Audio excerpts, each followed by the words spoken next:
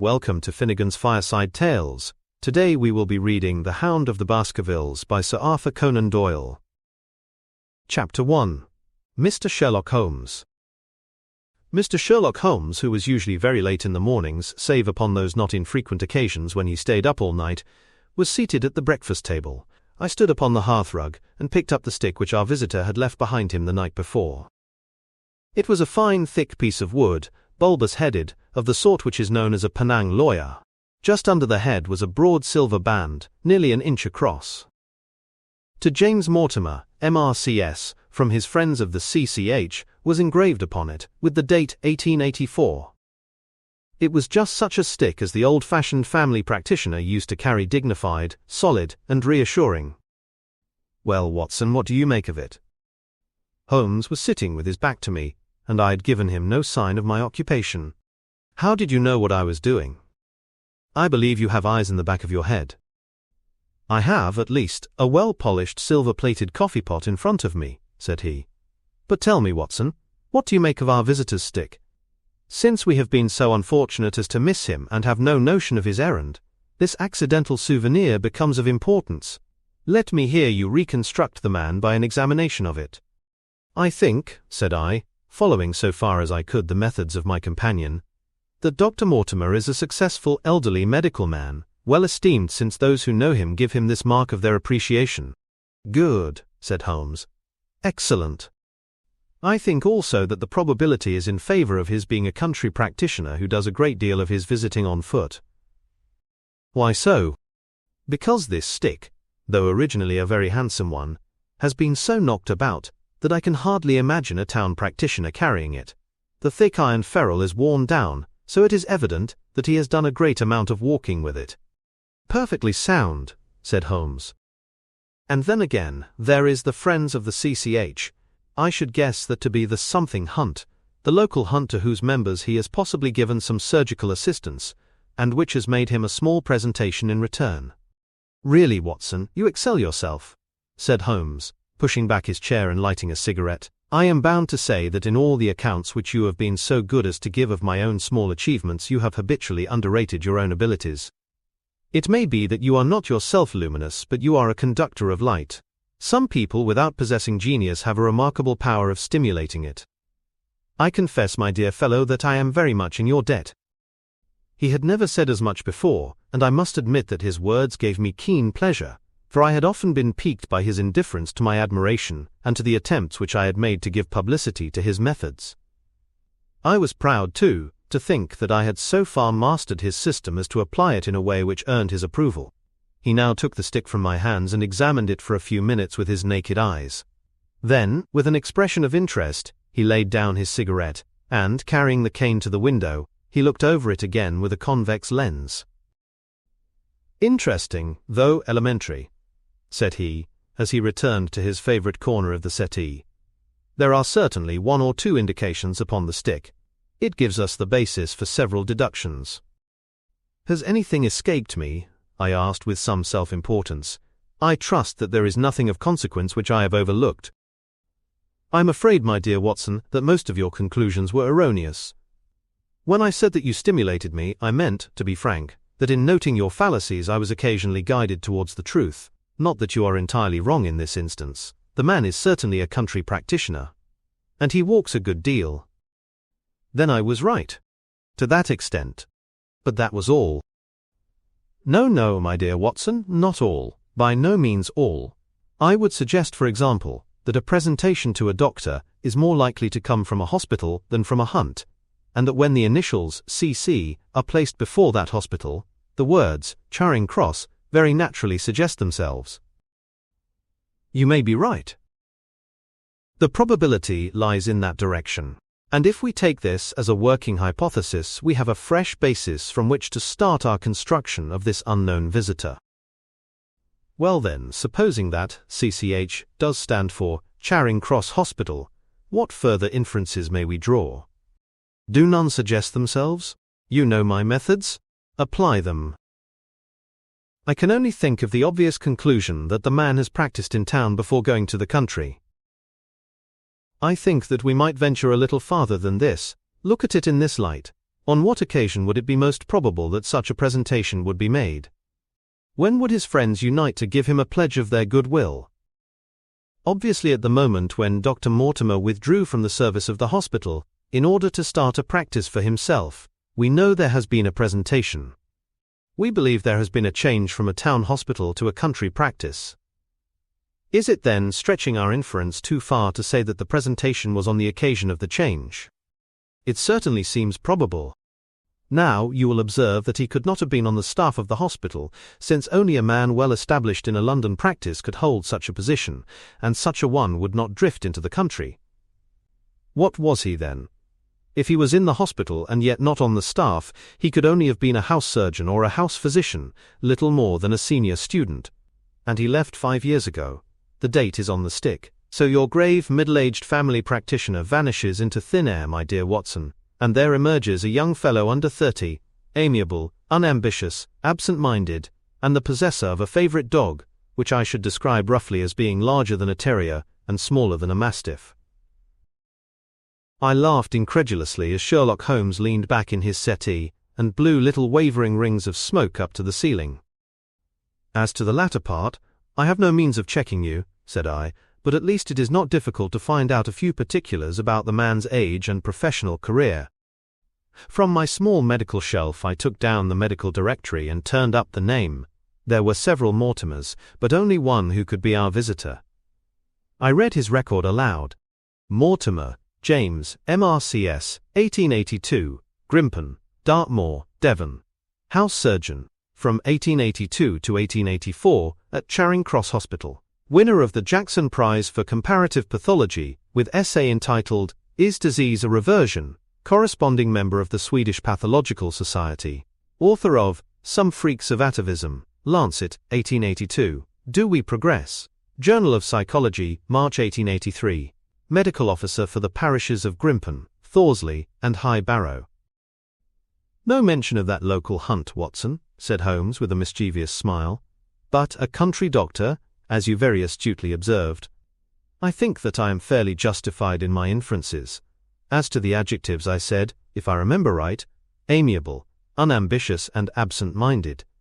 It is my experience that it is only an amiable man in this world who receives testimonials, only an unambitious one who abandons a London career for the country, and only an absent-minded one who leaves his stick and not his visiting card after waiting an hour in your room.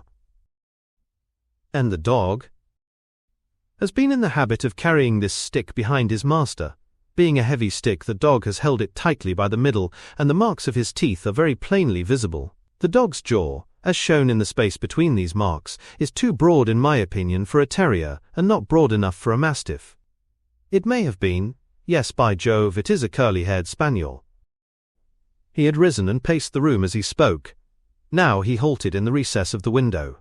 There was such a ring of conviction in his voice that I glanced up in surprise. My dear fellow, how can you possibly be so sure of that? For the very simple reason that I see the dog himself on our very doorstep, and there is the ring of its owner. Don't move, I beg you, Watson. He is a professional brother of yours, and your presence may be of assistance to me. Now is the dramatic moment of fate, Watson, when you hear a step upon the stair which is walking into your life, and you know not whether for good or ill. What does Dr. James Mortimer, the man of science, ask of Sherlock Holmes, the specialist in crime? Come in. The appearance of our visitor was a surprise to me, since I had expected a typical country practitioner. He was a very tall, thin man, with a long nose like a beak, which shot out between two keen grey eyes, set closely together and sparkling brightly from behind a pair of gold-rimmed glasses. He was clad in a professional but rather slovenly fashion, for his frock-coat was dingy and his trousers frayed. Though young, his long back was already bowed, and he walked with a forward thrust of his head and a general air of peering benevolence. As he entered, his eyes fell upon the stick in Holmes's hand, and he ran towards it with an exclamation of joy. "I am so very glad," said he. "I was not sure whether I had left it here or in the shipping office. I would not lose that stick for the world." "The presentation, I see," said Holmes. "Yes, sir. From Charing Cross Hospital. From one or two friends there on the occasion of my marriage." "Dear, dear, that's bad," said Holmes, shaking his head. Dr. Mortimer blinked through his glasses in mild astonishment. Why was it bad? Only that you have disarranged our little deductions. You're married, you say? Yes, sir. I married and so left the hospital, and with it all hopes of a consulting practice. It was necessary to make a home of my own. Come, we are not so far wrong after all, said Holmes. And now, Dr. James Mortimer. Mr. a humble MRCS. And a man of precise mind, evidently. A dabbler in science, Mr. Holmes, a picker-up of shells on the shores of the great unknown ocean. I presume that it is Mr. Sherlock Holmes whom I am addressing, and not— No, this is my friend Dr. Watson. Glad to meet you, sir. I have heard your name mentioned in connection with that of your friend. You interest me very much, Mr. Holmes. I had hardly expected so dolichocephalic a skull, or such well-marked supraorbital development.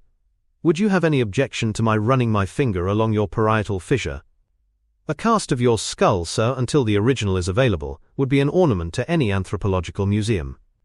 It is not my intention to be fulsome, but I confess that I covet your skull. Sherlock Holmes waved our strange visitor into a chair. You are an enthusiast in your line of thought, I perceive, sir, as I am in mine, said he. I observe from your forefinger that you make your own cigarettes. Have no hesitation in lighting one. The man drew out paper and tobacco, and twirled the one up in the other, with surprising dexterity. He had long, quivering fingers as agile and restless as the antennae of an insect. Holmes was silent, but his little darting glances showed me the interest which he took in our curious companion. I presume, sir, said he at last, that it was not merely for the purpose of examining my skull that you have done me the honor to call here last night and again today? No, sir, no, though I am happy to have had the opportunity of doing that as well. Nascid he well as well. I came to you, Mr. Holmes, because I recognize that I am myself an unpractical man, and because I am suddenly confronted with a most serious and extraordinary problem. Recognizing, as I do, that you are the second highest expert in Europe. Indeed, sir. May I inquire who has the honor to be the first? Asked Holmes with some asperity. To the man of precisely scientific mind, the work of Monsieur Bertillon must always appeal strongly. Then any not better consult him? I said, sir, to the precisely scientific mind. But as a practical man of affairs, it is acknowledged that you stand alone. I trust, sir, that I have not inadvertently— Just a little, said Holmes. I think, Dr. Mortimer, you would do wisely, if without more ado you would kindly tell me plainly what the exact nature of the problem is in which you demand my assistance. Chapter 2. The Curse of the Baskervilles. I have in my pocket a manuscript, said Dr. James Mortimer. I observed it as you entered the room, said Holmes. It is an old manuscript.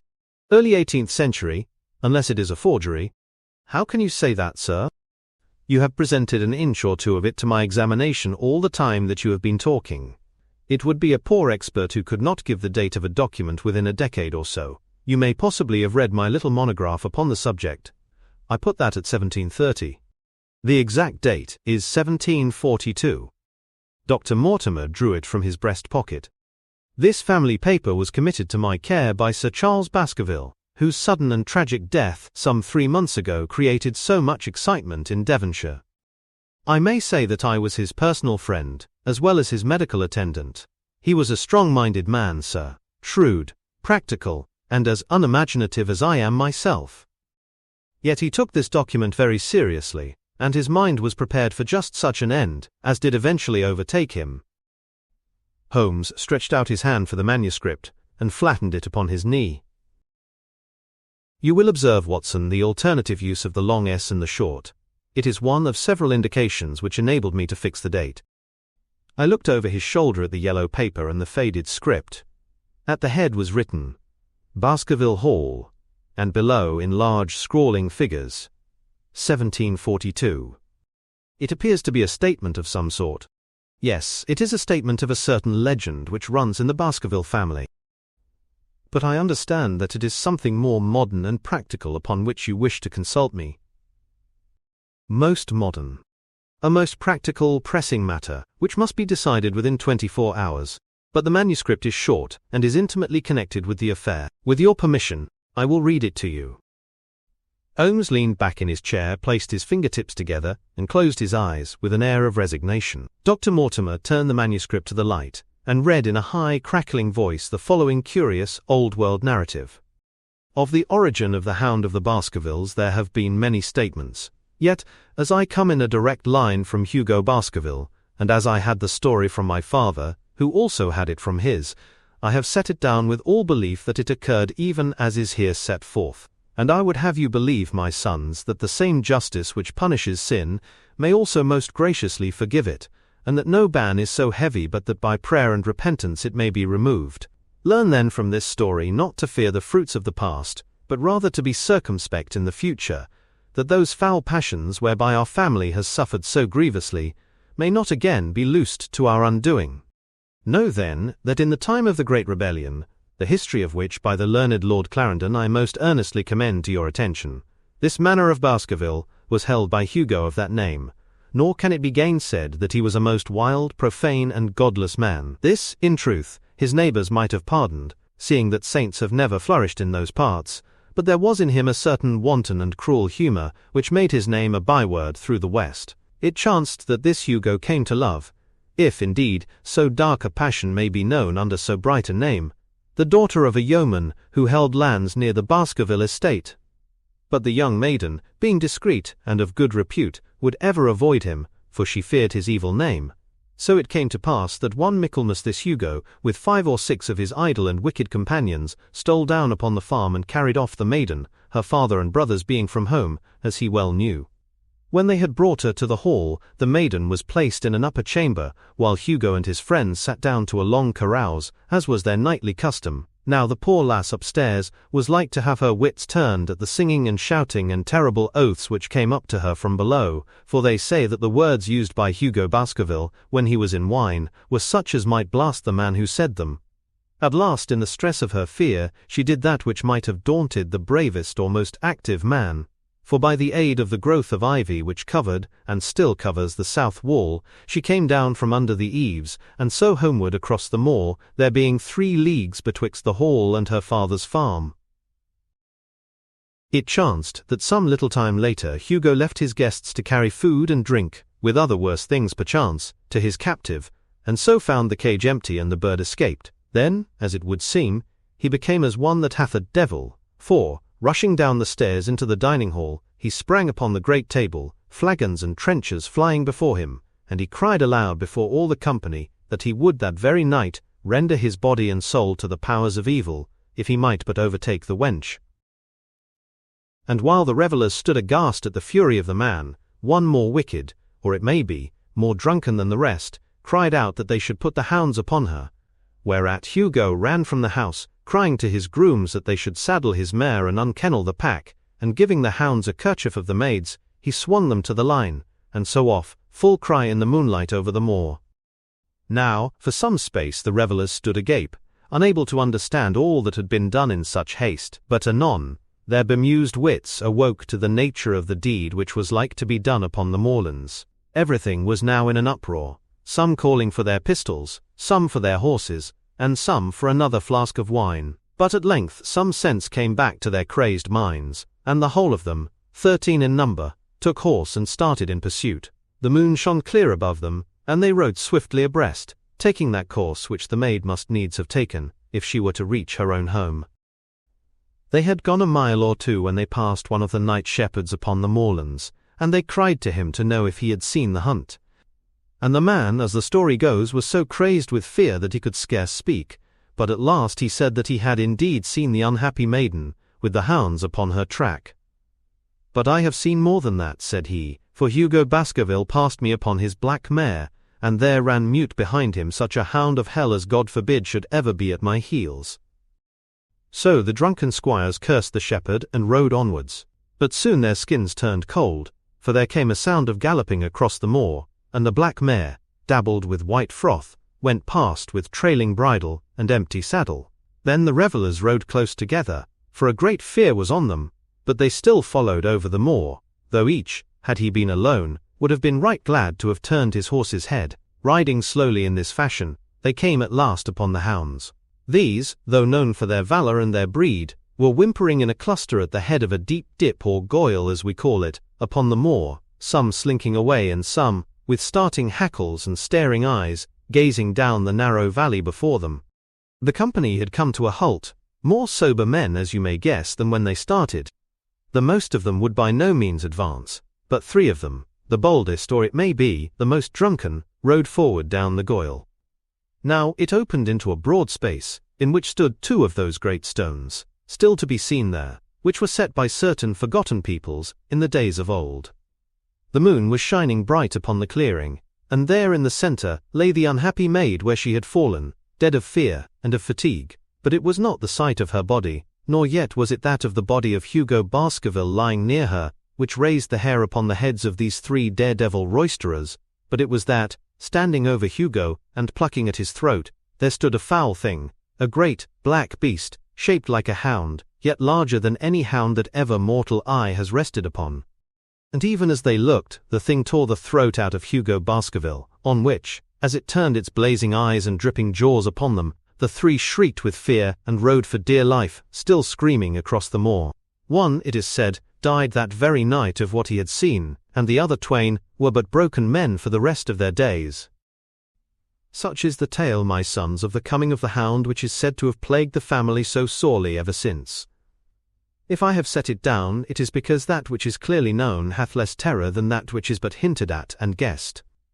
Nor can it be denied that many of the family have been unhappy in their deaths, which have been sudden, bloody, and mysterious. Yet may we shelter ourselves in the infinite goodness of Providence, which would not forever punish the innocent beyond that 3rd or 4th generation, which is threatened in Holy Writ. To that Providence, my sons, I hereby commend you, and I counsel you by way of caution to forbear from crossing the moor in those dark hours when the powers of evil are exalted.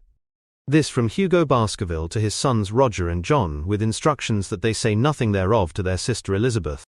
When Dr. Mortimer had finished reading this singular narrative, he pushed his spectacles up on his forehead and stared across at Mr. Sherlock Holmes. The latter yawned and tossed the end of his cigarette into the fire.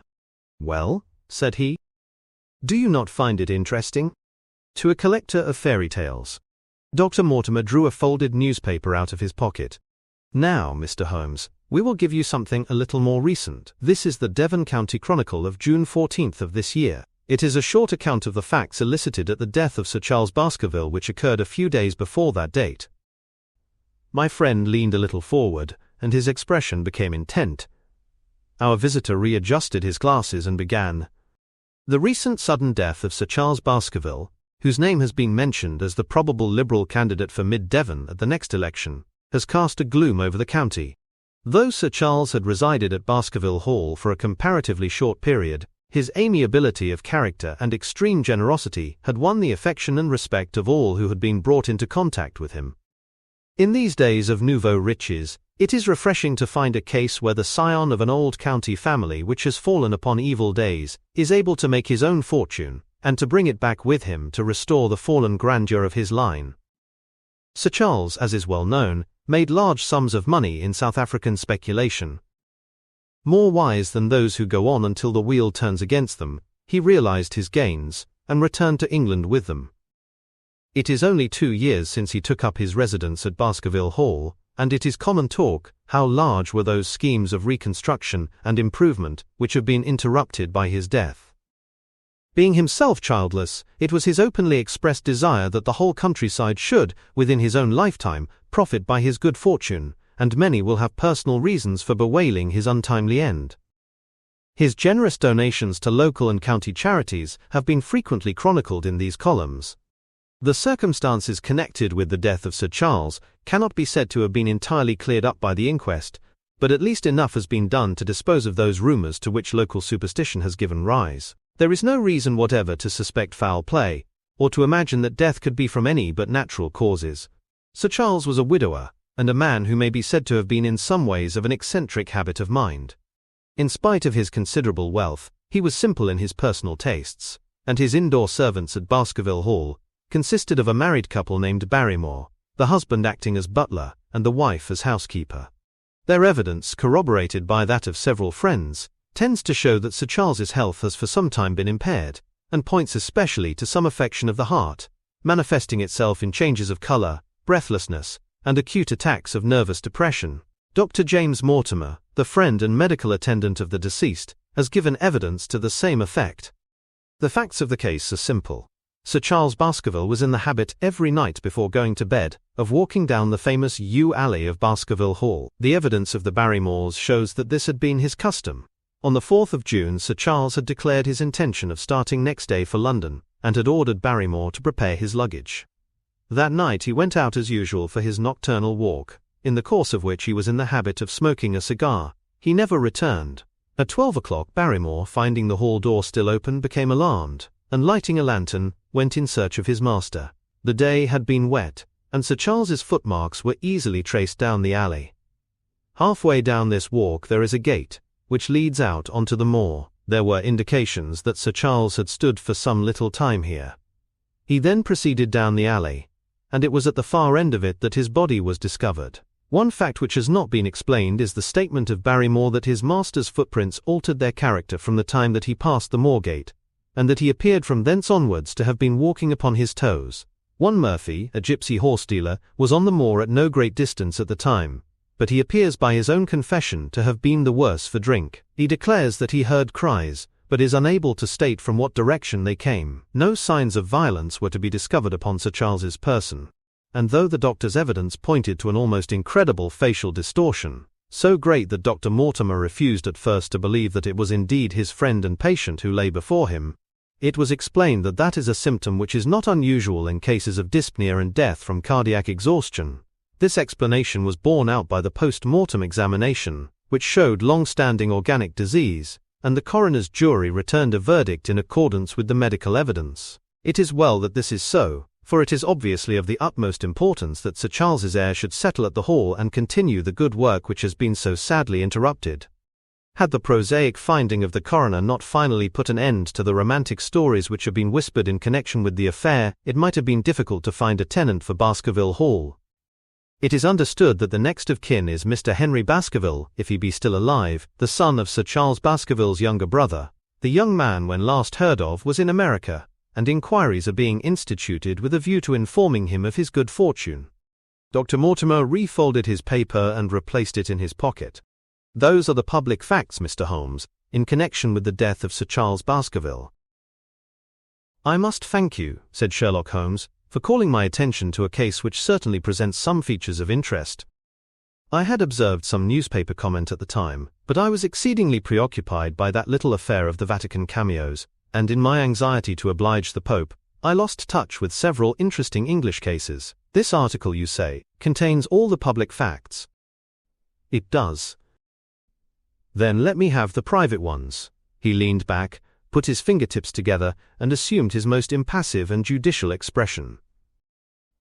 In doing so, said Dr. Mortimer, who had begun to show signs of some strong emotion, I am telling that which I have not confided to anyone.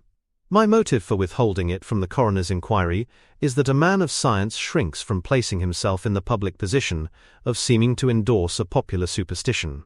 I had the further motive that Baskerville Hall, as the paper says, would certainly remain untenanted if anything were done to increase its already rather grim reputation.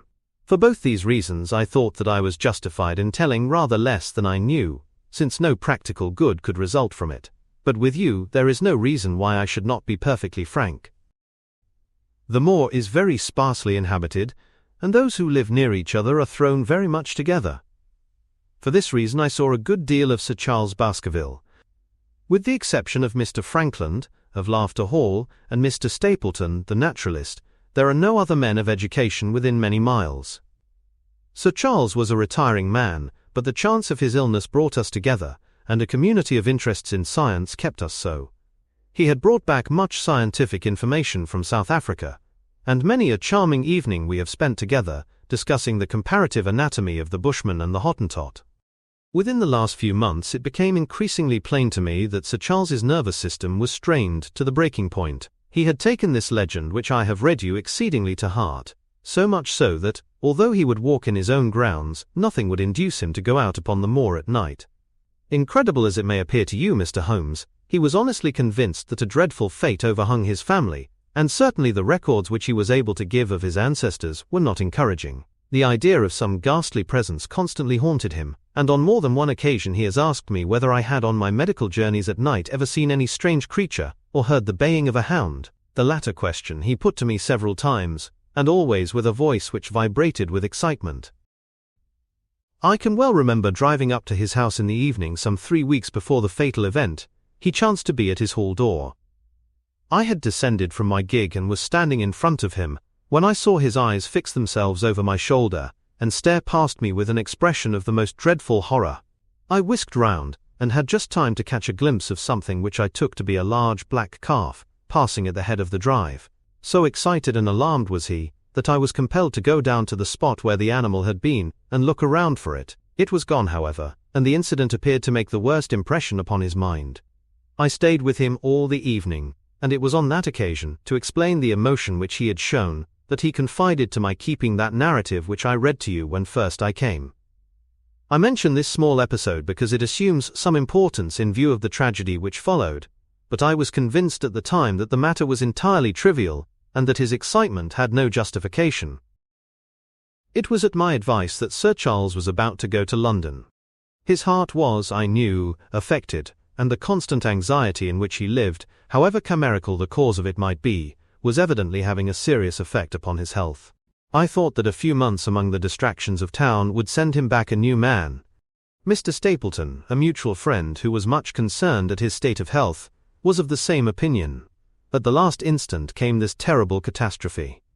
On the night of Sir Charles's death, Barrymore the butler, who made the discovery, sent Perkins the groom on horseback to me, and as I was sitting up late, I was able to reach Baskerville Hall within an hour of the event. I checked and corroborated all the facts which were mentioned at the inquest. I followed the footsteps down the yew alley. I saw the spot at the moorgate where he seemed to have waited. I remarked the change in the shape of the prints after that point. I noted that there were no other footsteps save those of Barrymore on the soft gravel, and finally I carefully examined the body, which had not been touched until my arrival. Sir Charles lay on his face, his arms out, his fingers dug into the ground, and his features convulsed with some strong emotion to such an extent that I could hardly have sworn to his identity. There was certainly no physical injury of any kind, but one false statement was made by Barrymore at the inquest. He said that there were no traces upon the ground round the body. He did not observe any, but I did, some little distance off but fresh and clear. Footprints? Footprints. A man's or a woman's? Dr. Mortimer looked strangely at us for an instant, and his voice sank almost to a whisper as he answered, "Mr. Holmes, they were the footprints of a gigantic hound." Chapter 3. The Problem. I confess at these words a shudder passed through me. There was a thrill in the doctor's voice which showed that he was himself deeply moved by that which he told us. Holmes leaned forward in his excitement, and his eyes had the hard, dry glitter which shot from them when he was keenly interested. "You saw this?" "As clearly as I see you." "And you said nothing?" "What was the use? How was it that no one else saw it? The marks were some 20 yards from the body, and no one gave them a thought. I don't suppose I should have done so had I not known this legend." "There are many sheepdogs on the moor?" "No doubt, but this was no sheepdog." "You say it was large?" "Enormous." "But it had not approached the body?" "No." "What sort of night was it?" "Damp and raw." "But not actually raining?" "No." "What is the alley like?" "There are 2 lines of old yew hedge, 12 feet high and impenetrable. The walk in the center is about 8 feet across." "Is there anything between the hedges and the walk?" "Yes, there is a strip of grass about 6 feet, broad on either side." "I understand that the yew hedge is penetrated at one point by a gate." "Yes, the wicket gate which leads on to the moor." "Is there any other opening?" "None."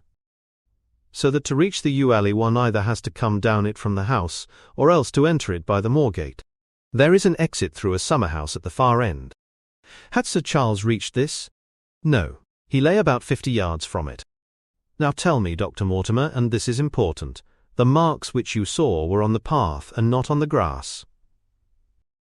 "No marks could show on the grass." "Were they on the same side of the path as the moorgate?" "Yes, they were on the edge of the path on the same side as the moorgate." You interest me exceedingly. Another point. Was the wicket gate closed? Closed and padlocked. How high was it? About 4 feet high. Then anyone could have got over it? Yes. And what marks did you see by the wicket gate? None in particular. Good heaven, did no one examine? Yes, I examined myself. And found nothing? It was all very confused. Sir Charles had evidently stood there for 5 or 10 minutes. How do you know that? Because the ash had twice dropped from his cigar. Excellent. This is a colleague, Watson, after our own heart. But the marks? He had left his own marks all over that small patch of gravel. I could discern no others. Sherlock Holmes struck his hand against his knee with an impatient gesture. If I had only been there, he cried. It is evidently a case of extraordinary interest, and one which presented immense opportunities to the scientific expert. That gravel page upon which I might have read so much has been long ere this smudged by the rain and defaced by the clogs of curious peasants. Oh, Dr. Mortimer, to think that you should not have called me in. You have indeed much to answer for. I could not call you in, Mr. Holmes, without disclosing these facts to the world, and I have already given my reasons for not wishing to do so. Besides, why do you hesitate? There is a realm in which the most acute and most experienced of detectives is helpless. You mean that the thing is supernatural? I did not positively say so. No, but you evidently think it. Since the tragedy, Mr. Holmes, there have come to my ears several incidents which are hard to reconcile with the settled order of nature. For example, I find that before the terrible event occurred, several people had seen a creature upon the moor which corresponds with this Baskerville demon, and which could not possibly be any animal known to science. They all agreed that it was a huge creature, luminous, ghastly, and spectral. I have cross-examined these men, one of them a hard-headed countryman, one a farrier, and one a moorland farmer, who all tell the same story of this dreadful apparition, exactly corresponding to the hell-hound of the legend. I assure you that there is a reign of terror in the district, and that it is a hardy man who will cross the moor at night. And you, a trained man of science, believe it to be supernatural? I do not know what to believe. Holmes shrugged his shoulders. I have hitherto confined my investigations to this world, said he. In a modest way I have combated evil, but to take on the father of evil himself would perhaps be too ambitious a task. Yet you must admit that the footmark is material. The original hound was material enough to tug a man's throat out, and yet he was diabolical as well. I see that you have quite gone over to the supernaturalists. But now, Dr. Mortimer, tell me this. If you hold these views, why have you come to consult me at all? You tell me in the same breath that it is useless to investigate Sir Charles's death, and that you desire me to do it. I did not say that I desired you to do it. Then how can I assist you? By advising me as to what I should do with Sir Henry Baskerville, who arrives at Waterloo Station. Drive. Mortimer looked at his watch. In exactly 1 hour and a quarter. He being the heir. Yes. On the death of Sir Charles we inquired for this young gentleman, and found that he had been farming in Canada. From the accounts which have reached us, he is an excellent fellow in every way. I speak now not as a medical man, but as a trustee and executor of Sir Charles's will. There is no other claimant, I presume? None. The only other kinsman whom we have been able to trace was Roger Baskerville, the youngest of 3 brothers, of whom poor Sir Charles was the elder. The second brother, who died young, is the father of this lad Henry. The third, Roger, was the black sheep of the family. He came of the old masterful Baskerville strain, and was the very image, they tell me, of the family picture of old Hugo. He made England too hot to hold him, fled to Central America, and died there in 1876 of yellow fever. Henry is the last of the Baskervilles. In 1 hour and 5 minutes, I meet him at Waterloo Station. I have had a wire that he arrived at Southampton this morning. Now, Mr. Holmes, what would you advise me to do with him? Why should he not go to the home of his fathers? It seems natural, does it not? And yet, consider that every Baskerville who goes there meets with an evil fate. I feel sure that if Sir Charles could have spoken with me before his death, he would have warned me against bringing this, the last of the old race, and the heir to great wealth, to that deadly place. And yet it cannot be denied that the prosperity of the whole poor bleak countryside depends upon his presence. All the good work which has been done by Sir Charles will crash to the ground if there is no tenant of the hall. I fear lest I should be swayed too much by my own obvious interest in the matter, and that is why I bring the case before you and ask for your advice." Holmes considered for a little time. "Put into plain words, the matter is this," said he. "In your opinion, there is a diabolical agency which makes Dartmoor an unsafe abode for a Baskerville. That is your opinion. At least I might go the length of saying that there is some evidence that this may be so." "Exactly. But surely, if your supernatural theory be correct, it could work the young man evil in London as easily as in Devonshire. A devil with merely local powers like a parish vestry would be too inconceivable a thing." "Oracle. You put the matter more flippantly, Mr. Holmes, than you would probably do if you were brought into personal contact with these things.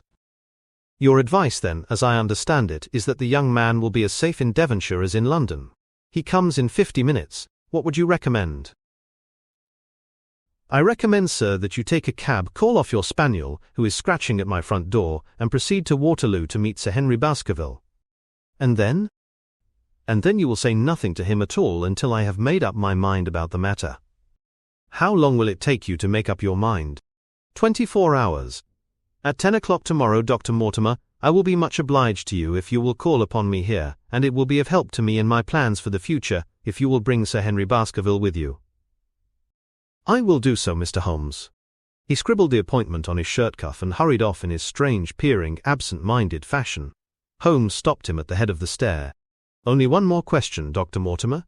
You say that before Sir Charles Baskerville's death, several people saw this apparition upon the moor."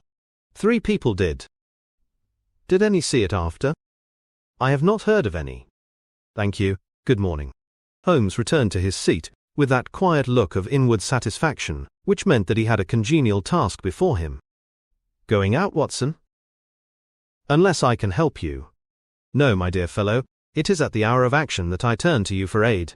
But this is splendid, really unique from some points of view. When you pass Bradley's, would you ask him to send up a pound of the strongest shag tobacco? Thank you. It would be as well if you could make it convenient not to return before evening. Then I should be very glad to compare impressions as to this most interesting problem which has been submitted to us this morning." I knew that seclusion and solitude were very necessary for my friend in those hours of intense mental concentration during which he weighed every particle of evidence, constructed alternative theories, balanced one against the other, and made up his mind as to which points were essential and which immaterial. I therefore spent the day at my club, and did not return to Baker Street until evening. It was nearly 9 o'clock when I found myself in the sitting-room once more. My first impression, as I opened the door, was that a fire had broken out, for the room was so filled with smoke that the light of the lamp upon the table was blurred by it. As I entered, however, my fears were set at rest, for it was the acrid fumes of strong, coarse tobacco which took me by the throat and set me coughing. Through the haze I had a vague vision of Holmes in his dressing gown, coiled up in an armchair, with his black clay pipe between his lips. Several rolls of paper lay around him. "Caught cold, Watson?" said he. "No, it's this poisonous atmosphere. I suppose it is pretty thick, now that you mention it." "Thick? It is intolerable." "Open the window, then. You have been at your club all day, I perceive." "My dear Holmes." "Am I right?" "Certainly, but how—" He laughed at my bewildered expression. "There is a delightful freshness about you, Watson, which makes it a pleasure to exercise any small powers which I possess at your expense. A gentleman goes forth on a showery and miry day. He returns immaculate in the evening with the gloss still on his hat and his boots. He has been a fixture, therefore, all day. He is not a man with intimate friends. Where, then, could he have been? Is it not obvious?" "Well, it is rather obvious. The world is full of obvious things which nobody by any chance ever observes. Where do you think that I have been?" "A fixture also." "On the contrary, I have been to Devonshire." "In spirit?" "Exactly. My body has remained in this armchair, and has, I regret to observe, consumed in my absence 2 large pots of coffee and an incredible amount of tobacco. After you left, I sent down to Stanford's for the ordnance map of this portion of the moor, and my spirit has hovered over it all day. I flatter myself that I could find my way about." "A large-scale map, I presume?" "Very large." He unrolled one section and held it over his knee. "Here you have the particular district which concerns us, That is Baskerville Hall in the middle. With a wood round it? Exactly. I fancy the yew-alley, though not marked under that name, must stretch along this line, with the moor as you perceive upon the right of it.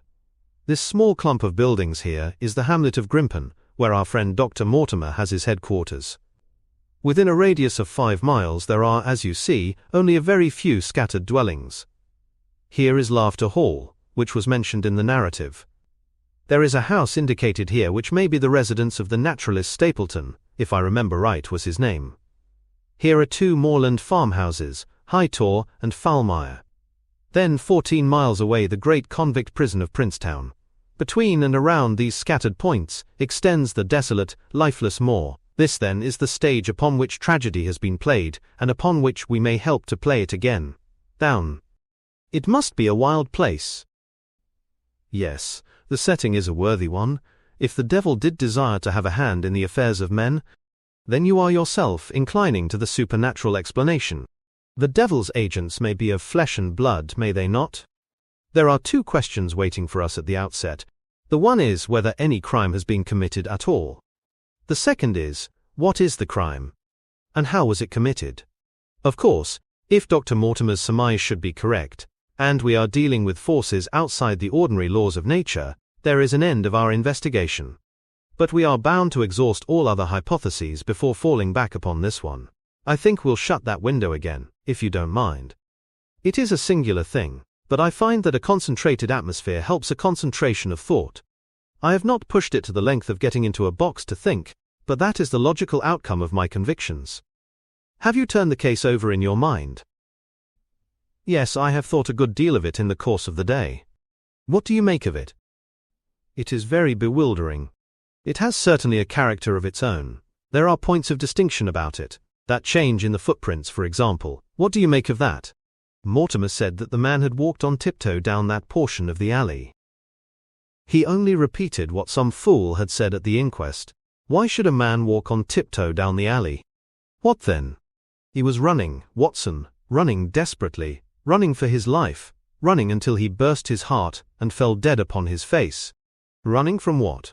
There lies our problem. There are indications that the man was crazed with fear before ever he began to run. How can you say that? I am presuming that the cause of his fears came to him across the moor.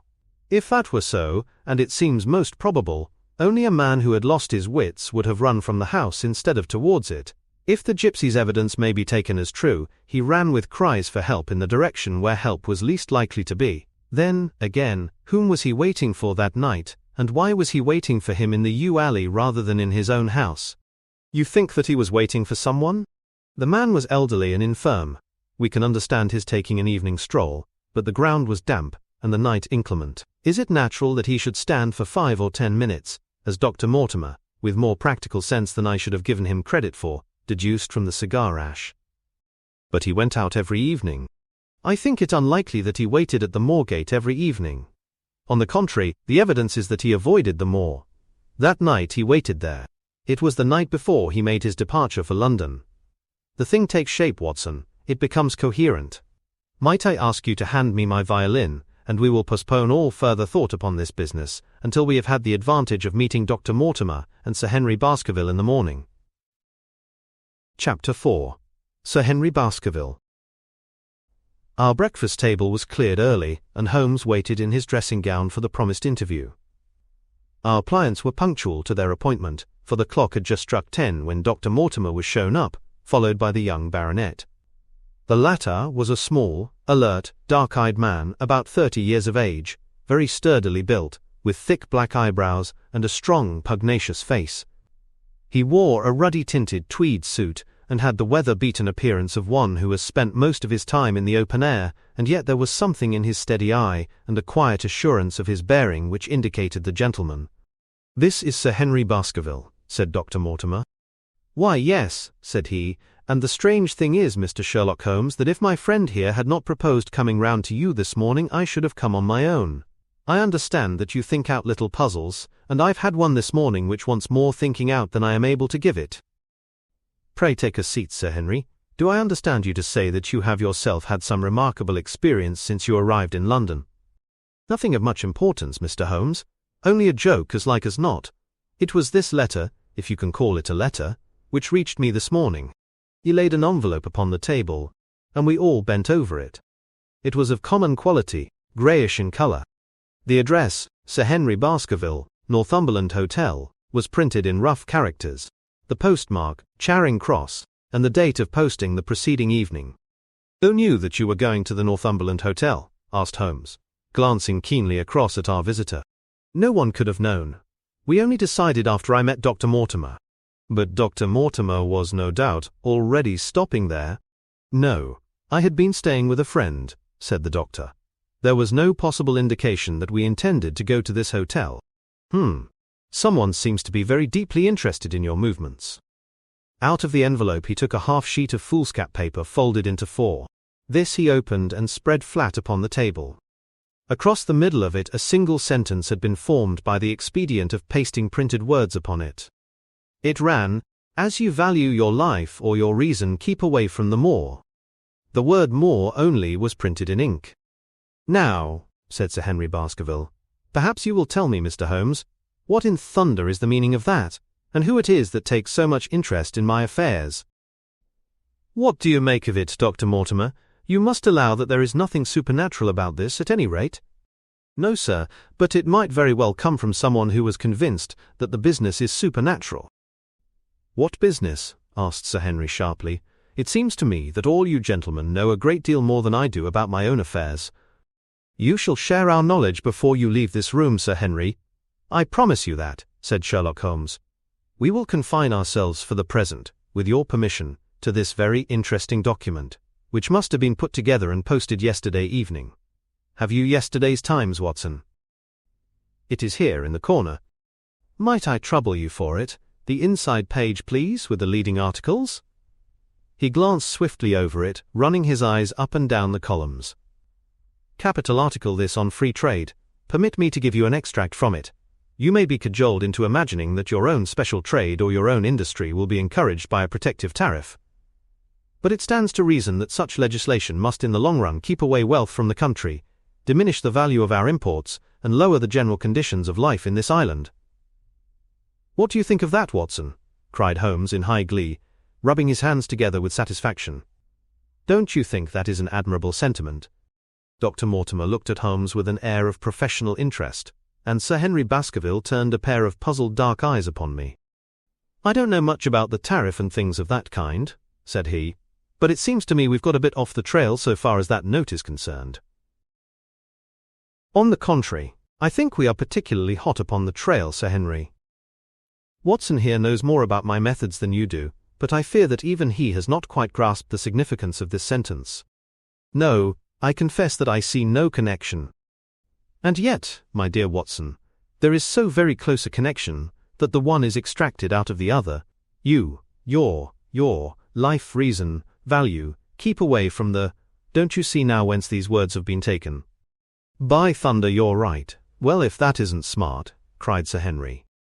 "If any possible doubt remained, it is settled by the fact that keep away and from the egg its enemy are cut out in one piece." "Well now, so it is." "Really, Mr. Holmes, this exceeds anything which I could have imagined," said Dr. Mortimer, gazing at my friend in amazement. "I could understand anyone saying that the words were from a newspaper, but that you should name which, and add that it came from the leading article, is really one of the most remarkable things which I have ever known. How did you do it?"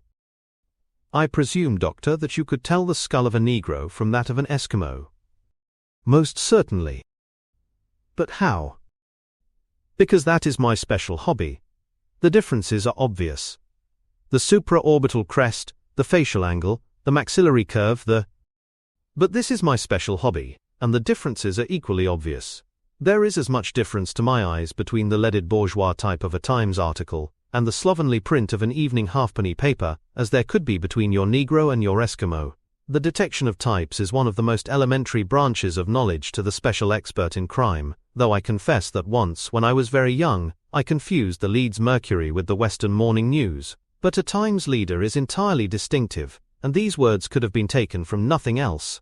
As it was done yesterday, the strong probability was that we should find the words in yesterday's issue." "So far as I can follow you then, Mr. Holmes," said Sir Henry Baskerville, Someone cut out this message with a scissors. Nail scissors, said Holmes. You can see that it was a very short-bladed scissors, since the cutter had to take 2 snips over keep away. That is so. Someone then cut out the message with a pair of short-bladed scissors, pasted it with paste. Gum, said Holmes. With gum onto the paper. But I want to know why the word more should have been written. Because he could not find it in print. The other words were all simple, and might be found in any issue, but more would be less common. Why, of course, that would explain it. Have you read anything else in this message, Mr. Holmes? There are 1 or 2 indications, and yet the utmost pains have been taken to remove all clues. The address, you observe, is printed in rough characters, but the Times is a paper which is seldom found in any hands but those of the highly educated. We may take it, therefore, that the letter was composed by an educated man who wished to pose as an uneducated one, and his effort to conceal his own writing suggests that that writing might be known, or come to be known, by you. Again, you will observe that the words are not gummed on in an accurate line, but that some are much higher than others. Life, for example, is quite out of its proper place. That may point to carelessness, or it may point to agitation and hurry upon the part of the cutter. On the whole, I incline to the latter view, since the matter was evidently important, and it is unlikely that the composer of such a letter would be careless. If he were in a hurry, it opens up the interesting question why he should be in a hurry, since any letter posted up to early morning would reach Sir Henry before he would leave his hotel. Did the composer fear an interruption, and from whom? We are coming now rather into the region of guesswork, said Dr. Mortimer. Say, rather, into the region where we balance probabilities and choose the most likely. It is the scientific use of the imagination, but we have always some material basis on which to start our speculation. Now you would call it a guess, no doubt, but I am almost certain that this address has been written in a hotel. How in the world can you say that? If you examine it carefully, you will see that both the pen and the ink have given the writer trouble. The pen has spluttered twice in a single word, and has run dry 3 times in a short address, showing that there was very little ink in the bottle. Now, a private pen or ink bottle is seldom allowed to be in such a state, and the combination of the two must be quite rare. But you know the hotel ink and the hotel pen, where it is rare to get anything else. Yes, I have very little hesitation in saying that could we examine the wastepaper baskets of the hotels round Charing Cross, until we found the remains of the mutilated Times leader, we could lay our hands straight upon the person who sent this singular message. Hello, what's this? He was carefully examining the foolscap, upon which the words were pasted, holding it only an inch or 2 from his eyes. Well? Nothing, said he, throwing it down. It is a blank half-sheet of paper, without even a watermark upon it. I think we have drawn as much as we can from this curious letter. And now, Sir Henry, has anything else of interest happened to you since you have been in London? Why, no, Mr. Holmes. I think not. You have not observed anyone follow or watch you. I seem to have walked right into the thick of a dime novel, said our visitor. Why in thunder should anyone follow or watch me? We are coming to that. You have nothing else to report to us before we go into this matter. Well, it depends upon what you think worth reporting. I think anything out of the ordinary routine of life well worth reporting. Sir Henry smiled. I don't know much of British life yet, for I have spent nearly all my time in the States and in Canada, but I hope that to lose one of your boots is not part of the ordinary routine of life over here. You have lost one of your boots? My dear sir, cried Dr. Mortimer, it is only mislaid. You will find it when you return to the hotel. What is the use of troubling Mr. Holmes with trifles of this kind? Well, he asked me for anything outside the ordinary routine. Exactly, said Holmes. However foolish the incident may seem, you have lost one of your boots, you say? Well, mislaid it anyhow. I put them both outside my door last night and there was only one in the morning. I could get no sense out of the chap who cleans them. The worst of it is that I only bought the pair last night in the Strand, and I have never had them on. If you have never worn them, why did you put them out to be cleaned? They were tan boots, and had never been varnished. That was why I put them out. Then I understand that on your arrival in London yesterday you went out at once and bought a pair of boots. I did a good deal of shopping. Dr. Mortimer here went round with me. You see, if I am to be squire down there, I must dress the part. and it may be that I have got a little careless in my ways out west. Among other things, I bought these brown boots, gave $6 for them, and had one stolen before ever I had them on my feet." "It seems a singularly useless thing to steal," said Sherlock Holmes. "I confess that I share Dr. Mortimer's belief that it will not be long before the missing boot is found." "And now, gentlemen," said the baronet with decision, "it seems to me that I have spoken quite enough about the little that I know. It is time that you kept your promise, and gave me a full account of what we are all driving at." "Your request is a very reasonable one," Holmes answered.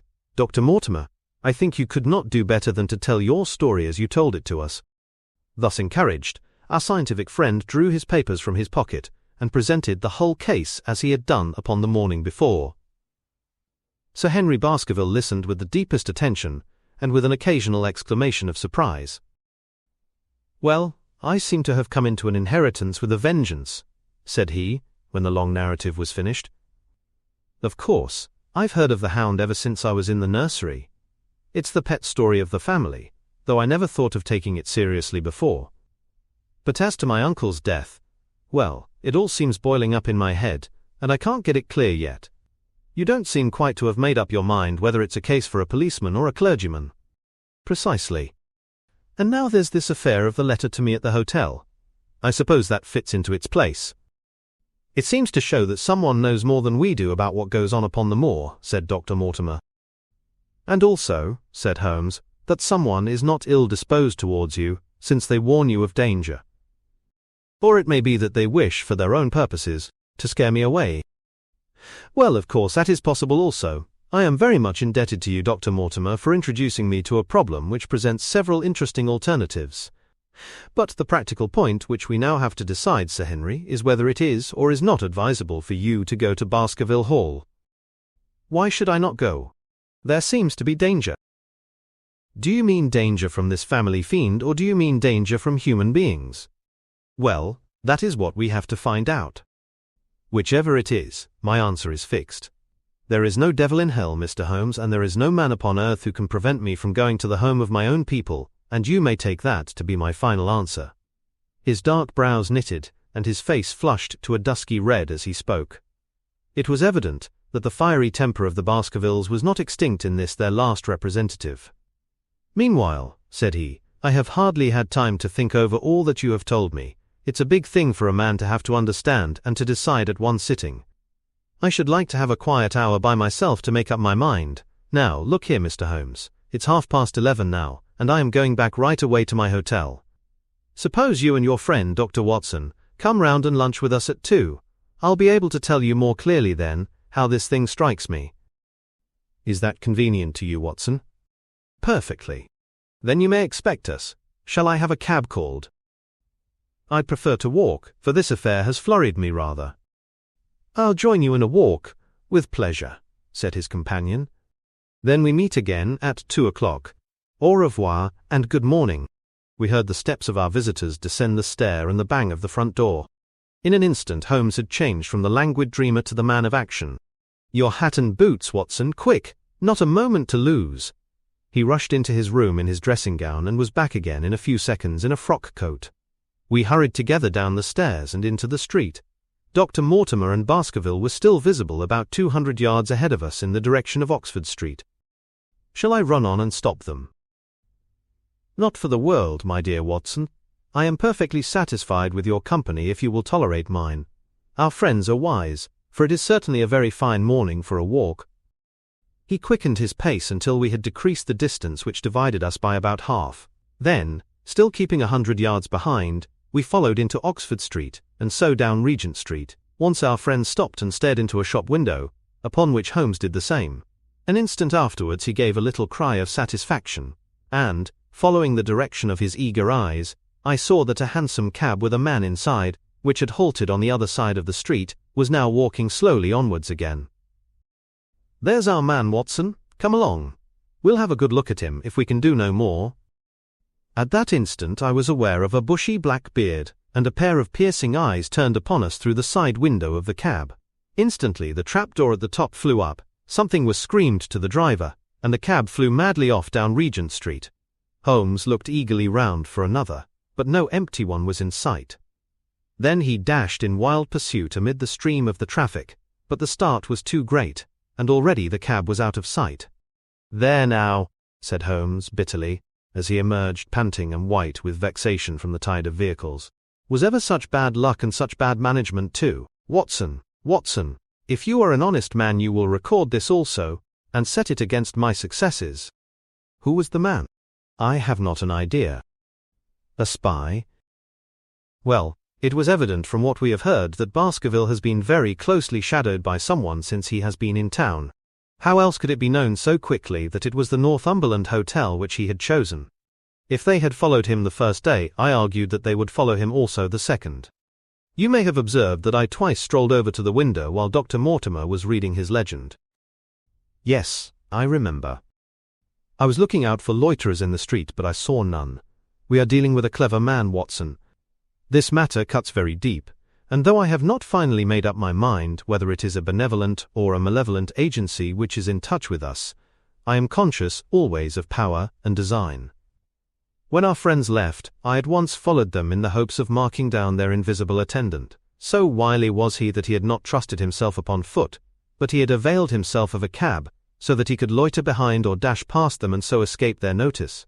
His method had the additional advantage that if they were to take a cab, he was all ready to follow them. It has, however, one obvious disadvantage.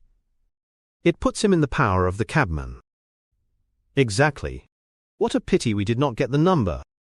"My dear Watson, clumsy as I have been, you surely do not seriously imagine that I neglected to get the number.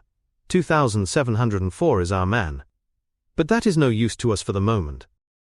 I fail to see how you could have done more. On observing the cab, I should have instantly turned and walked in the other direction.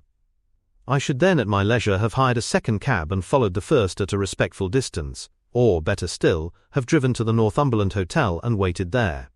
When our unknown had followed Baskerville home, we should have had the opportunity of playing his own game upon himself, and seeing where he made for. As it is, by an indiscreet eagerness, which was taken advantage of with extraordinary quickness and energy by our opponent, we have betrayed ourselves and lost our man." We had been sauntering slowly down Regent Street during this conversation, and Dr. Mortimer with his companion had long vanished in front of us. "There is no object in our following them," said Holmes. "The shadow has departed and will not return. We must see what further cards we have in our hands, and play them with decision. Could you swear to that man's face within the cab?" "I could swear only to the beard." "And so could I. From which I gather that in all probability it was a false one. A clever man upon so delicate an errand has no use for a beard save to conceal his features. Come in here, Watson." He turned into one of the district messenger offices, where he was warmly greeted by the manager.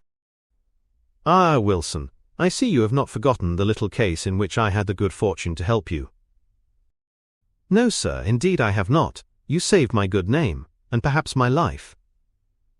"My dear fellow, you exaggerate. I have some recollection, Wilson, that you had among your boys a lad named Cartwright, who showed some ability during the investigation." "Yes, sir, he is still with us." "Could you ring him up? Thank you, and I should be glad to have change of this £5 note." A lad of 14, with a bright, keen face, had obeyed the summons of the manager. He stood now gazing with great reverence at the famous detective. "Let me have the hotel directory," said Holmes. "Thank you. Now, Cartwright, there are the names of 23 hotels here, all in the immediate neighborhood of Charing Cross. Do you see?" "Yes, sir." "You will visit each of these in turn." "Yes, sir." "You will begin in each case by giving the outside porter 1 shilling. Here are 23 shillings. "Yes, sir." "You will tell him that you want to see the waste paper of yesterday. You will say that an important telegram has miscarried, and that you are looking for it, you understand?" "Yes, sir." "But what you are really looking for is the center page of the Times with some holes cut in it with scissors. Here is a copy of the Times. It is this page. You could easily recognize it, could you not?"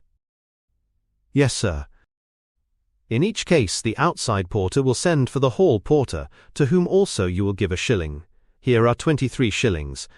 You will then learn in possibly 20 cases out of the 23 that the waste of the day before has been burned or removed.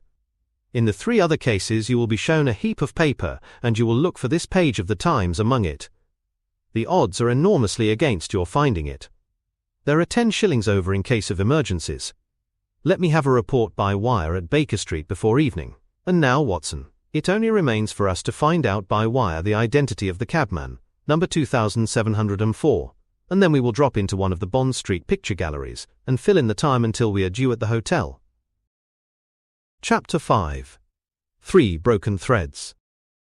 Sherlock Holmes had, in a very remarkable degree, the power of detaching his mind at will. For 2 hours the strange business in which we had been involved appeared to be forgotten, and he was entirely absorbed in the pictures of the modern Belgian masters. He would talk of nothing but art, of which he had the crudest ideas, from our leaving the gallery until we found ourselves at the Northumberland Hotel. "Sir Henry Baskerville is upstairs expecting you," said the clerk. "He asked me to show you up at once when you came." "Have you any objection to my looking at your register?" said Holmes. "Not in the least." The book showed that 2 names had been added after that of Baskerville. One was Theophilus Johnson and family, of Newcastle. The other Mrs. Oldmore and maid, of High Lodge, Alton. "Surely that must be the same Johnson whom I used to know," said Holmes to the porter. "A lawyer, is he not, grey-headed and walks with a limp?" "No, sir, this is Mr. Johnson, the coal owner, a very active gentleman, not older than yourself." "Surely you are mistaken about his trade." "No, sir. He has used this hotel for many years, and he is very well known to us." "Ah, that settles it. Mrs. Oldmore, too. I seem to remember the name. Excuse my curiosity, but often in calling upon one friend one finds another." "She is an invalid lady, sir. Her husband was once Mayor of Gloucester. She always comes to us when she is in town." "Thank you. I'm afraid I cannot claim her acquaintance." "We have established a most important fact by these questions, Watson," he continued in a low voice, as we went upstairs together. "We know now that the people who are so interested in our friend have not settled down in his own hotel. That means that while they are, as we have seen, very anxious to watch him, they are equally anxious that he should not see them. Now this is a most suggestive fact." "What does it suggest?" "It suggests, hello, my dear fellow, what on earth is the matter?" As we came round the top of the stairs we had run up against Sir Henry Baskerville himself. His face was flushed with anger, and he held an old and dusty boot in one of his hands. So furious was he that he was hardly articulate, and when he did speak it was in a much broader and more Western dialect than any which we had heard from him in the morning. "Seems to me they are playing me for a sucker in this hotel," he cried. "They'll find they've started in to monkey with the wrong man unless they are careful. By thunder, if that chap can't find my missing boot, there will be trouble. I can take a joke with the best, Mr. Holmes, but they've got a bit over the mark this time." "Still looking for your boot?" "Yes, sir, and mean to find it. But surely you said that it was a new brown boot." "So it was, sir, and now it's an old black one." "What, you don't mean to say—" "That's just what I do mean to say. I only had 3 pairs in the world, the new brown, the old black, and the patent leathers, which I am wearing. Last night they took one of my brown ones, and today they have sneaked one of the black. Well, have you got it? Speak out, man, and don't stand staring." An agitated German waiter had appeared upon the scene. "No, sir. I have made inquiry all over the hotel, but I can hear no word of it." "Well, either that boot comes back before sundown, or I'll see the manager and tell him that I go right straight out of this hotel." "It shall be found, sir. I promise you that if you will have a little patience it will be found." "Mind it is, for it's the last thing of mine that I'll lose in this den of thieves. Well, well, Mr. Holmes, you'll excuse my troubling you about such a trifle. I think it's well worth troubling about. Why, you look very serious over it." "How do you explain it?" "I just don't attempt to explain it. It seems the very maddest, queerest thing that ever happened to me." "The queerest, perhaps," said Holmes thoughtfully. "What do you make of it yourself?" "Well, I don't profess to understand it yet. This case of yours is very complex, Sir Henry.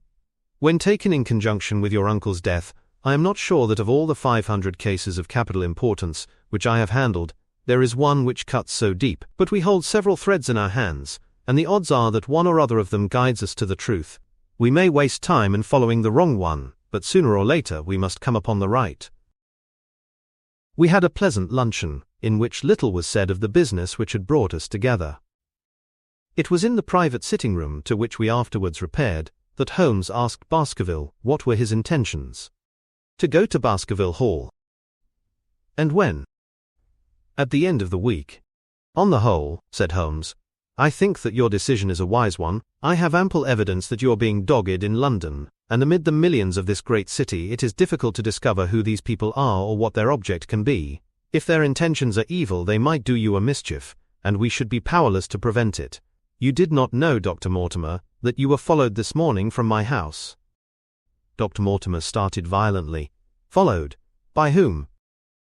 That, unfortunately, is what I cannot tell you. Have you among your neighbours or acquaintances on Dartmoor any man with a black full beard? No, or let me see. Why, yes.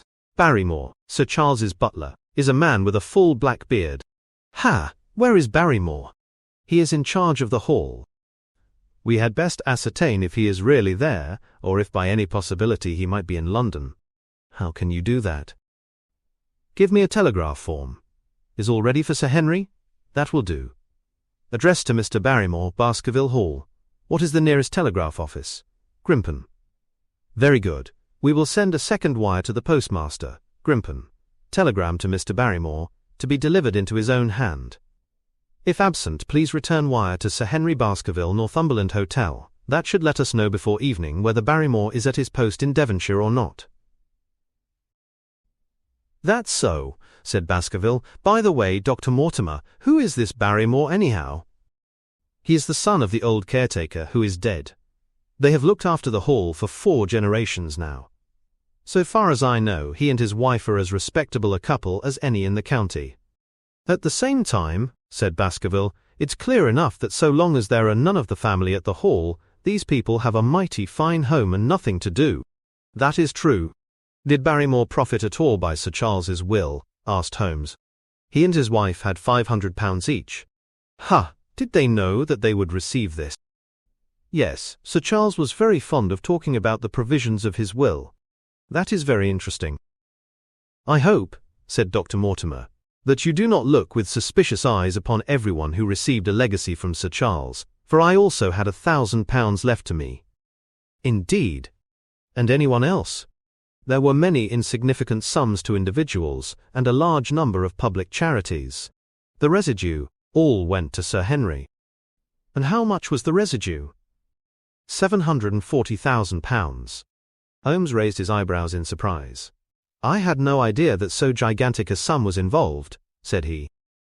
Sir Charles had the reputation of being rich, but we did not know how very rich he was until we came to examine his securities.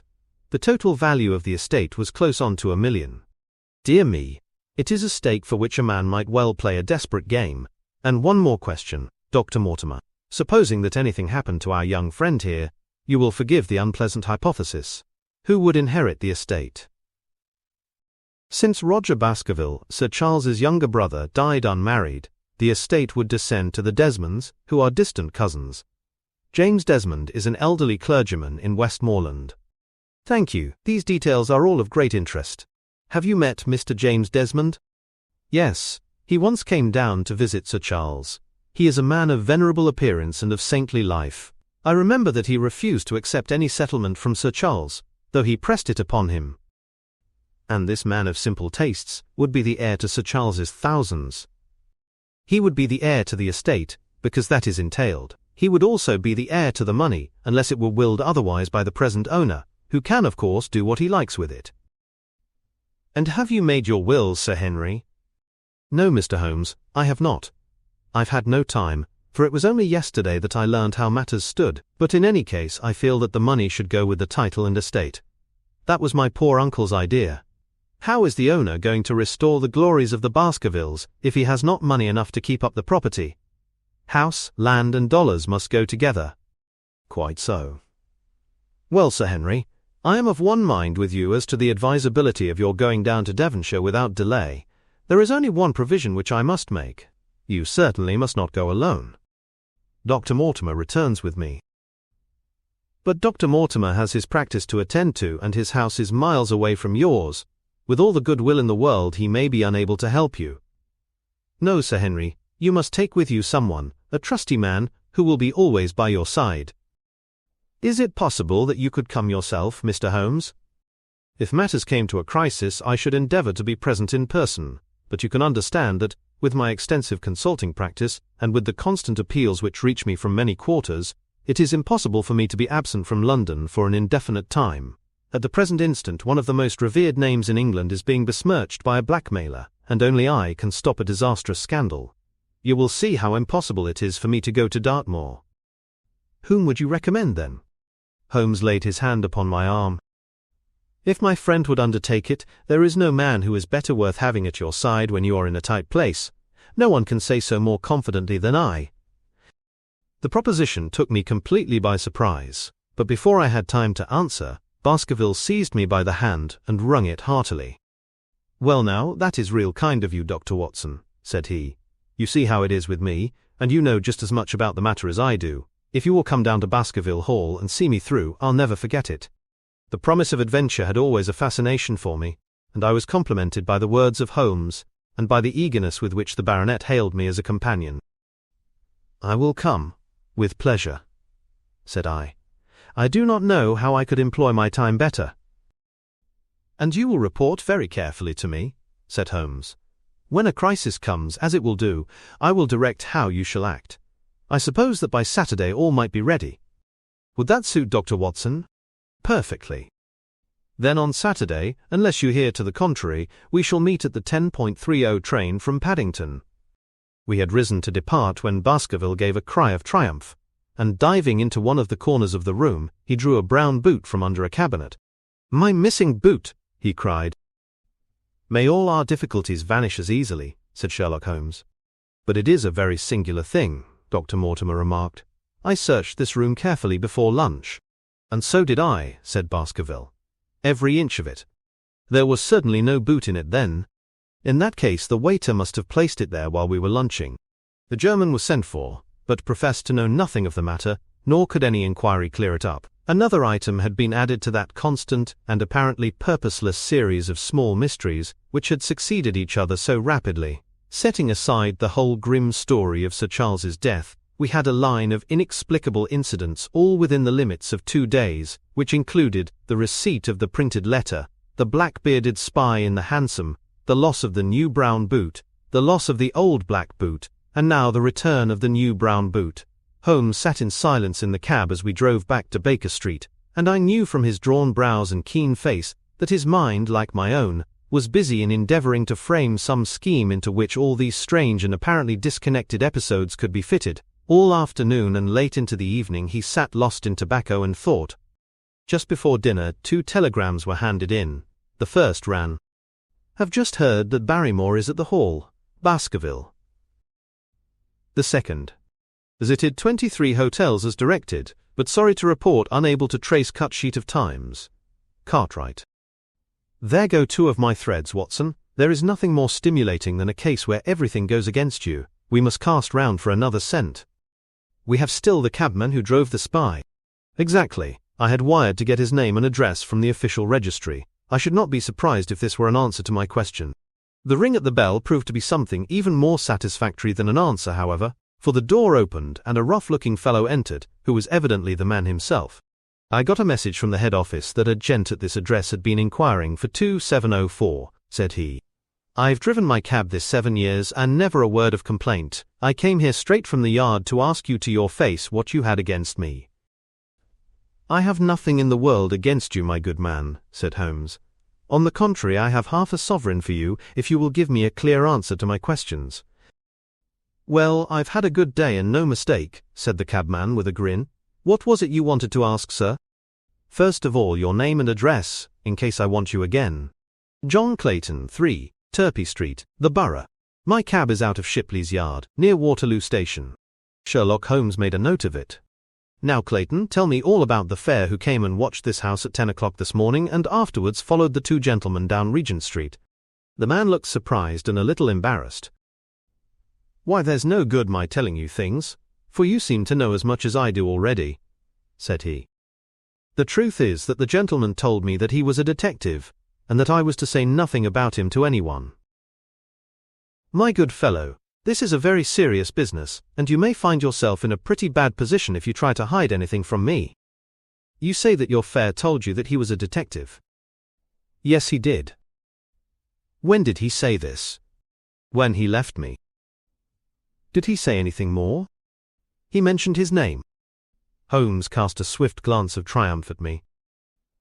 Oh, he mentioned his name, did he? That was imprudent. What was the name that he mentioned? His name, said the cabman, was Mr. Sherlock Holmes. Never have I seen my friend more completely taken aback than by the cabman's reply. For an instant he sat in silent amazement, then he burst into a hearty laugh. "A touch, Watson, an undeniable touch," said he. "I feel a foil as quick and supple as my own. He got home upon me very prettily that time, so his name was Sherlock Holmes, was it?" "Yes, sir. That was the gentleman's name." "Excellent. Tell me where you picked him up and all that occurred." "He hailed me at 9:30 in Trafalgar Square. He said that he was a detective, and he offered me 2 guineas if I would do exactly what he wanted all day and ask no questions. I was glad enough to agree. First we drove down to the Northumberland Hotel and waited there until 2 gentlemen came out and took a cab from the rank. We followed their cab until it pulled up somewhere near here." "This very door," said Holmes. "Well, I couldn't be sure of that, but I dare say my fare knew all about it. We pulled up halfway down the street and waited an hour and a half. Then the 2 gentlemen passed us, walking, and we followed down Baker Street and along." "I know," said Holmes, "until we got 3/4 down Regent Street. Then my gentleman threw up the trap, and he cried that I should drive right away to Waterloo Station as hard as I could go. I whipped up the mare, and we were there under the 10 minutes. Then he paid up his 2 guineas, like a good one, and away he went into the station. Only just as he was leaving he turned round and he said, 'It might interest you to know that you have been driving Mr. Sherlock Holmes. That's how I come to know the name.'" "I see. And you saw no more of him?" "Not after he went into the station." "And how would you describe Mr. Sherlock Holmes?" The cabman scratched his head. "Well, he wasn't altogether such an easy gentleman to describe. I'd put him at 40 years of age, and he was of a middle height, 2 or 3 inches shorter than you, sir. He was dressed like a toff, and he had a black beard, cut square at the end, and a pale face. I don't know as I could say more than that." "Color of his eyes?" "No, I can't say that." "Nothing more that you can remember?" "No, sir, nothing." "Well then, here is your half-sovereign. There's another one waiting for you if you can bring any more information. Good night." "Good night, sir, and thank you." John Clayton departed chuckling, and Holmes turned to me with a shrug of the shoulders and a rueful smile. "Snap goes our 3rd thread, and we end where we began," said he. "The cunning rascal! He knew our number, knew that Sir Henry Baskerville had consulted me, spotted who I was in Regent Street, conjectured that I had got the number of the cab and would lay my hands on the driver, and so sent back this audacious message. I tell you, Watson, this time we have got a foeman who is worthy of our steel. I've been checkmated in London. I can only wish you better luck in Devonshire. But I'm not easy in my mind about it." "About what?" "About sending you. It's an ugly business, Watson, an ugly, dangerous business, and the more I see of it, the less I like it. Yes, my dear fellow, you may laugh, but I give you my word that I shall be very glad to have you back safe and sound in Baker Street once more." Chapter 6. Baskerville Hall. Sir Henry Baskerville and Dr. Mortimer were ready upon the appointed day, and we started as arranged for Devonshire. Mr. Sherlock Holmes drove with me to the station, and gave me his last parting injunction and advice. "I will not bias your mind by suggesting theories or suspicions, Watson," said he. "I wish you simply to report facts in the fullest possible manner to me, and you can leave me to do the theorizing." "What sort of facts?" I asked. "Anything which may seem to have a bearing, however indirect, upon the case, and especially the relations between young Baskerville and his neighbours, or any fresh particulars concerning the death of Sir Charles. I have made some inquiries myself in the last few days, but the results have, I fear, been negative. One thing only appears to be certain, and that is that Mr. James Desmond, who is the next heir, is an elderly gentleman of a very amiable disposition, so that this persecution does not arise from him. I really think that we may eliminate him entirely from our calculations. There remain the people who will actually surround Sir Henry Baskerville upon the moor. Would it not be well, in the first place, to get rid of this Barrymore couple? By no means. You could not make a greater mistake. If they are innocent, it would be a cruel injustice, and if they are guilty, we should be giving up all chance of bringing it home to them. No, we will preserve them upon our list of suspects. Then there is a groom at the Hall, if I remember right. there are 2 moorland farmers. There is our friend Dr. Mortimer, whom I believe to be entirely honest, and there is his wife, of whom we know nothing. There is this naturalist Stapleton, and there is his sister, who is said to be a young lady of attractions. There is Mr. Frankland of Laughter Hall, who is also an unknown factor, and there are 1 or 2 other neighbors. These are the folk who must be your very special study. I will do my best. You have arms, I suppose? Yes, I thought it as well to take them. Most certainly. Keep your revolver near you night and day, and never relax your precautions. Our friends had already secured a first-class carriage, and were waiting for us upon the platform. No, we have no news of any kind, said Dr. Mortimer in answer to my friend's questions. I can swear to one thing, and that is that we have not been shadowed during the last 2 days. We have never gone out without keeping a sharp watch, and no one could have escaped our notice. You have always kept together, I presume? Except yesterday afternoon. I usually give up one day to pure amusement when I come to town, so I spent it at the Museum of the College of Surgeons. And I went to look at the folk in the park, said Baskerville, but we had no trouble of any kind. It was imprudent all the same, said Holmes, shaking his head and looking very grave. I beg, Sir Henry, that you will not go about alone. Some great misfortune will befall you if you do. Did you get your other boot? No, sir, it is gone forever. Indeed. That is very interesting.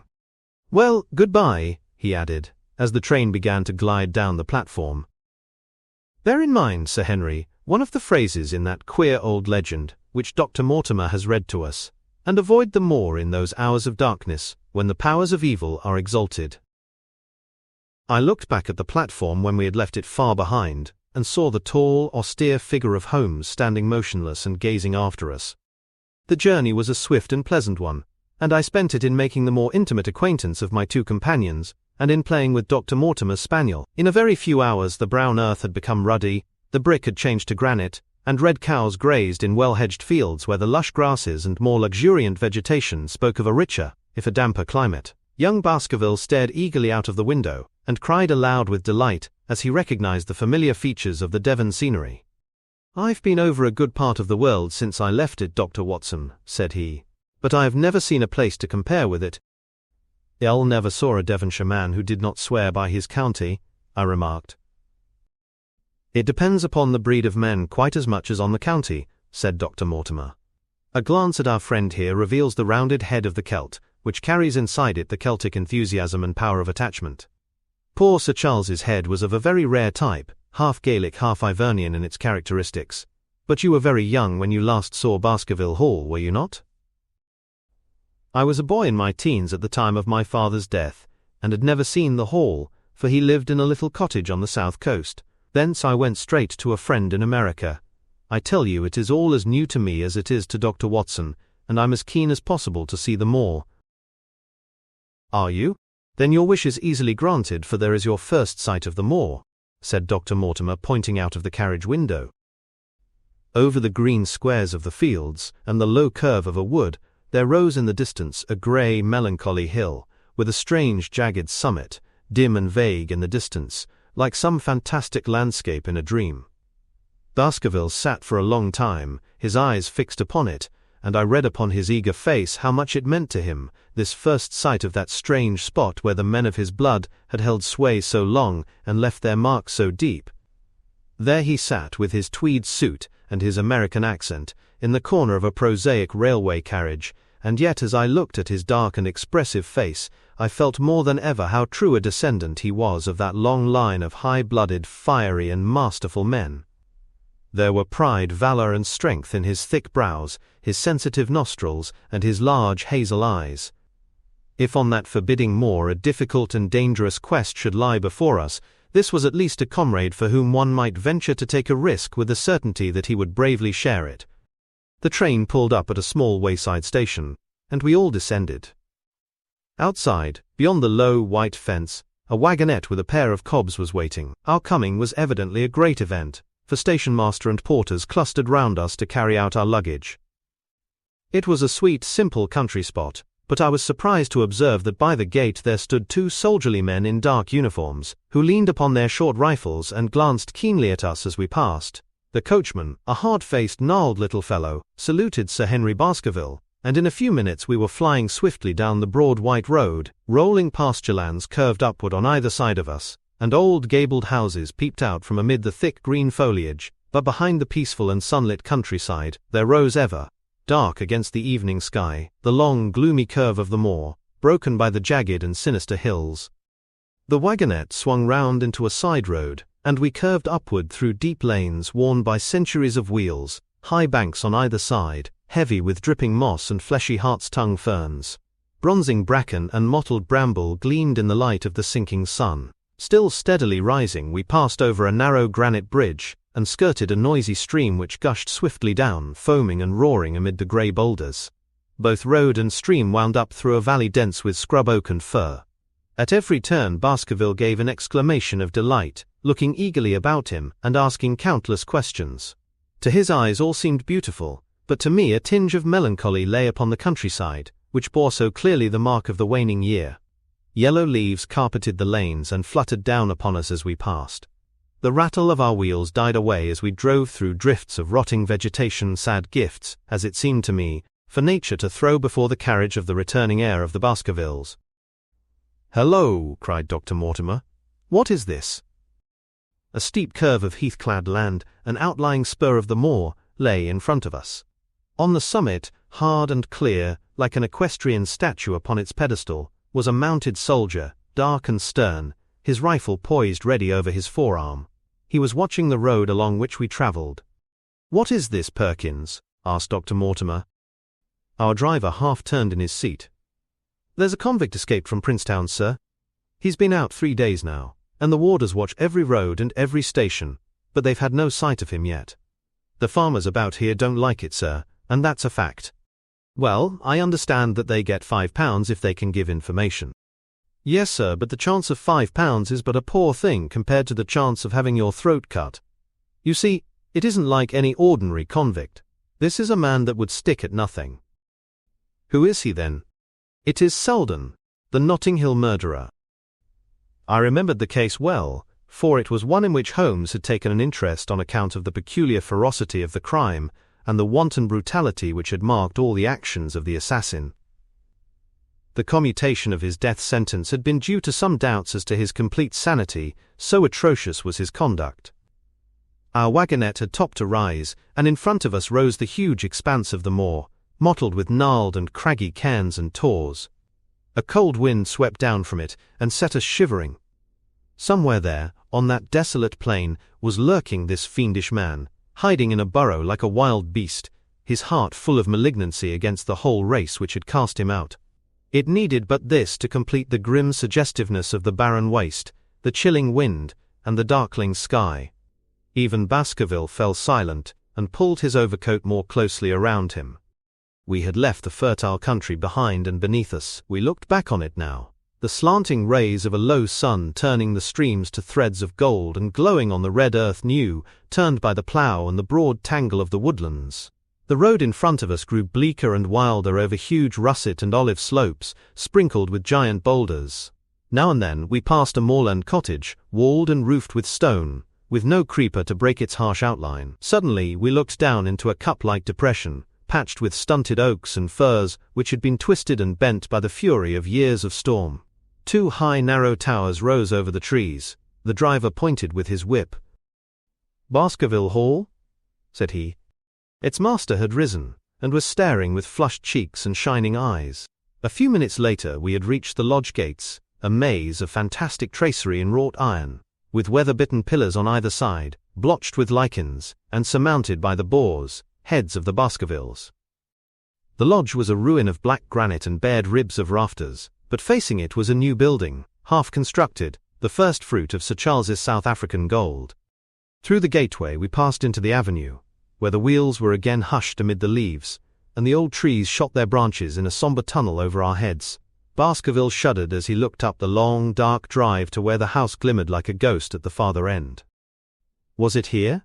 he asked, in a low voice. No, the yew alley is on the other side." The young heir glanced round with a gloomy face. "It's no wonder my uncle felt as if trouble were coming on him in such a place as this," said he. "It's enough to scare any man. I'll have a row of electric lamps up here inside of 6 months, and you won't know it again. with 1,000 candle-power Swan and Edison right here in front of the hall door. The avenue opened into a broad expanse of turf, and the house lay before us. In the fading light, I could see that the center was a heavy block of building, from which a porch projected. The whole front was draped in ivy, with a patch clipped bare here and there, where a window or a coat of arms broke through the dark veil. From this central block rose the twin towers, ancient, crenellated and pierced with many loopholes. To right and left of the turrets were more modern wings of black granite. A dull light shone through heavy mullioned windows, and from the high chimneys which rose from the steep high-angled roof, there sprang a single black column of smoke. "Welcome, Sir Henry. Welcome to Baskerville Hall." A tall man had stepped from the shadow of the porch to open the door of the wagonette. The figure of a woman was silhouetted against the yellow light of the hall. She came out and helped the man to hand down our bags. "You don't mind my driving straight home, Sir Henry," said Dr. Mortimer. "My wife is expecting me." "Surely you will stay and have some dinner?" "No, I must go. I shall probably find some work awaiting me. I would stay to show you over the house, but Barrymore will be a better guide than I. Goodbye, and never hesitate night or day to send for me if I can be of service." The wheels died away down the drive while Sir Henry and I turned into the hall, and the door clanged heavily behind us. It was a fine apartment in which we found ourselves, large, lofty and heavily raftered, with huge balks of age-blackened oak. In the great old-fashioned fireplace behind the high iron dogs, a log fire crackled and snapped. Sir Henry and I held out our hands to it, for we were numb from our long drive. Then we gazed round us at the high, thin window of old stained glass, the oak panelling, the stags' heads, the coats of arms upon the walls, all dim and sombre in the subdued light of the central lamp. "It's just as I imagined it," said Sir Henry. "Is it not the very picture of an old family home? To think that this should be the same hall in which for 500 years my people have lived. It strikes me solemn to think of it." I saw his dark face lit up with a boyish enthusiasm as he gazed about him. The light beat upon him where he stood, but long shadows trailed down the walls and hung like a black canopy above him. Barrymore had returned from taking our luggage to our rooms. He stood in front of us now, with the subdued manner of a well-trained servant. He was a remarkable-looking man, tall, handsome, with a square black beard and pale, distinguished features. "Would you wish dinner to be served at once, sir? Is it ready?" "In a very few minutes, sir. You will find hot water in your rooms. My wife and I will be happy, Sir Henry, to stay with you until you have made your fresh arrangements, but you will understand that under the new conditions this house will require a considerable staff." "What new conditions?" "I only meant, sir, that Sir Charles led a very retired life, and we were able to look after his wants. You would naturally wish to have more company, and so you will need changes in your household." "Do you mean that your wife and you wish to leave?" "Only when it is quite convenient to you, sir."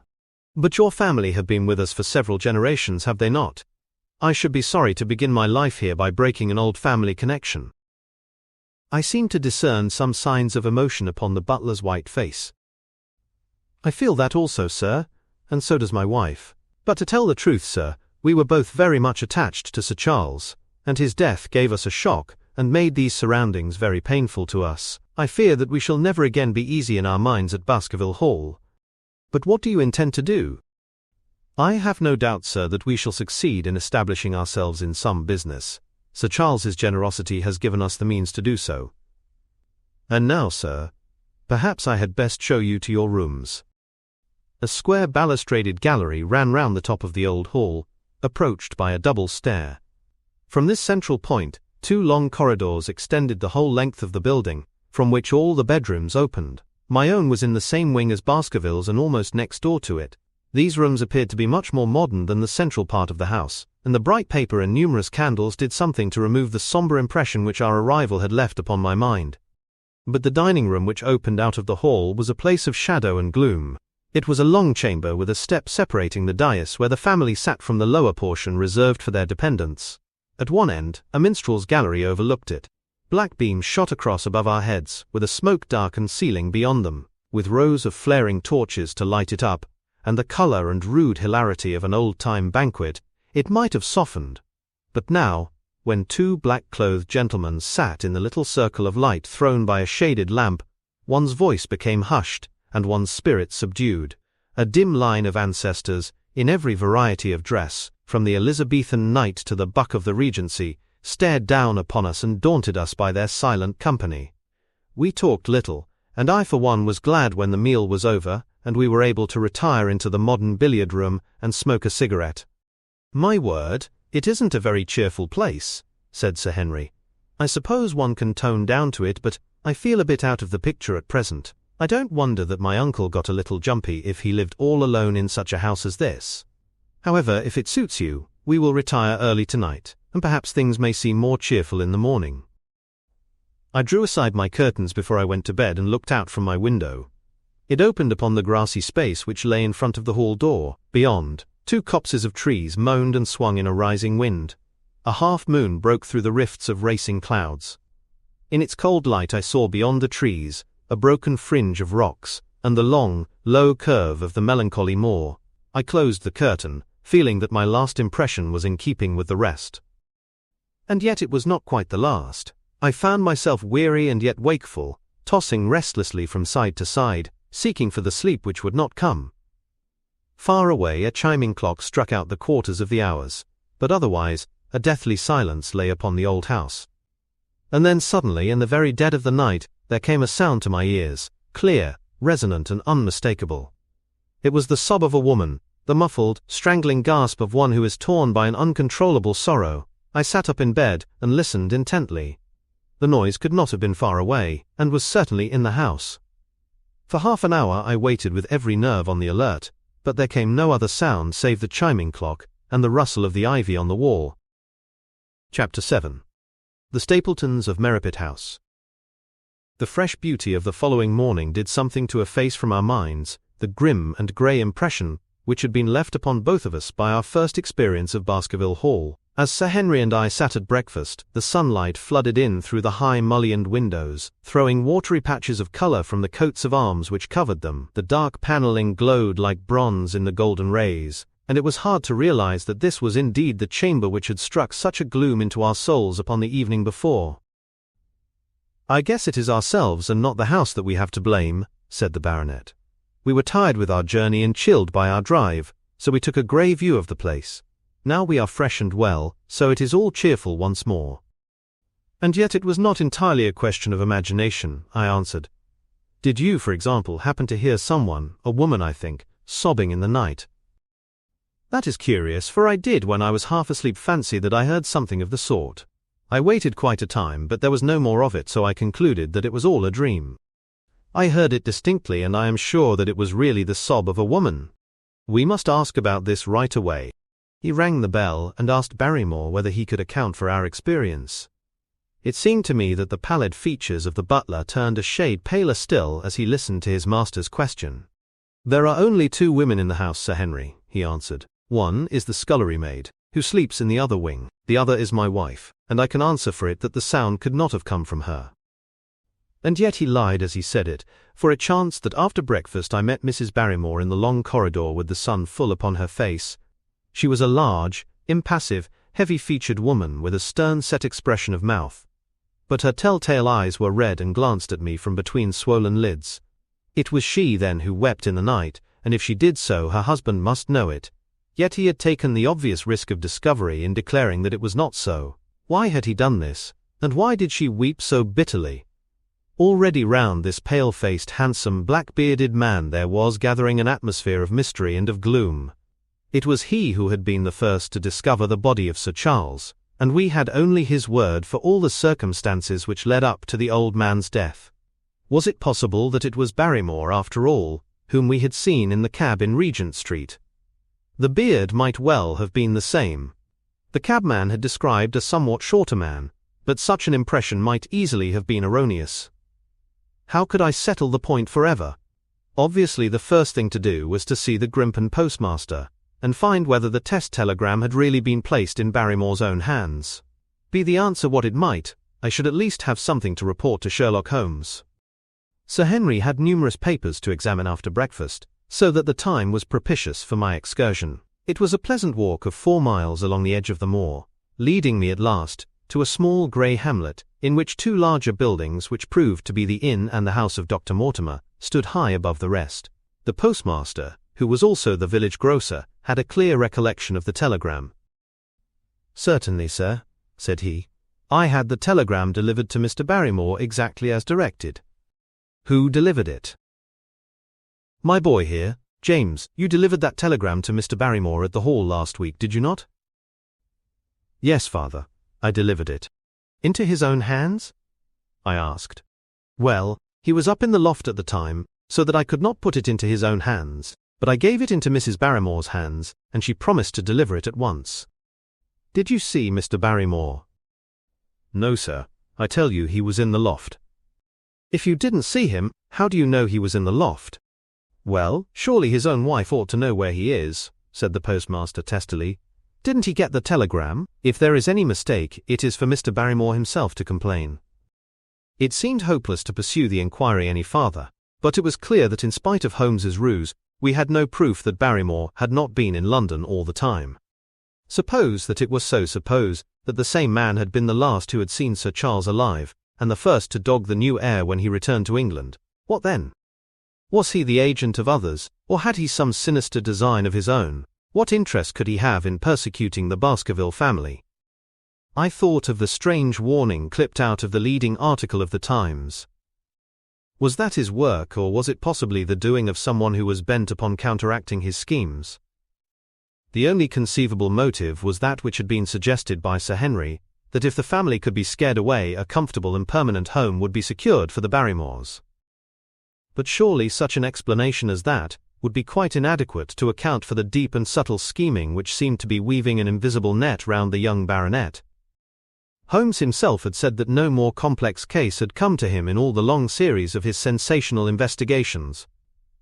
I prayed, as I walked back along the grey, lonely road, that my friend might soon be freed from his preoccupations, and able to come down to take this heavy burden of responsibility from my shoulders.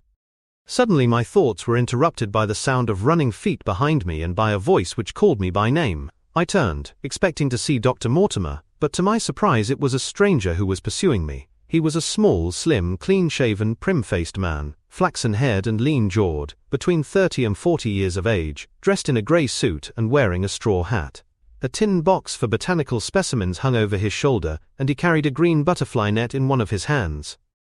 "You will, I am sure, excuse my presumption, Dr. Watson," said he as he came panting up to where I stood. "Here on the moor, we are homely folk, and do not wait for formal introductions. You may possibly have heard my name from our mutual friend Mortimer. I am Stapleton, of Merripit House." "Your net and box would have told me as much," said I, "for I knew that Mr. Stapleton was a naturalist. But how did you know me?" "I have been calling on Mortimer, and he pointed you out to me from the window of his surgery as you passed. As our road lay the same way, I thought that I would overtake you and introduce myself. I trust that Sir Henry is none the worse for his journey." "He is very well, thank you." We were all rather afraid that after the sad death of Sir Charles, the new baronet might refuse to live here. It is asking much of a wealthy man to come down and bury himself in a place of this kind, but I need not tell you that it means a very great deal to the countryside. Sir Henry has, I suppose, no superstitious fears in the matter. "I do not think that it is likely. Of course you know the legend of the fiend dog which haunts the family." "I have heard it. It is extraordinary how credulous the peasants are about here. Any number of them are ready to swear that they have seen such a creature upon the moor." He spoke with a smile, but I seemed to read in his eyes that he took the matter more seriously. The story took a great hold upon the imagination of Sir Charles, and I have no doubt that it led to his tragic end. But how? His nerves were so worked up that the appearance of any dog might have had a fatal effect upon his diseased heart. I fancy that he really did see something of the kind upon that last night in the yew alley. I feared that some disaster might occur, for I was very fond of the old man, and I knew that his heart was weak. "How did you know that?" "My friend Mortimer told me." "You think, then, that some dog pursued Sir Charles, and that he died of fright in consequence? Have you any better explanation?" "I have not come to any conclusion." "Has Mr. Sherlock Holmes—" The words took away my breath for an instant, but a glance at the placid face and steadfast eyes of my companion showed that no surprise was intended.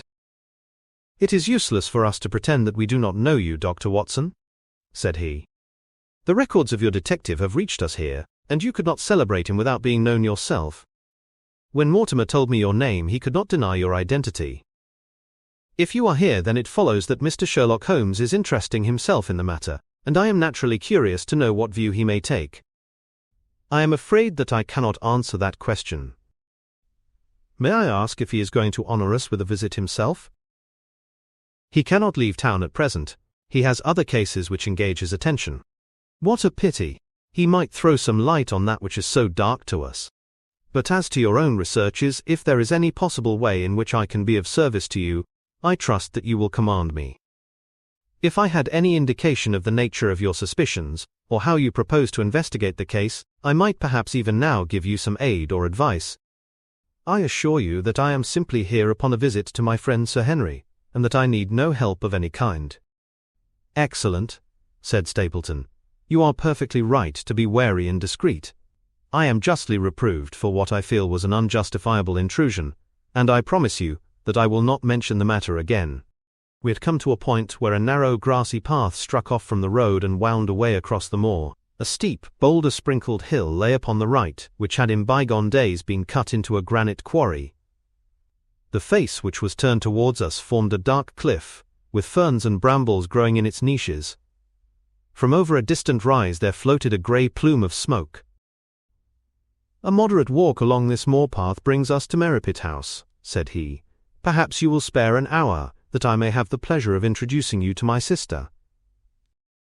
My first thought was that I should be by Sir Henry's side, but then I remembered the pile of papers and bills with which his study table was littered. It was certain that I could not help with those, and Holmes had expressly said that I should study the neighbours upon the moor. I accepted Stapleton's invitation, and we turned together down the path. "It is a wonderful place, the moor," said he, looking round over the undulating downs, long green rollers, with crests of jagged granite foaming up into fantastic surges. "You never tire of the moor. You cannot think the wonderful secrets which it contains. It is so vast and so barren and so mysterious." "You know it well, then?" "I have only been here 2 years. The residents would call me a newcomer. We came shortly after Sir Charles settled, but my tastes led me to explore every part of the country round, and I should think that there are few men who know it better than I do." "Is it hard to know?" "Very hard. You see, for example, this great plain to the north here, with the queer hills breaking out of it. Do you observe anything remarkable about that?" "It would be a rare place for a gallop." "You would naturally think so, and the thought has cost folk their lives before now. You notice those bright green spots scattered thickly over it?" "Yes, they seem more fertile than the rest." Stapleton laughed. "That is the great Grimpen Mire," said he. "A false step yonder means death to man or beast. Only yesterday I saw one of the moor ponies wander into it. He never came out. I saw his head for quite a long time craning out of the bog hole, but it sucked him down at last. Even in dry seasons it is a danger to cross it, but after these autumn rains it is an awful place, and yet I can find my way to the very heart of it and return alive. By George, there is another of those miserable ponies." Something brown was rolling and tossing among the green sedges. Then a long, agonized, writhing neck shot upward, and a dreadful cry echoed over the moor. It turned me cold with horror, but my companion's nerves seemed to be stronger than mine. "It's gone," said he. "The mire has him. 2 in 2 days, and many more perhaps, for they get in the way of going there in the dry weather, and never know the difference until the mire has them in its clutch. It's a bad place, the great Grimpen Mire." "And you say you can penetrate it?" "Yes, there are 1 or 2 paths which a very active man can take. I have found them out." "But why should you wish to go into so horrible a place?" "Well, you see the hills beyond. They are really islands cut off on all sides by the impassable mire, which has crawled round them in the course of years. That is where the rare plants and the butterflies are, if you have the wit to reach them." "I shall try my luck some day." He looked at me with a surprised face. "For God's sake, put such an idea out of your mind," said he. "Your blood would be upon my head. I assure you that there would not be the least chance of your coming back alive. It is only by remembering certain complex landmarks that I am able to do it." "Hullo," I cried. "What is that?" A long, low moan, indescribably sad, swept over the moor. It filled the whole air, and yet it was impossible to say whence it came. From a dull murmur it swelled into a deep roar, and then sank back into a melancholy, throbbing murmur once again. Stapleton looked at me with a curious expression in his face. "Queer place, the moor," said he. "But what is it?" "The peasants say it is the hound of the Baskervilles calling for its prey. I've heard it once or twice before, but never quite so loud." I looked round, with a chill of fear in my heart, at the huge swelling plain, mottled with the green patches of rushes. Nothing stirred over the vast expanse save a pair of ravens, which croaked loudly from a tor behind us. "You are an educated man. You don't believe such nonsense as that?" said I. "What do you think is the cause of so strange a sound?" "Bogs make queer noises sometimes. It's the mud settling, or the water rising, or something." No, that was a living voice." "Well, perhaps it was. Did you ever hear a bittern booming?" "No, I never did. It's a very rare bird, practically extinct, in England now, but all things are possible upon the moor. Yes, I should not be surprised to learn that what we have heard is the cry of the last of the bitterns. It's the weirdest, strangest thing that ever I heard in my life. Yes, it's rather an uncanny place altogether. Look at the hillside yonder. What do you make of those?" The whole steep slope was covered with grey, circular rings of stone, a score of them at least. "What are they, sheep pens?" "No, they are the homes of our worthy ancestors. Prehistoric man lived thickly on the moor, and as no one in particular has lived there since, we find all his little arrangements exactly as he left them. These are his wigwams with the roofs off. You can even see his hearth and his couch if you have the curiosity to go inside. But it is quite a town. When was it inhabited?" "Neolithic man. No date." "What did he do?" "He grazed his cattle on these slopes, and he learned to dig for tin when the bronze sword began to supersede the stone axe. Look at the great trench in the opposite hill. That is his mark."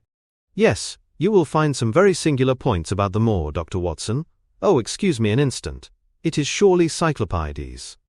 A small fly or moth had fluttered across our path, and in an instant, Stapleton was rushing with extraordinary energy and speed in pursuit of it. To my dismay, the creature flew straight for the great mire, and my acquaintance never paused for an instant, bounding from tuft to tuft behind it, his green net waving in the air. His grey clothes and jerky, zigzag, irregular progress made him not unlike some huge moth himself. I was standing watching his pursuit with a mixture of admiration for his extraordinary activity and fear, lest he should lose his footing in the treacherous mire, when I heard the sound of steps, and turning round, found a woman near me upon the path. She had come from the direction in which the plume of smoke indicated the position of Merripit House, but the dip of the moor had hid her until she was quite close. I could not doubt that this was the Miss Stapleton of whom I had been told, since ladies of any sort must be few upon the moor, and I remembered that I had heard someone describe her as being a beauty. The woman who approached me was certainly that, and of a most uncommon type. There could not have been a greater contrast between brother and sister, for Stapleton was neutral-tinted, with light hair and grey eyes, while she was darker than any brunette whom I have seen in England. Slim, elegant, and tall. She had a proud, finely cut face, so regular that it might have seemed impassive were it not for the sensitive mouth and the beautiful, dark, eager eyes. With her perfect figure and elegant dress she was, indeed, a strange apparition upon a lonely moorland path. Her eyes were on her brother as I turned, and then she quickened her pace towards me. I had raised my hat and was about to make some explanatory remark, when her own words turned all my thoughts into a new channel. "Go back," she said. "Go straight back to London, instantly." I could only stare at her in stupid surprise. Her eyes blazed at me, and she tapped the ground impatiently with her foot. "Why should I go back?" I asked. "I cannot explain." She spoke in a low, eager voice, with a curious lisp in her utterance. "But for God's sake do what I ask you. Go back, and never set foot upon the moor again." "But I have only just come." Man, she cried, "can you not tell when a warning is for your own good? Go back to London. Start tonight. Get away from this place at all costs. Hush, my brother is coming." "Not a word of what I have said. Would you mind getting that orchid for me among the mare's tails yonder? We are very rich in orchids on the moor, though of course you are rather late to see the beauties of the place." Stapleton had abandoned the chase and came back to us breathing hard and flushed with his exertions. "Hello, Beryl," said he, and it seemed to me that the tone of his greeting was not altogether a cordial one. "Well, Jack, you are very hot." "Yes, I was chasing a cyclopides. He is very rare, and seldom found in the late autumn. What a pity that I should have missed him." He spoke unconcernedly, but his small light eyes glanced incessantly from the girl to me. "You have introduced yourselves, I can see." "Yes, I was telling Sir Henry that it was rather late for him to see the true beauties of the moor." "Why, who do you think this is?" "I imagine that it must be Sir Henry Baskerville." "No," said I. "Only a humble commoner, but his friend. My name is Dr. Watson." A flush of vexation passed over her expressive face. "We have been talking at cross purposes," said she. "Why, you had not very much time for talk," her brother remarked, with the same questioning eyes. "I talked as if Dr. Watson were a resident instead of being merely a visitor," said she. "It cannot much matter to him whether it is early or late for the orchids. But you will come on, will you not, and see Merripit House?" A short walk brought us to it, a bleak moorland house, once the farm of some grazier in the old prosperous days, but now put into repair and turned into a modern dwelling. An orchard surrounded it, but the trees, as is usual upon the moor, were stunted and nipped, and the effect of the whole place was mean and melancholy. We were admitted by a strange, wizened, rusty-coated old manservant, who seemed in keeping with the house. Inside, however, there were large rooms furnished with an elegance, in which I seemed to recognize the taste of the lady.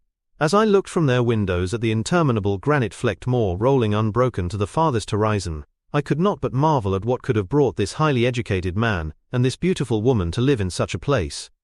"Queer spot to choose, is it not?" said he as if in answer to my thought. "And yet we manage to make ourselves fairly happy, do we not, Beryl?" "Quite happy," said she, but there was no ring of conviction in her words. "I had a school," said Stapleton. "It was in the North Country. The work to a man of my temperament was mechanical and uninteresting, but the privilege of living with youth, of helping to mold those young minds and of impressing them with one's own character and ideals, was very dear to me. However, the fates were against us. A serious epidemic broke out in the school, and 3 of the boys died. It never recovered from the blow, and much of my capital was irretrievably swallowed up. And yet, if it were not for the loss of the charming companionship of the boys, I could rejoice over my own misfortune, for, with my strong tastes for botany and zoology, I find an unlimited field of work here, and my sister is as devoted to nature as I am. All this, Dr. Watson, has been brought upon your head by your expression as you surveyed the moor out of our window. It certainly did cross my mind that it might be a little duller for you perhaps than for your sister." No, I am never dull," said she quickly. "We have books, we have our studies, and we have interesting neighbours. Dr. Mortimer is a most learned man in his own line. Poor Sir Charles was also an admirable companion. We knew him well, and miss him more than I can tell. Do you think that I should intrude if I were to call this afternoon and make the acquaintance of Sir Henry?" "I am sure that he would be delighted." "Then perhaps you would mention that I propose to do so. We may in our humble way do something to make things more easy for him, until he becomes accustomed to his new surroundings. Will you come upstairs, Dr. Watson, and inspect my collection of Lepidoptera? I think it is the most complete one in the southwest of England. By the time that you have looked through them, lunch will be almost ready." But I was eager to get back to my charge.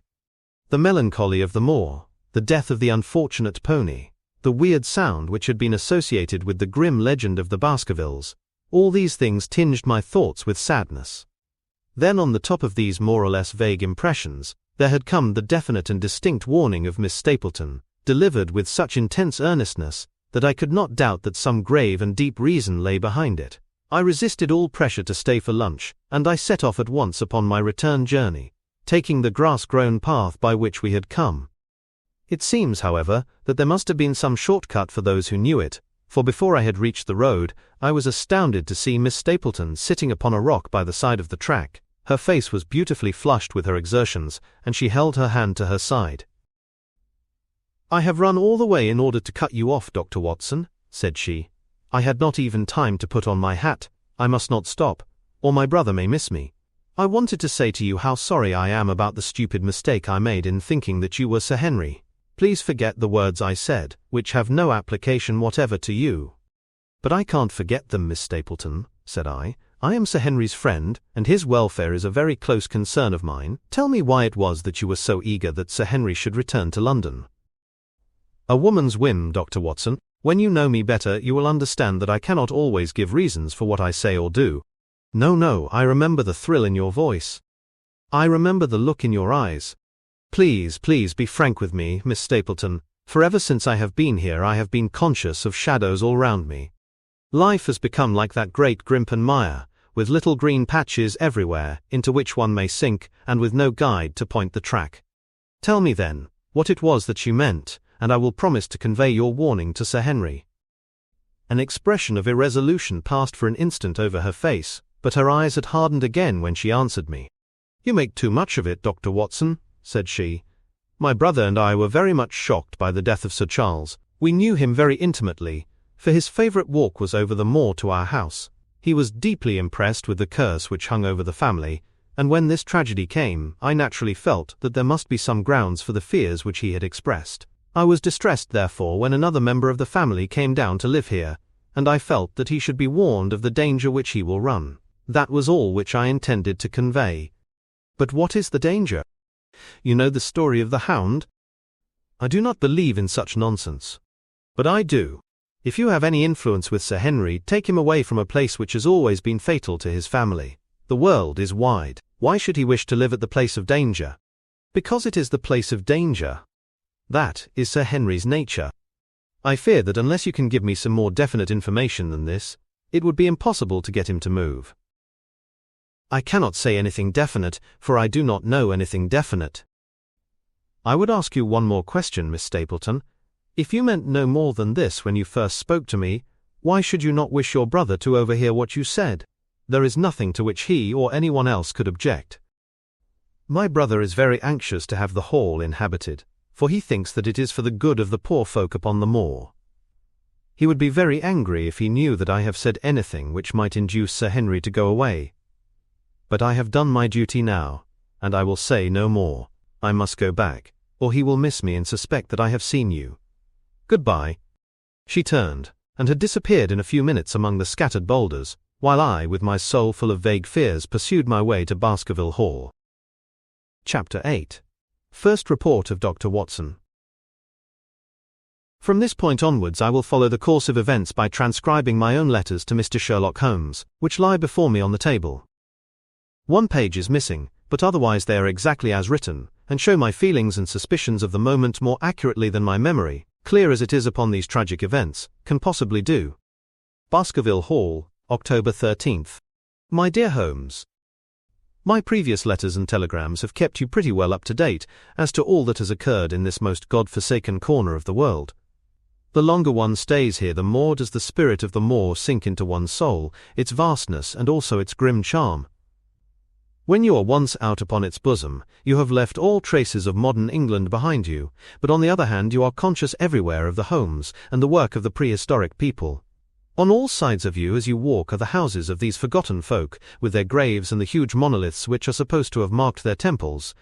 As you look at their grey stone huts against the scarred hillsides, you leave your own age behind you, and if you were to see a skin-clad hairy man crawl out from the low door, fitting a flint-tipped arrow onto the string of his bow, you would feel that his presence there was more natural than your own.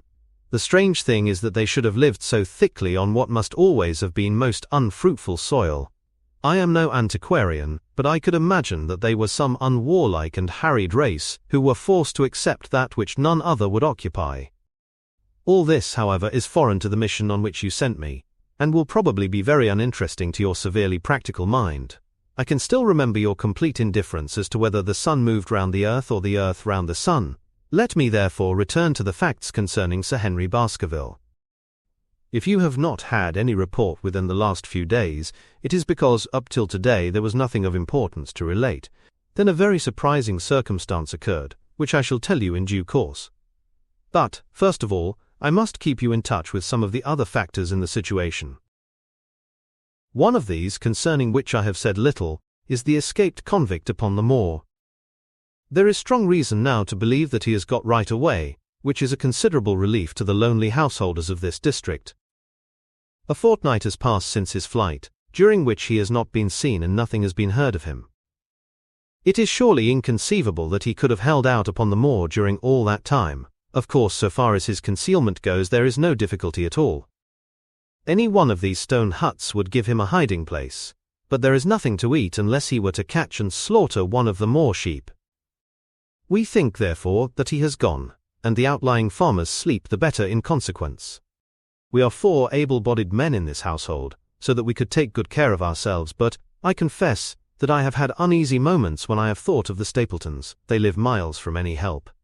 There are one maid, an old manservant, the sister and the brother, the latter not a very strong man. They would be helpless in the hands of a desperate fellow like this Notting Hill criminal, if he could once effect an entrance. Both Sir Henry and I were concerned at their situation, and it was suggested that Perkins the groom should go over to sleep there, but Stapleton would not hear of it. The fact is that our friend the baronet begins to display a considerable interest in our fair neighbour. It is not to be wondered at, for time hangs heavily in this lonely spot to an active man like him, and she is a very fascinating and beautiful woman. There is something tropical and exotic about her which forms a singular contrast to her cool and unemotional brother. Yet he also gives the idea of hidden fires.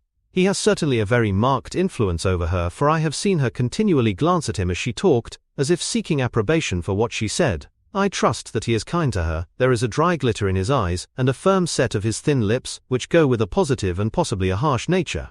You would find him an interesting study. He came over to call upon Baskerville on that first day, and the very next morning he took us both to show us the spot where the legend of the wicked Hugo is supposed to have had its origin. It was an excursion of some miles across the moor to a place which is so dismal that it might have suggested the story. We found a short valley between rugged tors which led to an open grassy space flecked over with the white cotton grass.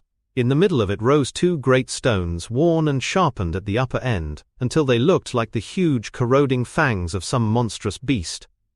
In every way it corresponded with the scene of the old tragedy. Sir Henry was much interested, and asked Stapleton more than once whether he did really believe in the possibility of the interference of the supernatural in the affairs of men. He spoke lightly, but it was evident that he was very much in earnest. Stapleton was guarded in his replies, but it was easy to see that he said less than he might, and that he would not express his whole opinion out of consideration for the feelings of the baronet. He told us of similar cases, where families had suffered from some evil influence, and he left us with the impression that he shared the popular view upon the matter. On our way back we stayed for lunch at Merripit House, and it was there that Sir Henry made the acquaintance of Miss Stapleton. From the first moment that he saw her he appeared to be strongly attracted by her, and I am much mistaken if the feeling was not mutual. He referred to her again and again on our walk home, and since then hardly a day has passed that we have not seen something of the brother and sister. They dine here tonight, and there is some talk of our going to them next week. One would imagine that such a match would be very welcome to Stapleton, and yet I have more than once caught a look of the strongest disapprobation in his face when Sir Henry has been paying some attention to his sister. He is much attached to her, no doubt, and would lead a lonely life without her, but it would seem the height of selfishness if he were to stand in the way of her making so brilliant a marriage. Yet I am certain that he does not wish their intimacy to ripen into love, and I have several times observed that he has taken pains to prevent them from being tête-à-tête. By the way, your instructions to me never to allow Sir Henry to go out alone will become very much more onerous if a love affair were to be added to our other difficulties. My popularity would soon suffer if I were to carry out your orders to the letter. The other day, Thursday, to be more exact, drive, Mortimer lunched with us. He has been excavating a barrow at Long Down, and has got a prehistoric skull which fills him with great joy. Never was there such a single-minded enthusiast as he. The Stapletons came in afterwards, and the good doctor took us all to the yew alley at Sir Henry's request, to show us exactly how everything occurred upon that fatal night.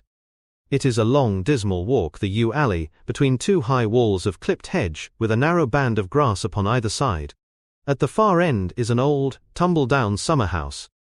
Halfway down is the moor-gate, where the old gentleman left his cigar-ash. It is a white wooden gate with a latch. Beyond it lies the wide moor. I remembered your theory of the affair, and tried to picture all that had occurred. As the old man stood there, he saw something coming across the moor, something which terrified him so that he lost his wits, and ran, until he died, of sheer horror and exhaustion. There was the long, gloomy tunnel down which he fled, and from what, a sheepdog of the moor, or a spectral hound, black, silent and monstrous? Was there a human agency in the matter? Did the pale, watchful Barrymore know more than he cared to say? It was all dim and vague, but always there is the dark shadow of crime behind it. One other neighbor I have met since I wrote last. This is Mr. Frankland, of Laughter Hall, who lives some 4 miles to the south of us. He is an elderly man, red-faced, white-haired, and choleric. His passion is for the British law, and he has spent a large fortune in litigation.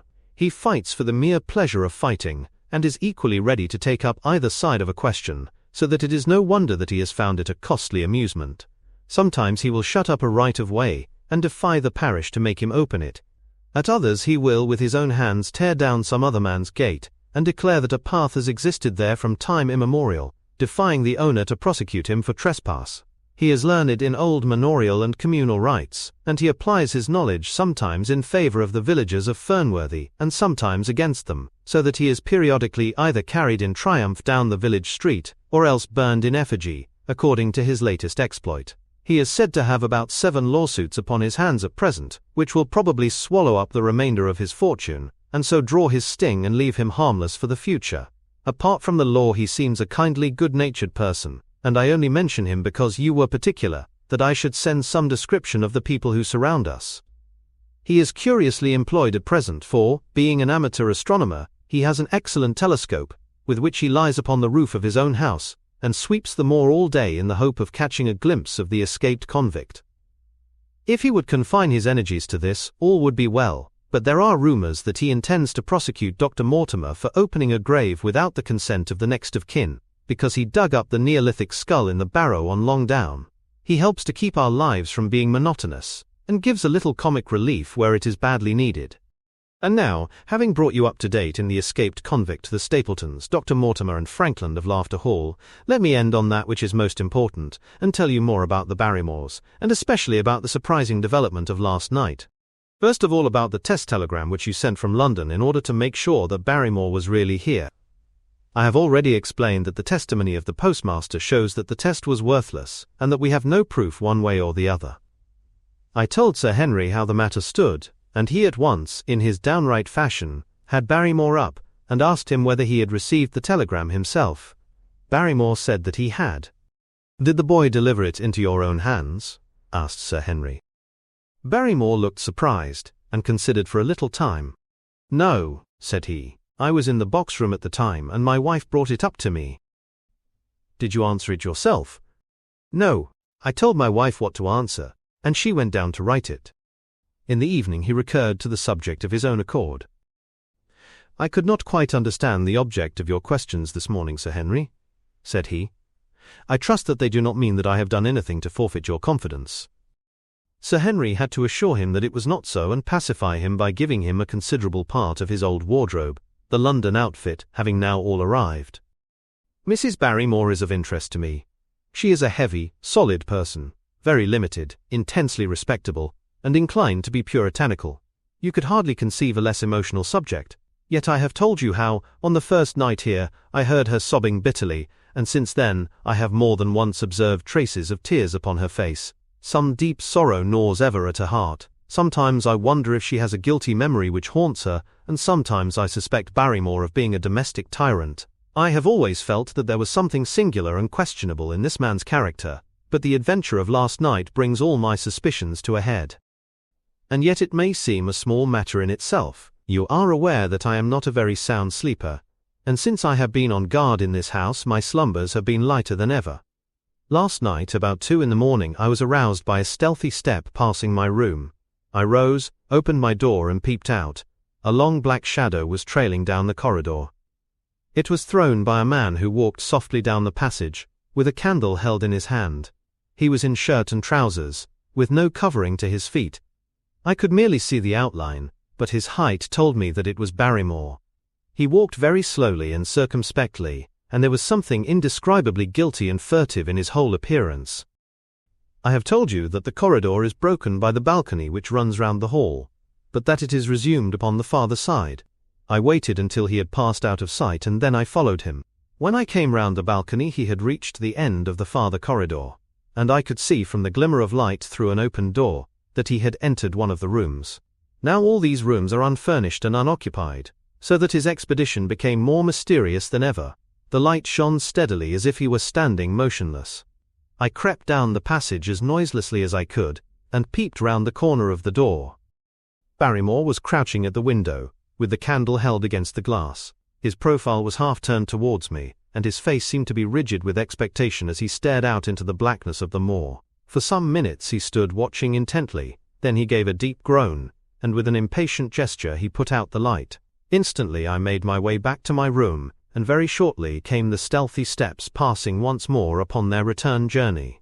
Long afterwards, when I had fallen into a light sleep, I heard a key turn somewhere in a lock, but I could not tell whence the sound came. What it all means I cannot guess, but there is some secret business going on in this house of gloom which sooner or later we shall get to the bottom of. I do not trouble you with my theories, for you asked me to furnish you only with facts.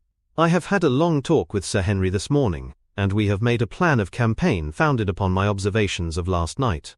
I will not speak about it just now, but it should make my next report interesting reading. Chapter 9. Second Report of Dr. Watson. The Light upon the Moor.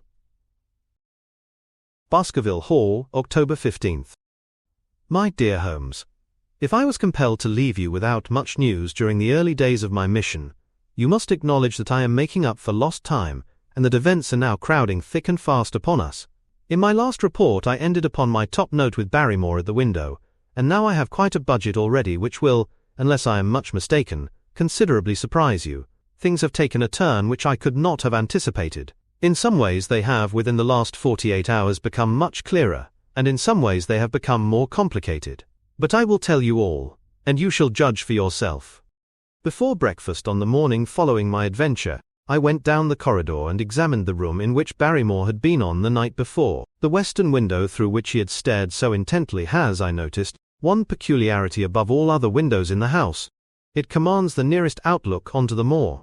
There is an opening between two trees, which enables one from this point of view to look right down upon it, while from all the other windows it is only a distant glimpse which can be obtained. It follows, therefore, that Barrymore, since only this window would serve his purpose, must have been looking out for something or somebody upon the moor. The night was very dark, so that I can hardly imagine how he could have hoped to see anyone. It had struck me that it was possible that some love intrigue was on foot. That would have accounted for his stealthy movements and also for the uneasiness of his wife. The man is a striking-looking fellow, very well equipped to steal the heart of a country girl, so that this theory seemed to have something to support it. That opening of the door which I had heard after I had returned to my room might mean that he had gone out to keep some clandestine appointment. So I reasoned with myself in the morning, and I tell you the direction of my suspicions, however much the result may have shown that they were unfounded. But whatever the true explanation of Barrymore's movements might be, I felt that the responsibility of keeping them to myself until I could explain them was more than I could bear. I had an interview with the baronet in his study after breakfast, and I told him all that I had seen. He was less surprised than I had expected. I knew that Barrymore walked about nights, and I had a mind to speak to him about it, said he. 2 or 3 times I have heard his steps in the passage, coming and going, just about the hour you name. Perhaps then he pays a visit every night to that particular window, I suggested. Perhaps he does. If so, we should be able to shadow him and see what it is that he is after. I wonder what your friend Holmes would do if he were here. I believe that he would do exactly what you now suggest, said I. He would follow Barrymore and see what he did. Then we shall do it together. But surely he would hear us. The man is rather deaf, and in any case we must take our chance of that. We'll sit up in my room tonight and wait until he passes. Sir Henry rubbed his hands with pleasure, and it was evident that he hailed the adventure as a relief to his somewhat quiet life upon the moor. The baronet has been in communication with the architect who prepared the plans for Sir Charles, and with a contractor from London, so that we may expect great changes to begin here soon. There have been decorators and furnishers up from Plymouth, and it is evident that our friend has large ideas, and means to spare no pains or expense to restore the grandeur of his family. When the house is renovated and refurnished, all that he will need will be a wife to make it complete. Between ourselves, there are pretty clear signs that this will not be wanting if the lady is willing, for I have seldom seen a man more infatuated with a woman than he is with our beautiful neighbour, Miss Stapleton. And yet the course of true love does not run quite as smoothly as one would under the circumstances expect. Today, for example, its surface was broken by a very unexpected ripple, which has caused our friend considerable perplexity and annoyance. After the conversation which I have quoted about Barrymore, Sir Henry put on his hat and prepared to go out. As a matter of course I did the same. "What, are you coming, Watson?" he asked, looking at me in a curious way. "That depends on whether you are going on the moor," said I. "Yes, I am." "Well, you know what my instructions are. I am sorry to intrude, but you heard how earnestly Holmes insisted that I should not leave you, and especially that you should not go alone upon the moor." Sir Henry put his hand upon my shoulder, with a pleasant smile. "My dear fellow," said he, "Holmes, with all his wisdom, did not foresee some things which have happened since I have been on the moor. You understand me? I am sure that you are the last man in the world who would wish to be a spoil sport. I must go out alone."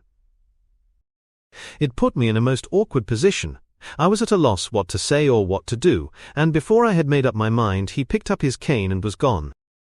But when I came to think the matter over, my conscience reproached me bitterly for having on any pretext allowed him to go out of my sight. I imagined what my feelings would be if I had to return to you, and to confess that some misfortune had occurred through my disregard for your instructions. I assure you my cheeks flushed at the very thought. It might not even now be too late to overtake him, so I set off at once in the direction of Merripit House. I hurried along the road at the top of my speed, without seeing anything of Sir Henry, until I came to the point where the moor path branches off. There, fearing that perhaps I had come in the wrong direction, after all, I mounted a hill from which I could command a view, the same hill which is cut into the dark quarry. Thence I saw him at once.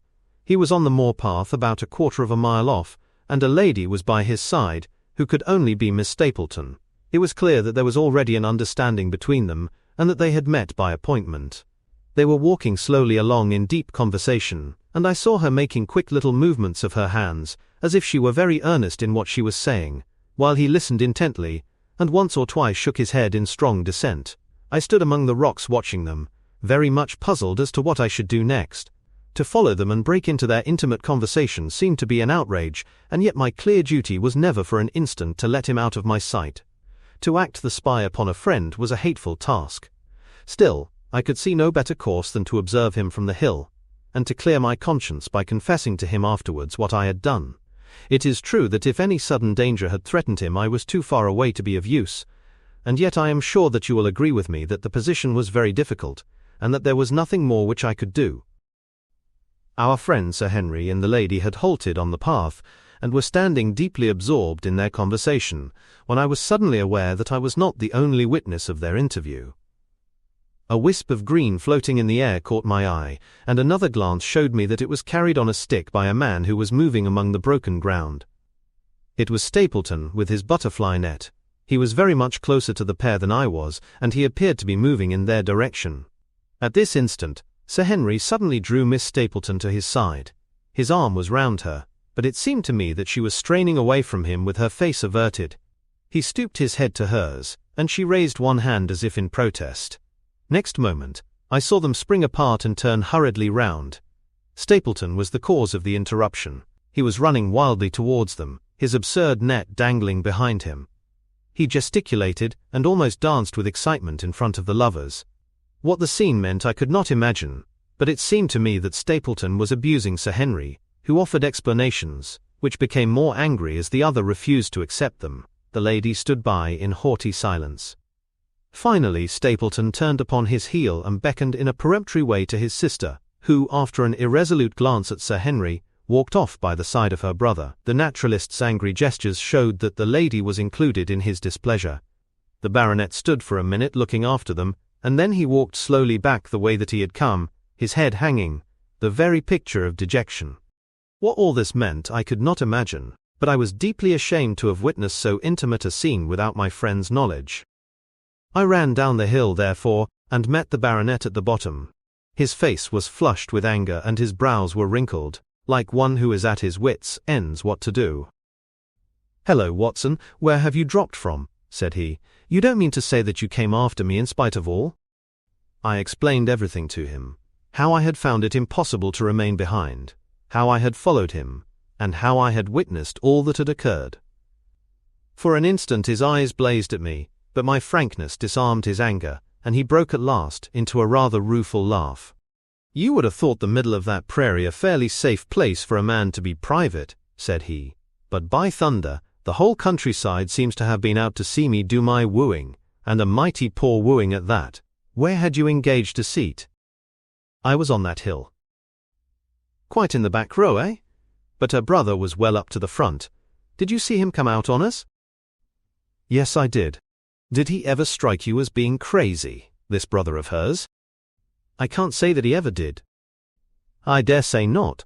I always thought him sane enough until today, but you can take it from me that either he or I ought to be in a straitjacket. What's the matter with me, anyhow?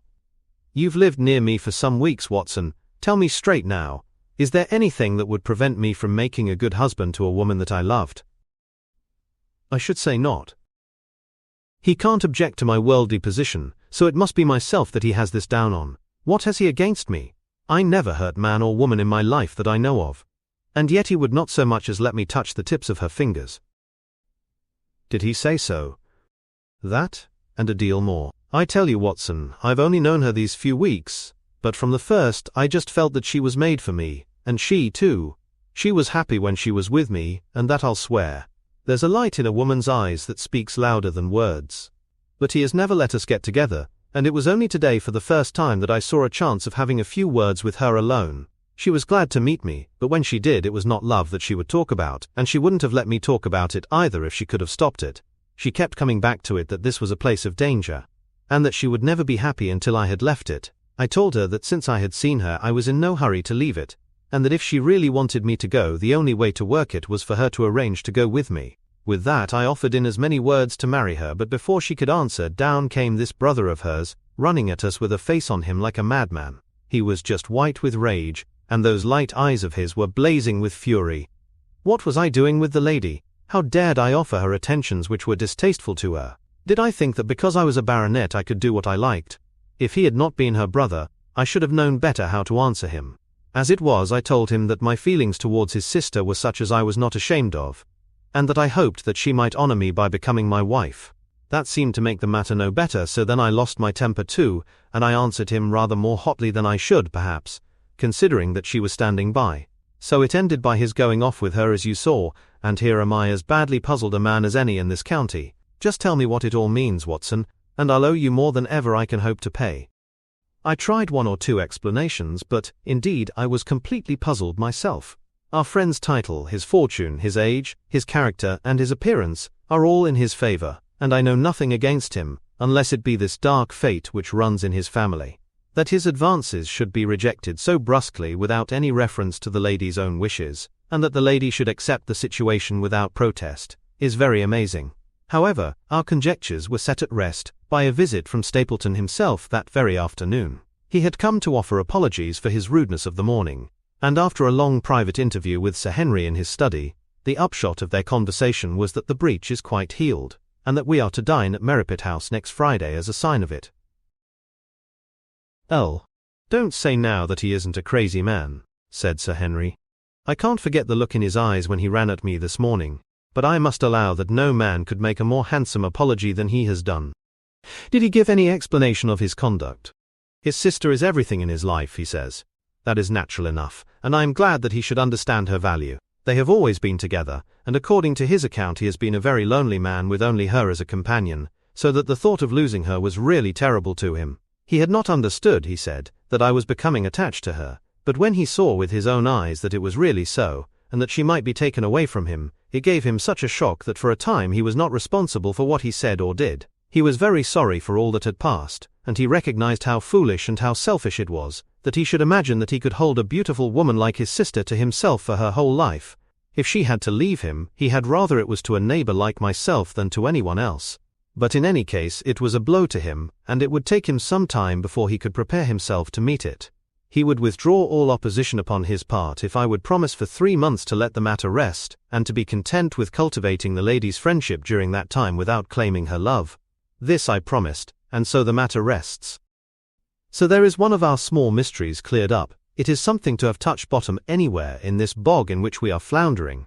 We know now why Stapleton looked with disfavor upon his sister's suitor. even when that suitor was so eligible a one as Sir Henry. And now I pass on to another thread which I have extricated out of the tangled skein, the mystery of the sobs in the night, of the tear-stained face of Mrs. Barrymore, of the secret journey of the butler to the western lattice window. Congratulate me, my dear Holmes, and tell me that I have not disappointed you as an agent, that you do not regret the confidence which you showed in me when you sent me down. All these things have by one night's work been thoroughly cleared. I have said by one night's work, but in truth it was by 2 nights' work, for on the first we drew entirely blank. I sat up with Sir Henry in his room until nearly 3 o'clock in the morning, but no sound of any sort did we hear except the chiming clock upon the stairs. It was a most melancholy vigil, and ended by each of us falling asleep in our chairs. Fortunately we were not discouraged, and we determined to try again. The next night we lowered the lamp and sat smoking cigarettes, without making the least sound. It was incredible how slowly the hours crawled by, and yet we were helped through it by the same sort of patient interest which the hunter must feel as he watches the trap into which he hopes the game may wander. 1 struck, and 2, and we had almost for the second time given it up in despair, when in an instant we both sat bolt upright in our chairs, with all our weary senses keenly on the alert once more. We had heard the creak of a step in the passage. Very stealthily we heard it pass along until it died away in the distance. Then the baronet gently opened his door, and we set out in pursuit. Already our man had gone round the gallery, and the corridor was all in darkness. Softly we stole along, until we had come into the other wing. We were just in time to catch a glimpse of the tall, black-bearded figure, his shoulders rounded, as he tiptoed down the passage. Then he passed through the same door as before, and the light of the candle framed it in the darkness, and shot one single yellow beam across the gloom of the corridor. We shuffled cautiously towards it, trying every plank before we dared to put our whole weight upon it. We had taken the precaution of leaving our boots behind us, but, even so, the old boards snapped and creaked beneath our tread. Sometimes it seemed impossible that he should fail to hear our approach. However, the man is fortunately rather deaf, and he was entirely preoccupied in that which he was doing. When at last we reached the door and peeped through, we found him crouching at the window, candle in hand, his white, intent face pressed against the pane, exactly as I had seen him 2 nights before. We had arranged no plan of campaign, but the baronet is a man to whom the most direct way is always the most natural. He walked into the room, and as he did so Barrymore sprang up from the window with a sharp hiss of his breath, and stood, livid and trembling, before us. His dark eyes, glaring out of the white mask of his face, were full of horror and astonishment as he gazed from Sir Henry to me. "What are you doing here, Barrymore?" "Nothing, sir." His agitation was so great that he could hardly speak, and the shadows sprang up and down from the shaking of his candle. "It was the windows, sir. I go round at night to see that they are fastened." "On the 2nd floor?" "Yes, sir, all the windows." "Look here, Barrymore," said Sir Henry sternly, "we have made up our minds to have the truth out of you, so it will save you trouble to tell it sooner rather than later. Come now, no lies. What were you doing at that window?"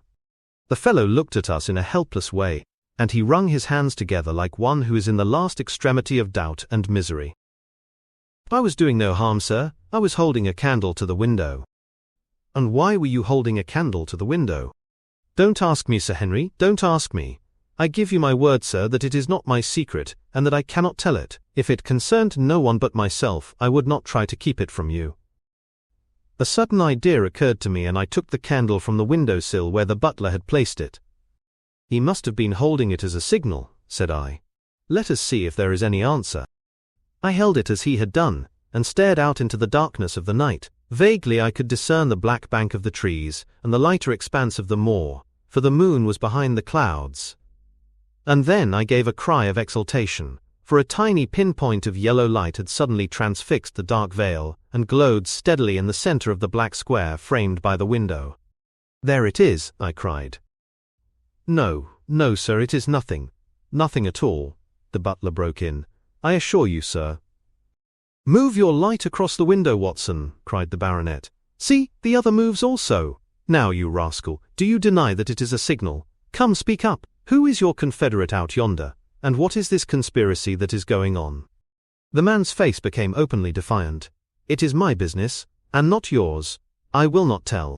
"Then you leave my employment right away." "Very good, sir. If I must, I must. And you go in disgrace. By thunder, you may well be ashamed of yourself. Your family has lived with mine for over 100 years under this roof, and here I find you deep in some dark plot against me. No, no, sir. No, not against you. It was a woman's voice, and Mrs. Barrymore, paler and more horror-struck than her husband, was standing at the door.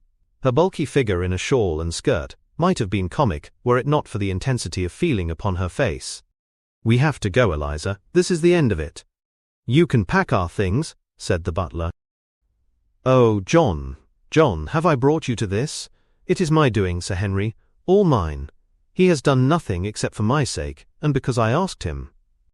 "Speak out then. What does it mean?" "My unhappy brother is starving on the moor. We cannot let him perish at our very gates. The light is a signal to him that food is ready for him, and his light out yonder is to show the spot to which to bring it." "Then your brother is—" "The escaped convict, Sir Selden, the criminal." "That's the truth, sir," said Barrymore. "I said that it was not my secret, and that I could not tell it to you, but now you have heard it, and you will see that if there was a plot it was not against you." This, then, was the explanation of the stealthy expeditions at night and the light at the window. Sir Henry and I both stared at the woman in amazement.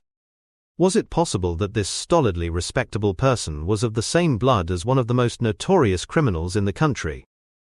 "Yes, sir, my name was Selden, and he is my younger brother. We humoured him too much when he was a lad, and gave him his own way in everything, until he came to think that the world was made for his pleasure, and that he could do what he liked in it. Then as he grew older, he met wicked companions, and the devil entered into him, until he broke my mother's heart, and dragged our name in the dirt. From crime to crime he sank lower and lower, until it is only the mercy of God which has snatched him from the scaffold. But to me, sir, he was always the little curly-headed boy that I had nursed and played with, as an elder sister would. That was why he broke prison, sir. He knew that I was here, and that we could not refuse to help him. When he dragged himself here one night, weary and starving, with the warders hard at his heels, what could we do? We took him in, and fed him, and cared for him. Then you returned, sir, and my brother thought he would be safer on the moor than anywhere else, until the hue and cry was over, so he lay in hiding there. But every second night we made sure if he was still there by putting a light in the window, and if there was an answer my husband took out some bread and meat to him. Every day we hoped that he was gone, but as long as he was there we could not desert him. That is the whole truth, as I am an honest Christian woman.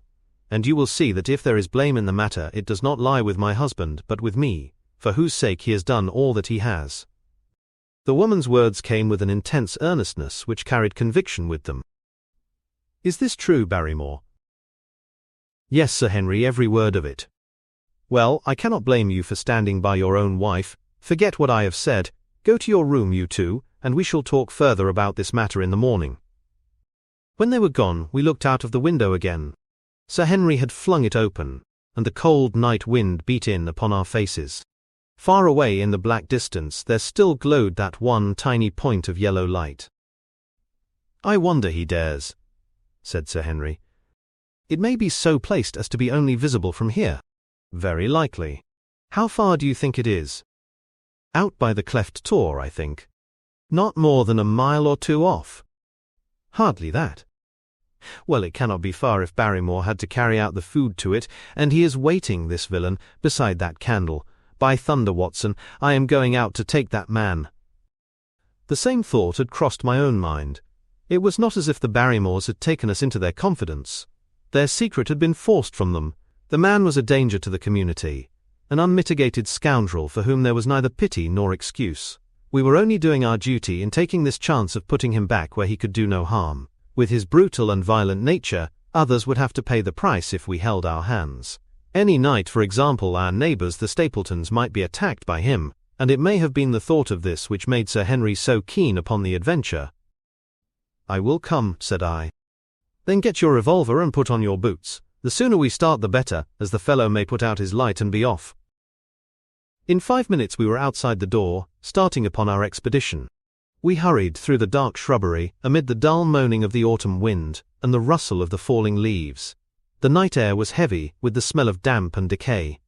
Now and again the moon peeped out for an instant, but clouds were driving over the face of the sky, and just as we came out on the moor, a thin rain began to fall. The light still burned steadily in front. "Are you armed?" I asked. "I have a hunting crop. We must close in on him rapidly, for he is said to be a desperate fellow. We shall take him by surprise, and have him at our mercy before he can resist."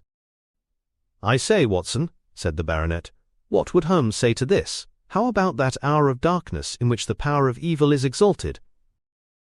As if in answer to his words there rose suddenly out of the vast gloom of the moor that strange cry which I had already heard upon the borders of the great Grimpen Mire. It came with the wind through the silence of the night, a long, deep mutter, then a rising howl, and then the sad moan in which it died away. Again and again it sounded, the whole air throbbing with it, strident, wild and menacing. The baronet caught my sleeve, and his face glimmered white through the darkness. "Good heavens, what's that, Watson?" "I don't know. It's a sound they have on the moor. I heard it once before." It died away, and an absolute silence closed in upon us. We stood straining our ears, but nothing came. "Watson," said the baronet, "it was the cry of a hound." My blood ran cold in my veins, for there was a break in his voice which told of the sudden horror which had seized him. "What do they call this sound?" he asked. "Who?" "The folk on the countryside." "Oh, they are ignorant people. Why should you mind what they call it? Tell me, Watson, what do they say of it?" I hesitated, but could not escape the question. "They say it is the cry of the Hound of the Baskervilles." He groaned, and was silent for a few moments. "A hound it was," he said at last, "but it seemed to come from miles away, over yonder, I think." It was hard to say whence it came. "It rose and fell with the wind. Isn't that the direction of the great Grimpen Mire?" "Yes, it is." "Well, it was up there. Come now, Watson, didn't you think yourself that it was the cry of a hound? I am not a child, you need not fear to speak the truth. Stapleton was with me when I heard it last. He said that it might be the calling of a strange bird." No, it was a hound. My God, can there be some truth in all these stories? Is it possible that I am really in danger from so dark a cause? You don't believe it, do you, Watson?" No. "And yet it was one thing to laugh about it in London, and it is another to stand out here in the darkness of the moor, and to hear such a cry as that. And my uncle! There was the footprint of the hound beside him as he lay. It all fits together. I don't think that I am a coward, Watson, but that sound seemed to freeze my very blood. Feel my hand. It was as cold as a block of marble." "You'll be all right tomorrow." "I don't think I'll get that cry out of my head. What do you advise that we do now? Shall we turn back?" "No, by thunder, we have come out to get our man, and we will do it. We are after the convict, and a hellhound as likely as not after us. Come on. We'll see it through if all the fiends of the pit were loose upon the moor." We stumbled slowly along in the darkness, with the black loom of the craggy hills around us, and the yellow speck of light burning steadily in front. There is nothing so deceptive as the distance of a light upon a pitch-dark night, and sometimes the glimmer seemed to be far away upon the horizon, and sometimes it might have been within a few yards of us. But at last we could see whence it came, and then we knew that we were indeed very close. A guttering candle was stuck in a crevice of the rocks which flanked it on each side so as to keep the wind from it, and also to prevent it from being visible, save in the direction of Baskerville Hall. A boulder of granite concealed our approach, and crouching behind it we gazed over it at the signal light. It was strange to see this single candle burning there in the middle of the moor, with no sign of life near it, just the one straight yellow flame and the gleam of the rock on each side of it. "What shall we do now?" whispered Sir Henry. "Wait here. He must be near his light. Let us see if we can get a glimpse of him." The words were hardly out of my mouth when we both saw him. Over the rocks, in the crevice of which the candle burned, there was thrust out an evil yellow face, a terrible animal face, all seamed and scored with vile passions. Foul with mire, with a bristling beard and hung with matted hair, it might well have belonged to one of those old savages who dwelt in the burrows on the hillsides. The light beneath him was reflected in his small, cunning eyes, which peered fiercely to right and left through the darkness, like a crafty and savage animal who has heard the steps of the hunters. Something had evidently aroused his suspicions. It may have been that Barrymore had some private signal which we had neglected to give, or the fellow may have had some other reason for thinking that all was not well, but I could read his fears upon his wicked face. Any instant he might dash out the light and vanish in the darkness. I sprang forward therefore, and Sir Henry did the same, At the same moment the convict screamed out a curse at us, and hurled a rock, which splintered up against the boulder which had sheltered us. I caught one glimpse of his short, squat, strongly built figure, as he sprang to his feet and turned to run. At the same moment, by a lucky chance, the moon broke through the clouds. We rushed over the brow of the hill, and there was our man running with great speed down the other side, springing over the stones in his way, with the activity of a mountain goat.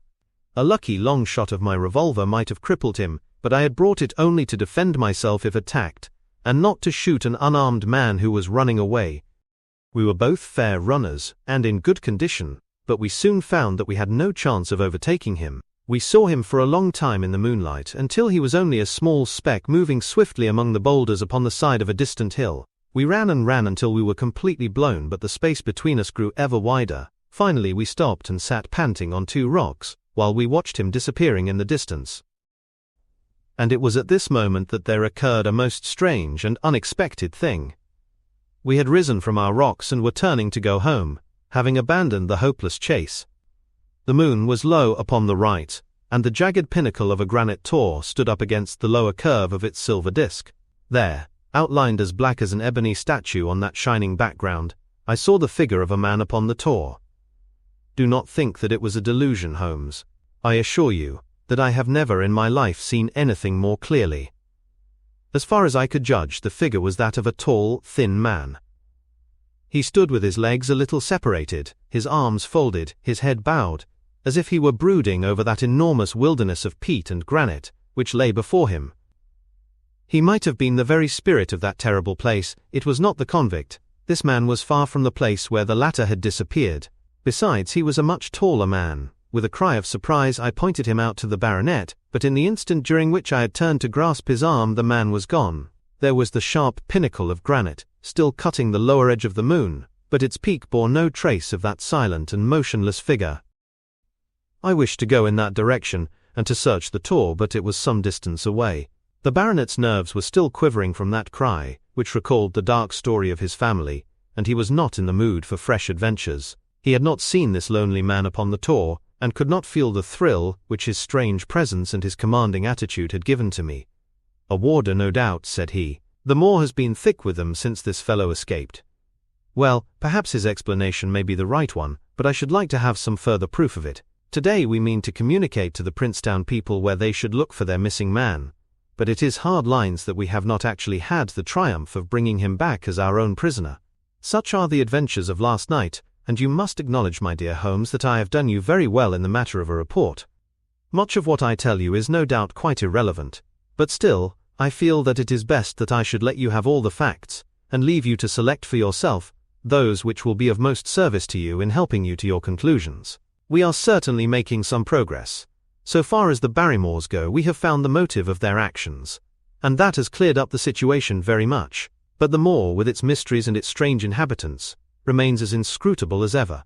Perhaps in my next I may be able to throw some light upon this also. Best of all would it be if you could come down to us. Chapter 10. Extract from the Diary of Dr. Watson. So far I have been able to quote from the reports which I have forwarded during these early days to Sherlock Holmes.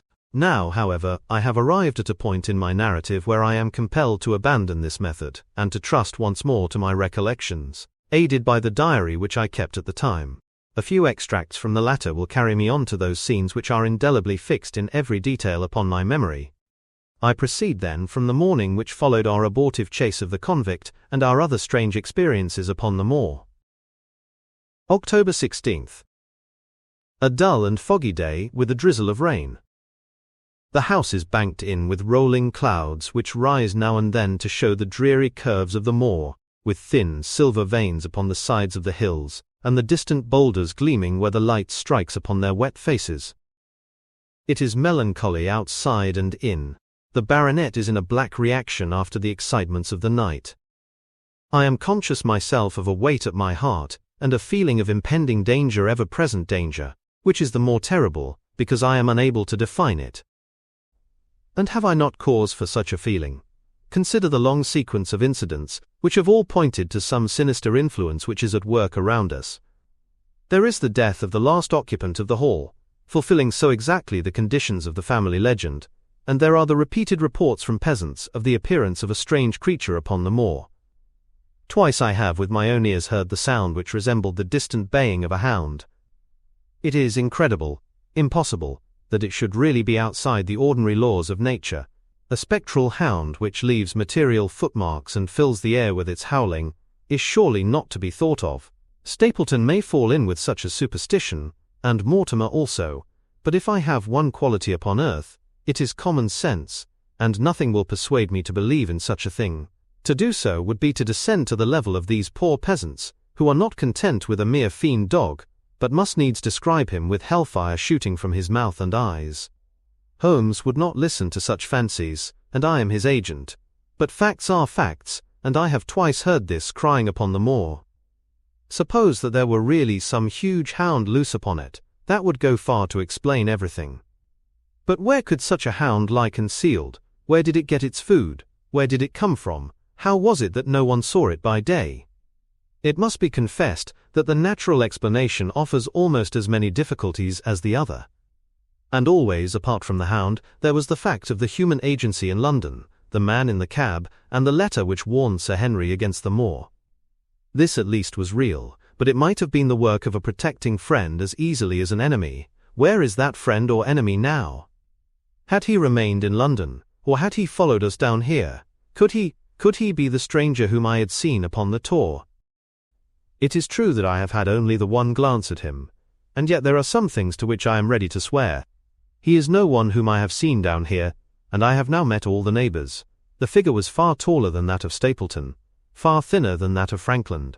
Barrymore it might possibly have been, but we had left him behind us, and I am certain that he could not have followed us. A stranger then is still dogging us, just as a stranger had dogged us in London. We have never shaken him off. If I could lay my hands upon that man, then at last we might find ourselves at the end of all our difficulties. To this one purpose I must now devote all my energies. My first impulse was to tell Sir Henry all my plans. My second and wisest one is to play my own game and speak as little as possible to anyone. He is silent and distrait. His nerves have been strangely shaken by that sound upon the moor. I will say nothing to add to his anxieties, but I will take my own steps to attain my own end. We had a small scene this morning after breakfast. Barrymore asked leave to speak with Sir Henry, and they were closeted in his study some little time. Sitting in the billiard-room, I more than once heard the sound of voices raised, and I had a pretty good idea what the point was which was under discussion. After a time the baronet opened his door and called for me. Barrymore considers that he has a grievance, he said. He thinks that it was unfair on our part to hunt his brother-in-law down when he, of his own free will, had told us the secret.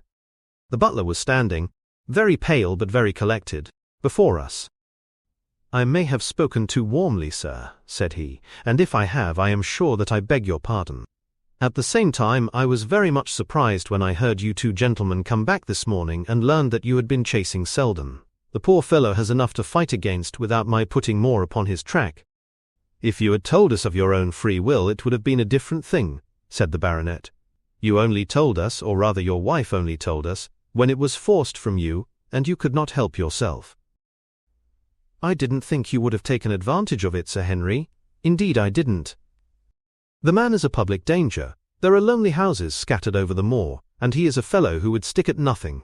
You only want to get a glimpse of his face to see that. Look at Mr. Stapleton's house, for example, with no one but himself to defend it. There's no safety for anyone until he is under lock and key." "He'll break into no house, sir. I give you my solemn word upon that. And he will never trouble anyone in this country again. I assure you, Sir Henry, that in a very few days the necessary arrangements will have been made, and he will be on his way to South America. For God's sake, sir, I beg of you not to let the police know that he is still on the moor. They have given up the chase there, and he can lie quiet until the ship is ready for him. You can't tell on him without getting my wife and me into trouble. I beg you, sir, to say nothing to the police." "What do you say, Watson?" I shrugged my shoulders. If he were safely out of the country, it would relieve the taxpayer of a burden. But how about the chance of his holding someone up before he goes? "He would not do anything so mad, sir. We have provided him with all that he can want. To commit a crime would be to show where he was hiding." "That is true," said Sir Henry. "Well, Barrymore." God bless you, sir, and thank you from my heart. It would have killed my poor wife had he been taken again. I guess we are aiding and abetting a felony, Watson. But, after what we have heard, I don't feel as if I could give the man up, so there is an end of it. All right, Barrymore. You can go. With a few broken words of gratitude the man turned, but he hesitated, and then came back. You've been so kind to us, sir, that I should like to do the best I can for you in return. I know something, Sir Henry, and perhaps I should have said it before, but it was long after the inquest that I found it out. I've never breathed a word about it yet to mortal man. It's about poor Sir Charles's death. The baronet and I were both upon our feet. Do you know how he died? No, sir, I don't know that. What then? I know why he was at the gate at that hour. It was to meet a woman. To meet a woman? He? Yes, sir. And the woman's name?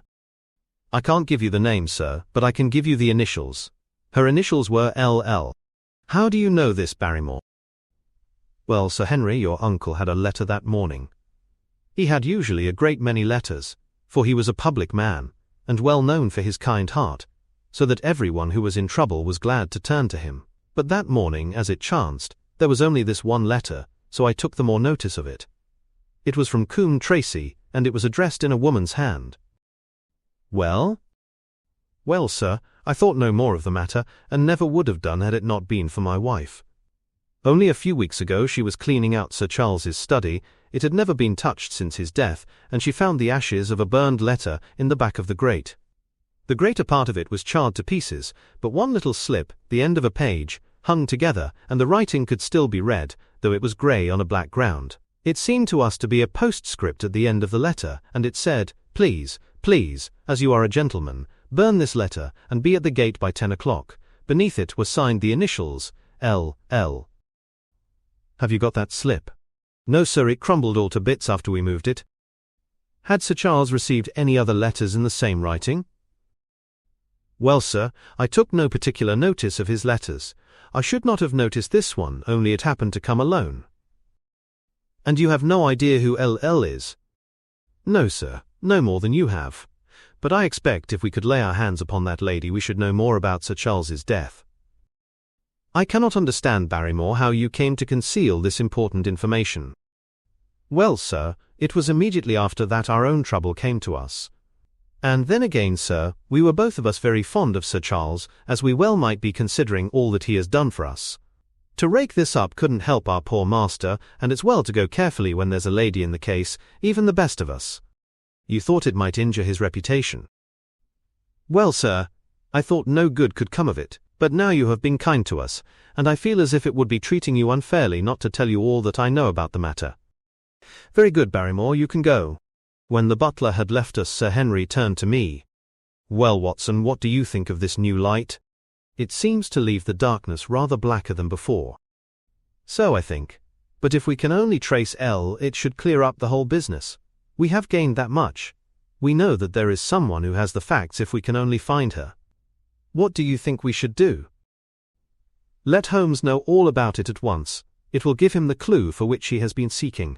I am much mistaken if it does not bring him down. I went at once to my room and drew up my report of the morning's conversation for Holmes. It was evident to me that he had been very busy of late, for the notes which I had from Baker Street were few and short, with no comments upon the information which I had supplied, and hardly any reference to my mission. No doubt his blackmailing case is absorbing all his faculties, and yet this new factor must surely arrest his attention and renew his interest. I wish that he were here. October 17th. All day today the rain poured down, rustling on the ivy and dripping from the eaves.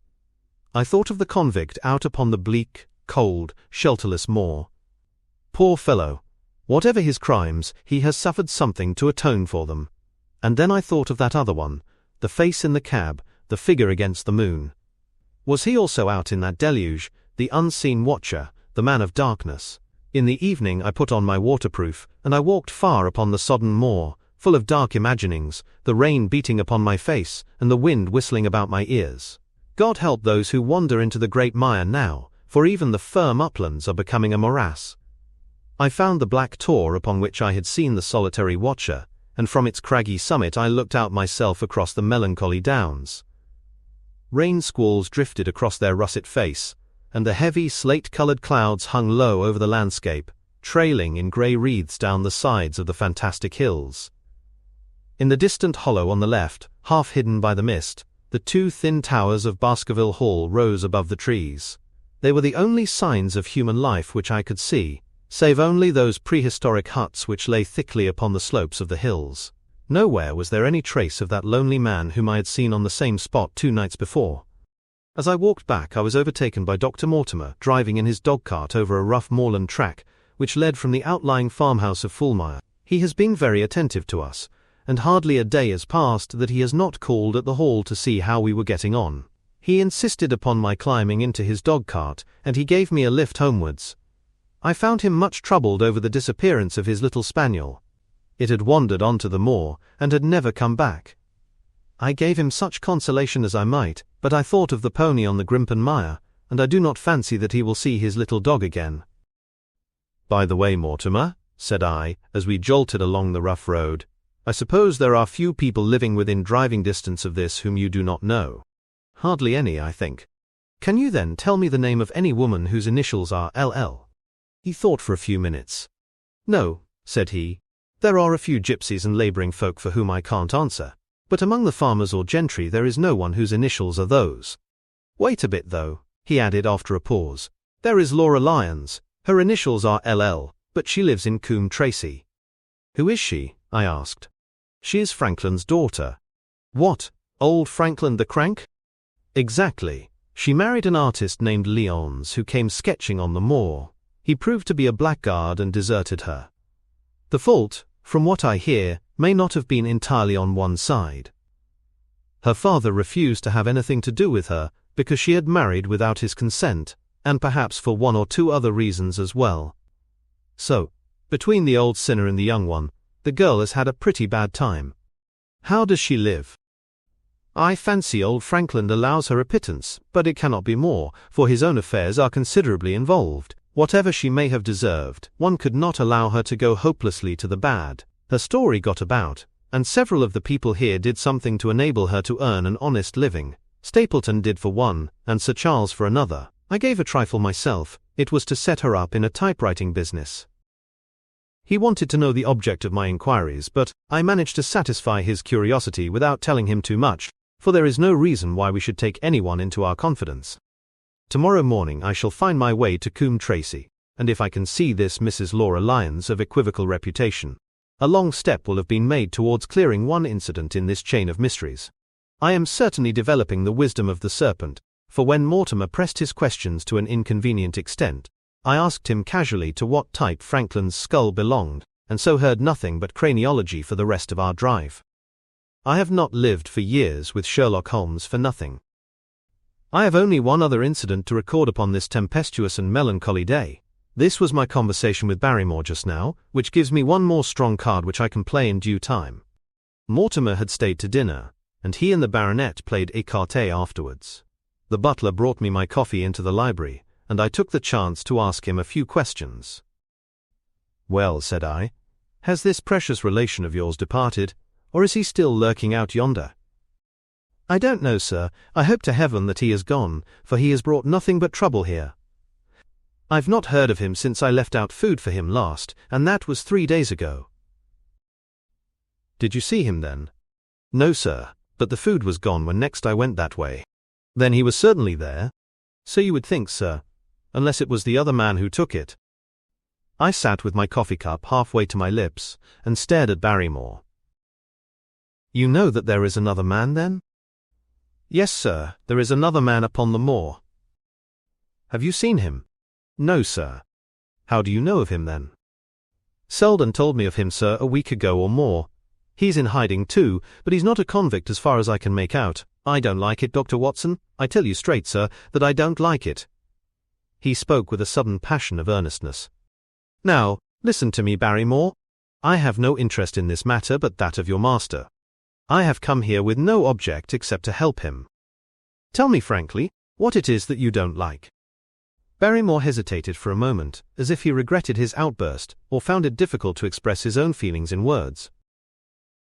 "It's all these goings-on, sir," he cried at last, waving his hand towards the rain-lashed window which faced the moor. "There's foul play somewhere, and there's black villainy brewing, to that I'll swear. Very glad I should be, sir, to see Sir Henry on his way back to London again."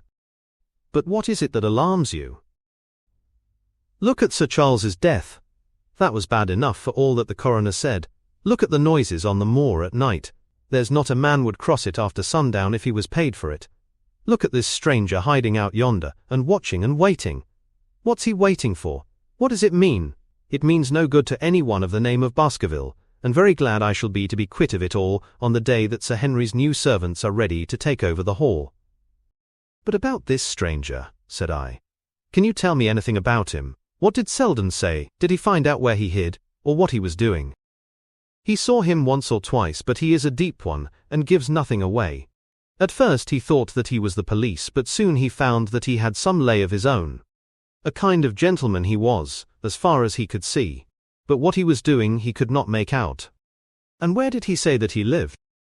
"Among the old houses on the hillside, the stone huts where the old folk used to live." "But how about his food?" "Selden found out that he has got a lad who works for him and brings him all he needs. I dare say he goes to Coombe Tracey for what he wants." "Very good, Barrymore. We may talk further of this some other time." When the butler had gone, I walked over to the black window, and I looked through a blurred pane at the driving clouds and at the tossing outline of the wind-swept trees. It is a wild night indoors, and what must it be in a stone hut upon the moor? What passion of hatred can it be which leads a man to lurk in such a place at such a time? And what deep and earnest purpose can he have, which calls for such a trial? There, in that hut upon the moor, seems to lie the very centre of that problem which has vexed me so sorely. I swear that another day shall not have passed before I have done all that man can do to reach the heart of the mystery. Chapter 11. The Man on the Tor. The extract from my private diary which forms the last chapter has brought my narrative up to the 18th of October, a time when these strange events began to move swiftly towards their terrible conclusion. The incidents of the next few days are indelibly graven upon my recollection, and I can tell them without reference to the notes made at the time. I start, then, from the day which succeeded that upon which I had established two facts of great importance: the one that Mrs. Laura Lyons of Coombe Tracey had written to Sir Charles Baskerville and made an appointment with him at the very place and hour that he met his death; the other, that the lurking man upon the moor was to be found among the stone huts upon the hillside. With these two facts in my possession, I felt that either my intelligence or my courage must be deficient if I could not throw some further light upon these dark places. I had no opportunity to tell the baronet what I had learned about Mrs. Lyons upon the evening before, for Dr. Mortimer remained with him at cards until it was very late. At breakfast, however, I informed him about my discovery, and asked him whether he would care to accompany me to Coombe Tracey. At first he was very eager to come, but on second thoughts it seemed to both of us that if I went alone the results might be better. The more formal we made the visit, the less information we might obtain. I left Sir Henry behind, therefore, not without some prickings of conscience, and drove off upon my new quest. When I reached Coombe Tracey, I told Perkins to put up the horses, and I made inquiries for the lady whom I had come to interrogate. I had no difficulty in finding her rooms, which were central and well appointed. A maid showed me in without ceremony, and as I entered the sitting-room a lady, who was sitting before a Remington typewriter, sprang up with a pleasant smile of welcome. Her face fell, however, when she saw that I was a stranger, and she sat down again and asked me the object of my visit. The first impression left by Mrs. Lyons was one of extreme beauty. Her eyes and hair were of the same rich hazel colour, and her cheeks, though considerably freckled, were flushed with the exquisite bloom of the brunette, the dainty pink which lurks at the heart of the sulphur rose. Admiration was, I repeat, the first impression, but the second was criticism. There was something subtly wrong with the face, some coarseness of expression, some hardness perhaps of eye, some looseness of lip which marred its perfect beauty. But these, of course, are afterthoughts. At the moment I was simply conscious that I was in the presence of a very handsome woman, and that she was asking me the reasons for my visit. I had not quite understood until that instant how delicate my mission was. "I have the pleasure," said I, "of knowing your father." It was a clumsy introduction, and the lady made me feel it. "There is nothing in common between my father and me," she said. "I owe him nothing, and his friends are not mine." If it were not for the late Sir Charles Baskerville and some other kind hearts, I might have starved for all that my father cared. It was about the late Sir Charles Baskerville that I have come here to see you." The freckles started out on the lady's face. "What can I tell you about him?" she asked, and her fingers played nervously over the stops of her typewriter. "You knew him, did you not?" "I have already said that I owe a great deal to his kindness. If I am able to support myself, it is largely due to the interest which he took in my unhappy situation." "Did you correspond with him?" The lady looked quickly up, with an angry gleam in her hazel eyes. "What is the object of these questions?" she asked sharply. "The object is to avoid a public scandal. It is better that I should ask them here than that the matter should pass outside our control." She was silent and her face was still very pale. At last she looked up with something reckless and defiant in her manner. "Well, I'll answer," she said. "What are your questions? Did you correspond with Sir Charles?" "I certainly wrote to him once or twice to acknowledge his delicacy and his generosity." "Have you the dates of those letters?" "No." "Have you ever met him?" "Yes, once or twice, when he came into Coombe Tracey. He was a very retiring man, and he preferred to do good by stealth." "But if you saw him so seldom and wrote so seldom, how did he know enough about your affairs to be able to help you, as you say that he has done?" She met my difficulty with the utmost readiness. There were several gentlemen who knew my sad history and united to help me. One was Mr. Stapleton, a neighbour and intimate friend of Sir Charles. He was exceedingly kind, and it was through him that Sir Charles learned about my affairs. I knew already that Sir Charles Baskerville had made Stapleton his almoner upon several occasions, so the lady's statement bore the impress of truth upon it. "Did you ever write to Sir Charles asking him to meet you?" I continued. Mrs. Lyons flushed with anger again. "Really, sir, this is a very extraordinary question." "I am sorry, madam, but I must repeat it." "Then I answer, certainly not. Not on the very day of Sir Charles's death." The flush had faded in an instant, and a deathly face was before me. Her dry lips could not speak the no which I saw rather than heard. "Surely your memory deceives you," said I. "I could even quote a passage of your letter. It ran, 'Please, please, as you are a gentleman, burn this letter, and be at the gate by 10 o'clock. I thought that she had fainted, but she recovered herself by a supreme effort. "Is there no such thing as a gentleman?" she gasped. "You do Sir Charles an injustice. He did burn the letter, but sometimes a letter may be legible even when burned. You acknowledge now that you wrote it." "Yes, I did write it," she cried, pouring out her soul in a torrent of words. "I did write it. Why should I deny it? I have no reason to be ashamed of it. I wished him to help me. I believed that if I had an interview, I could gain his help. So I asked him to meet me." "But why at such an hour?" "Because I had only just learned that he was going to London next day, and might be away for months. There were reasons why I could not get there earlier." "But why a rendezvous in the garden instead of a visit to the house? Do you think a woman could go alone at that hour to a bachelor's house?" "Well, what happened when you did get there?" "I never went." "Mrs. Lyons." "No, I swear it to you on all I hold sacred, I never went. Something intervened to prevent my going." "What was that?" "That is a private matter, I cannot tell it." "You acknowledge then that you made an appointment with Sir Charles at the very hour and place at which he met his death, but you deny that you kept the appointment?" "That is the truth." Again and again I cross-questioned her, but I could never get past that point. "Mrs. Lyons," said I as I rose from this long and inconclusive interview, "you are taking a very great responsibility and putting yourself in a very false position by not making an absolutely clean breast of all that you know. If I have to call in the aid of the police, you will find how seriously you are compromised. If your position is innocent, why did you in the first instance deny having written to Sir Charles upon that date?" "Because I feared that some false conclusion might be drawn from it, and that I might find myself involved in a scandal." "And why were you so pressing that Sir Charles should destroy your letter?" "If you have read the letter you will know." "I did not say that I had read all the letter." "You quoted some of it." "I quoted the postscript. The letter had, as I said, been burned and it was not all legible. I ask you once again why it was that you were so pressing that Sir Charles should destroy this letter which he received on the day of his death." "The matter is a very private one." "The more reason why you should avoid a public investigation." "I will tell you then.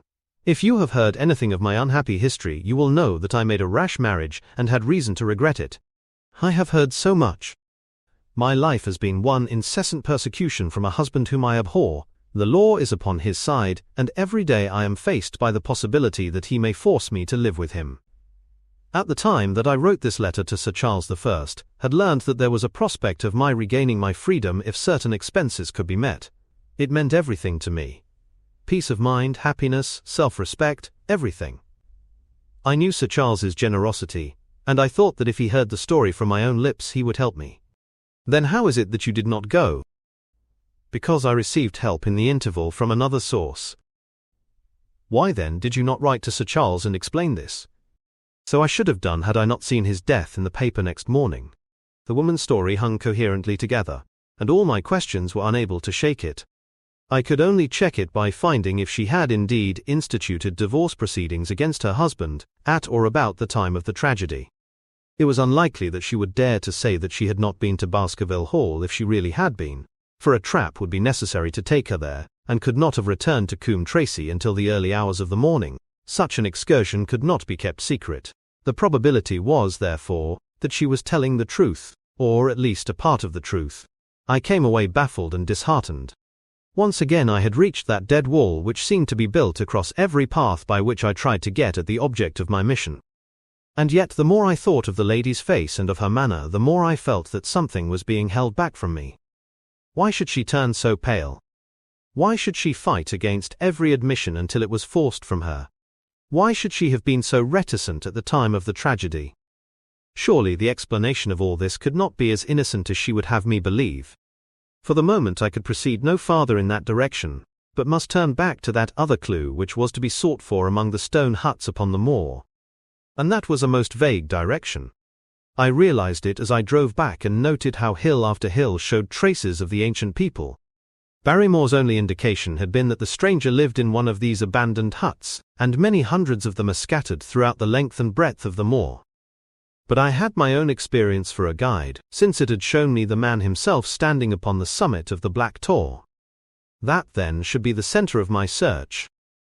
From there I should explore every hut upon the moor, until I lighted upon the right one.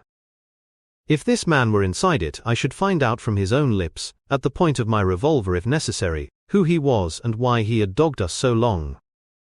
He might slip away from us in the crowd of Regent Street, but it would puzzle him to do so upon the lonely moor. On the other hand, if I should find the hut, and its tenant should not be within it, I must remain there however long the vigil, until he returned. Holmes had missed him in London. It would indeed be a triumph for me if I could run him to earth where my master had failed.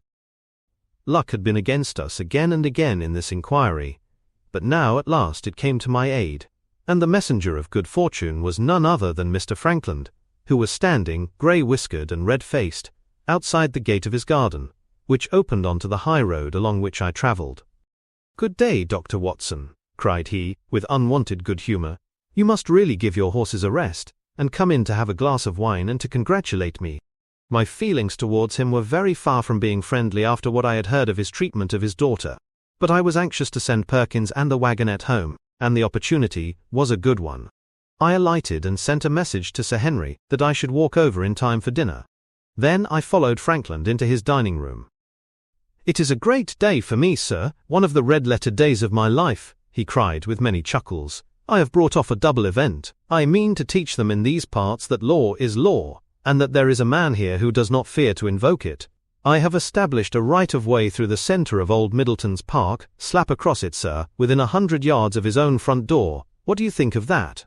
We'll teach these magnates that they cannot ride roughshod over the rights of the commoners, confound them, and I've closed the wood where the Fernworthy folk used to picnic. These infernal people seem to think that there are no rights of property, and that they can swarm where they like with their papers and their bottles. Both cases decided, Dr. Watson, and both in my favour. I haven't had such a day since I had Sir John Morland for trespass, because he shot in his own warren." "How on earth did you do that?" "Look it up in the books, sir, it will repay reading. Frankland versus Morland, Court of Queen's Bench. It cost me £200, but I got my verdict." "Did it do you any good?" "None, sir, none. I am proud to say that I had no interest in the matter. I act entirely from a sense of public duty. I have no doubt, for example, that the Fernworthy people will burn me in effigy tonight. I told the police last time they did it, that they should stop these disgraceful exhibitions. The county constabulary is in a scandalous state, sir, and it has not afforded me the protection to which I am entitled.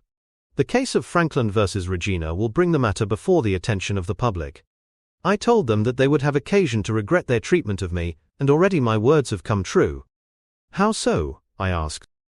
The old man put on a very knowing expression. Because I could tell them what they are dying to know, but nothing would induce me to help the rascals in any way. I had been casting round for some excuse by which I could get away from his gossip. But now, I began to wish to hear more of it. I had seen enough of the contrary nature of the old sinner to understand that any strong sign of interest would be the surest way to stop his confidences. Some poaching case, no doubt, said I with an indifferent manner. Ha ha, my boy, a very much more important matter than that. What about the convict on the moor? I stared. You don't mean that you know where he is, said I. I may not know exactly where he is, but I am quite sure that I could help the police to lay their hands on him. Has it never struck you that the way to catch that man was to find out where he got his food, and so trace it to him? He certainly seemed to be getting uncomfortably near the truth. No doubt, said I. But how do you know that he is anywhere upon the moor? I know it because I have seen with my own eyes the messenger who takes him his food. My heart sank for Barrymore. It was a serious thing to be in the power of this spiteful old busybody. But his next remark took a weight from my mind. You'll be surprised to hear that his food is taken to him by a child. I see him every day through my telescope upon the roof. He passes along the same path at the same hour, and to whom should he be going except to the convict? Here was luck indeed, and yet I suppressed all appearance of interest. A child! Barrymore had said that our unknown was supplied by a boy. It was on his track, and not upon the convicts, that Frankland had stumbled. If I could get his knowledge, it might save me a long and weary hunt, but incredulity and indifference were evidently my strongest cards. I should say that it was much more likely that it was the son of one of the moorland shepherds taking out his father's dinner. The least appearance of opposition struck fire out of the old autocrat. His eyes looked malignantly at me, and his grey whiskers bristled like those of an angry cat. Indeed, sir, said he, pointing out over the wide, stretching moor. Do you see that black tor over yonder? Well, do you see the low hill beyond with the thorn bush upon it? It is the stoniest part of the whole moor. Is that a place where a shepherd would be likely to take his station? Your suggestion, sir, is a most absurd one. I meekly answered that I had spoken without knowing all the facts. My submission pleased him and led him to further confidences. You may be sure, sir, that I have very good grounds before I come to an opinion. I have seen the boy again and again with his bundle. Every day, and sometimes twice a day, I have been able— But wait a moment, Dr. Watson. Do my eyes deceive me, or is there at the present moment something moving upon that hillside? It was several miles off, but I could distinctly see a small dark dot against the dull green and grey. Come, sir, come, cried Frankland, rushing upstairs. You will see with your own eyes and judge for yourself. The telescope, a formidable instrument mounted upon a tripod, stood upon the flat leads of the house. Frankland clapped his eye to it, and gave a cry of satisfaction. Quick, Dr. Watson, quick, before he passes over the hill. There he was, sure enough, a small urchin with a little bundle upon his shoulder, toiling slowly up the hill. When he reached the crest, I saw the ragged, uncouth figure outlined for an instant against the cold blue sky. He looked round him with a furtive and stealthy air, as one who dreads pursuit. Then he vanished over the hill. Well, am I right? Certainly there is a boy who seems to have some secret errand. And what the errand is even a county constable could guess. But not one word shall they have from me, and I bind you to secrecy also, Dr. Watson. Not a word. You understand. Just as you wish.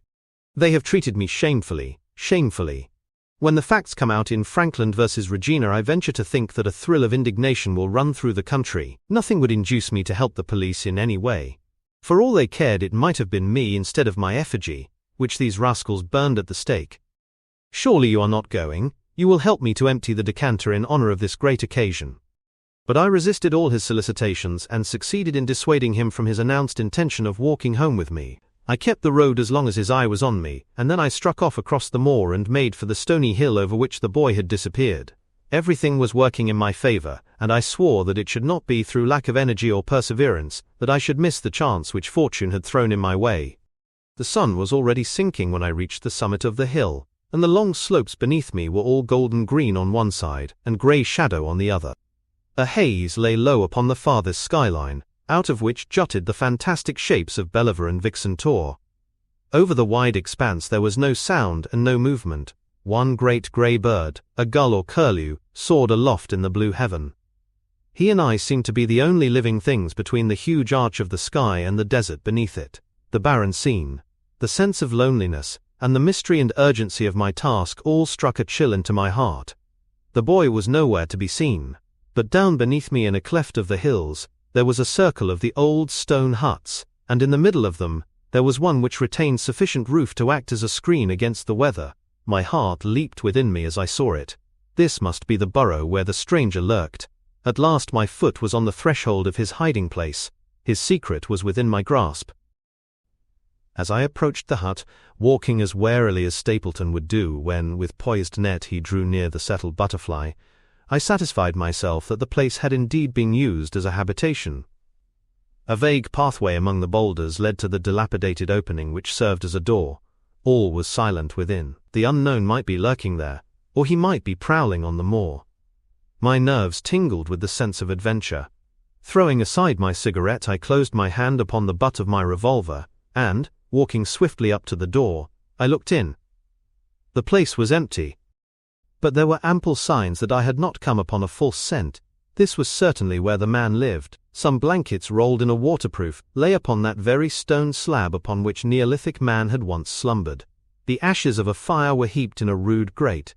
Beside it lay some cooking utensils and a bucket half full of water.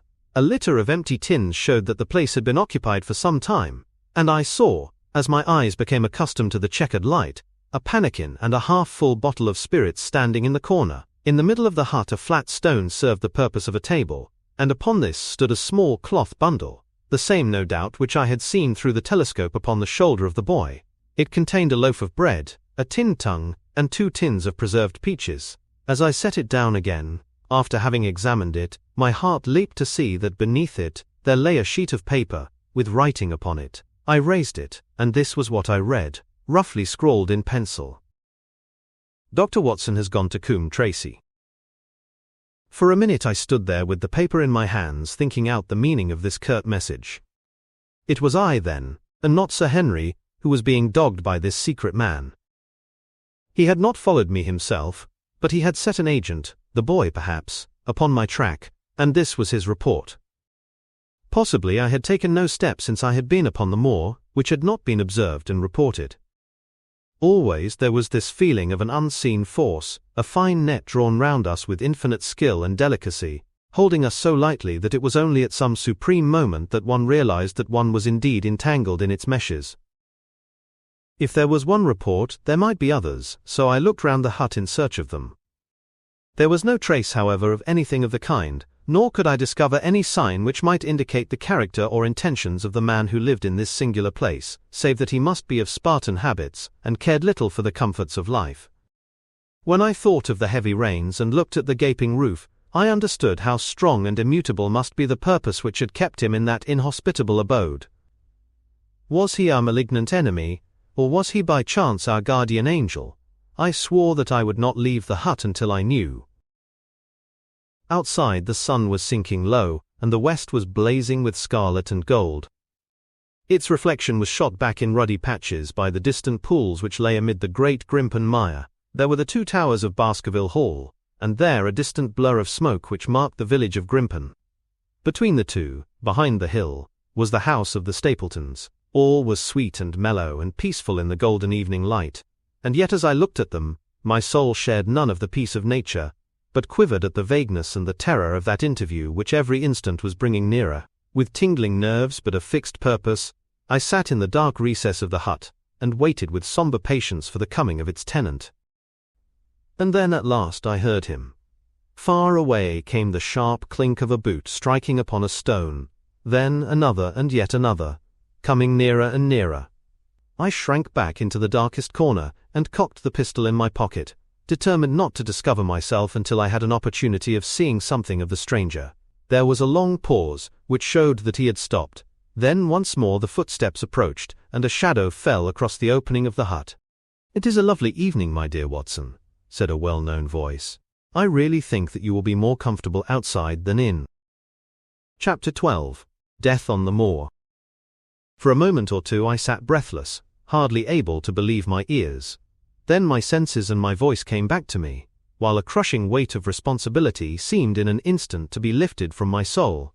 That cold, incisive, ironical voice could belong to but one man in all the world. "Holmes!" I cried. "Holmes!" "Come out," said he, "and please be careful with the revolver."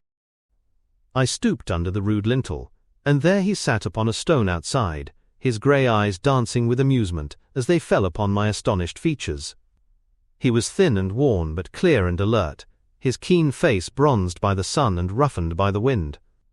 In his tweed suit and cloth cap he looked like any other tourist upon the moor, and he had contrived, with that cat-like love of personal cleanliness which was one of his characteristics, that his chin should be as smooth and his linen as perfect as if he were in Baker Street.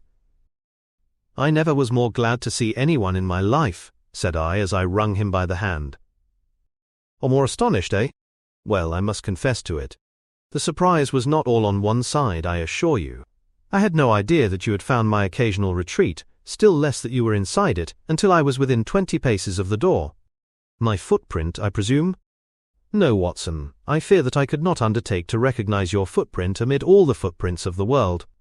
If you seriously desire to deceive me, you must change your tobacconist, for when I see the stub of a cigarette marked Bradley, Oxford Street, I know that my friend Watson is in the neighborhood. You will see it there beside the path. You threw it down, no doubt, at that supreme moment when you charged into the empty hut." "Exactly. I thought as much, and knowing your admirable tenacity, I was convinced that you were sitting in ambush, a weapon within reach, waiting for the tenant to return. So you actually thought that I was the criminal." "I did not know who you were, but I was determined to find out."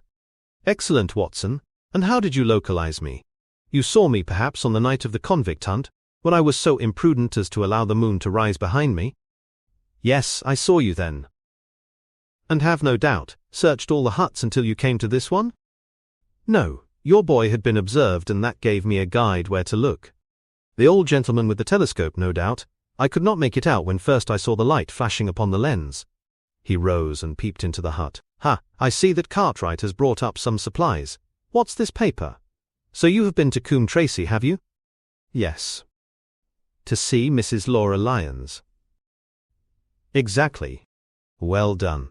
Our researches have evidently been running on parallel lines, and when we unite our results, I expect we shall have a fairly full knowledge of the case. Well, I am glad from my heart that you are here, for indeed the responsibility and the mystery were both becoming too much for my nerves. But how in the name of wonder did you come here, and what have you been doing? I thought that you were in Baker Street working out that case of blackmailing." "That was what I wished you to think." "Then you use me, and yet do not trust me," I cried, with some bitterness. "I think that I have deserved better at your hands, Holmes." "My dear fellow, you have been invaluable to me in this as in many other cases, and I beg that you will forgive me if I have seemed to play a trick upon you. In truth, it was partly for your own sake that I did it, and it was my appreciation of the danger which you ran which led me to come down and examine the matter for myself. Had I been with Sir Henry and you, it is evident that my point of view would have been the same as yours, and my presence would have warned our very formidable opponents to be on their guard. As it is, I have been able to get about as I could not possibly have done had I been living at the Hall, and I remain an unknown factor in the business, ready to throw in all my weight at a critical moment. But why keep me in the dark? For you to know could not have helped us, and might possibly have led to my discovery. You would have wished to tell me something, or in your kindness you would have brought me out some comfort or other, and so an unnecessary risk would be run. I brought Cartwright down with me. You remember the little chap at the express office, and he has seen after my simple wants, a loaf of bread, and a clean collar. What does man want more? He has given me an extra pair of eyes upon a very active pair of feet, and both have been invaluable. Then my reports have all been wasted. My voice trembled as I recalled the pains and the pride with which I had composed them. Holmes took a bundle of papers from his pocket. "Here are your reports, my dear fellow, and very well thumbed, I assure you. I made excellent arrangements, and they are only delayed 1 day upon their way. I must compliment you exceedingly upon the zeal and the intelligence which you have shown over an extraordinarily difficult case." I was still rather raw over the deception which had been practiced upon me, but the warmth of Holmes's praise drove my anger from my mind. I felt also in my heart that he was right in what he said, and that it was really best for our purpose that I should not have known that he was upon the moor.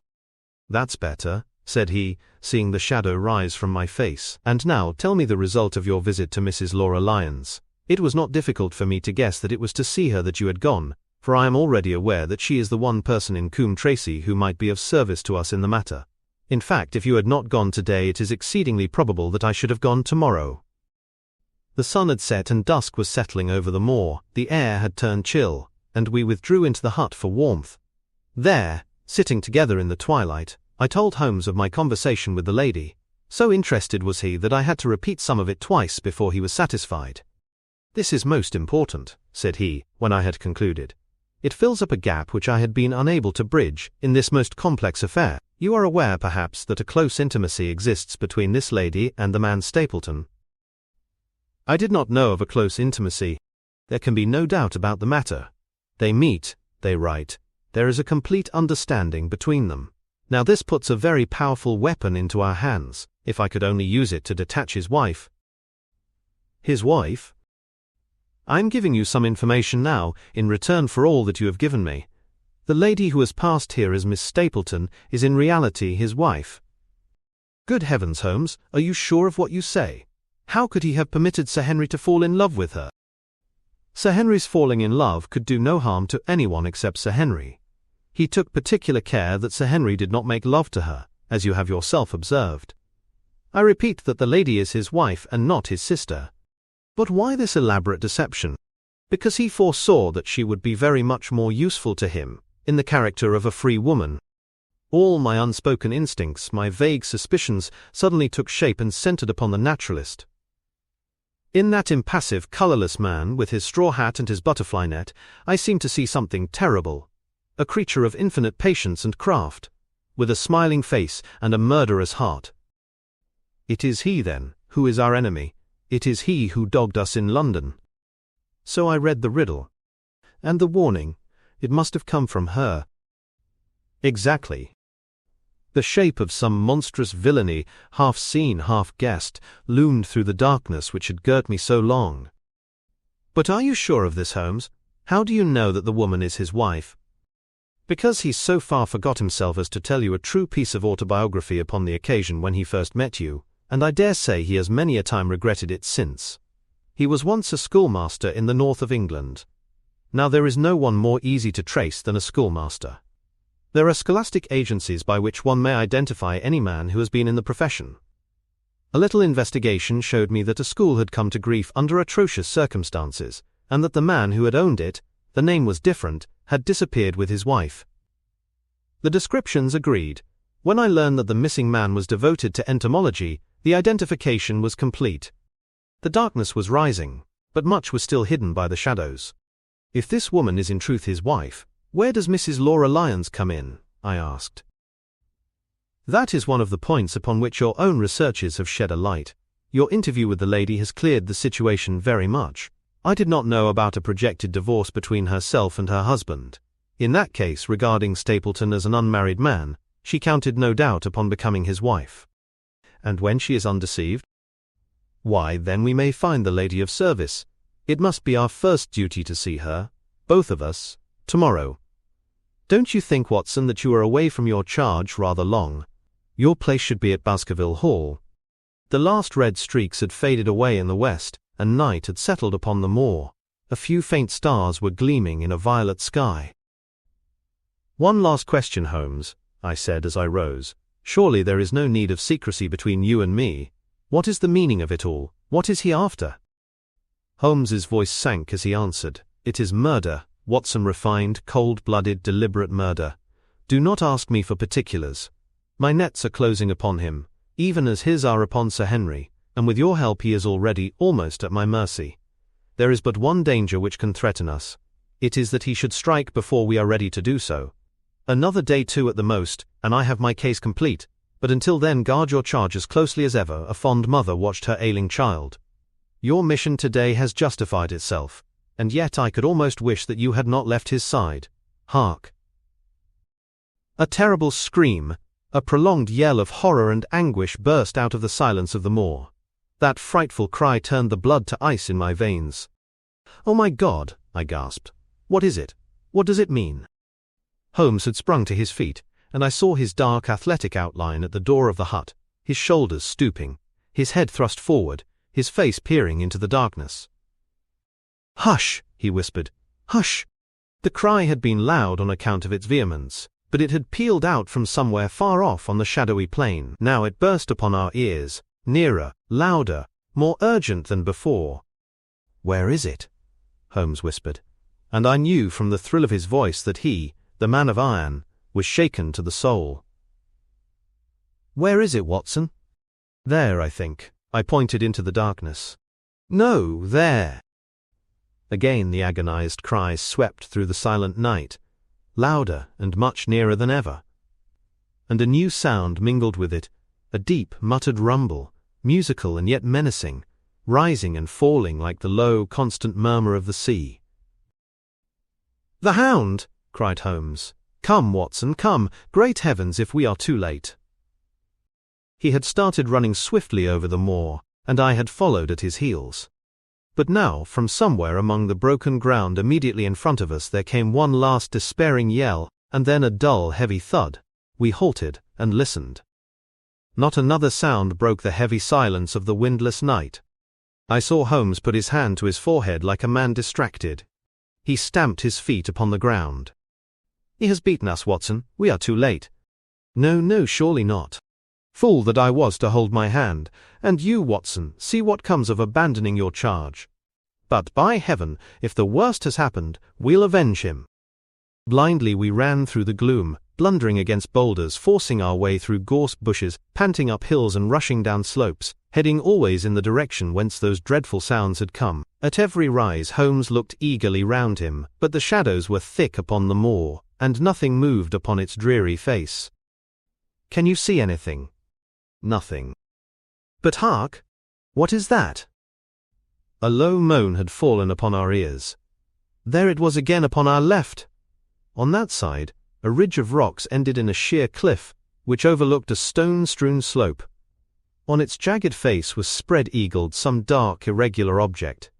As we ran towards it, the vague outline hardened into a definite shape. It was a prostrate man face downwards upon the ground, the head doubled under him at a horrible angle, the shoulders rounded, and the body hunched together, as if in the act of throwing a somersault.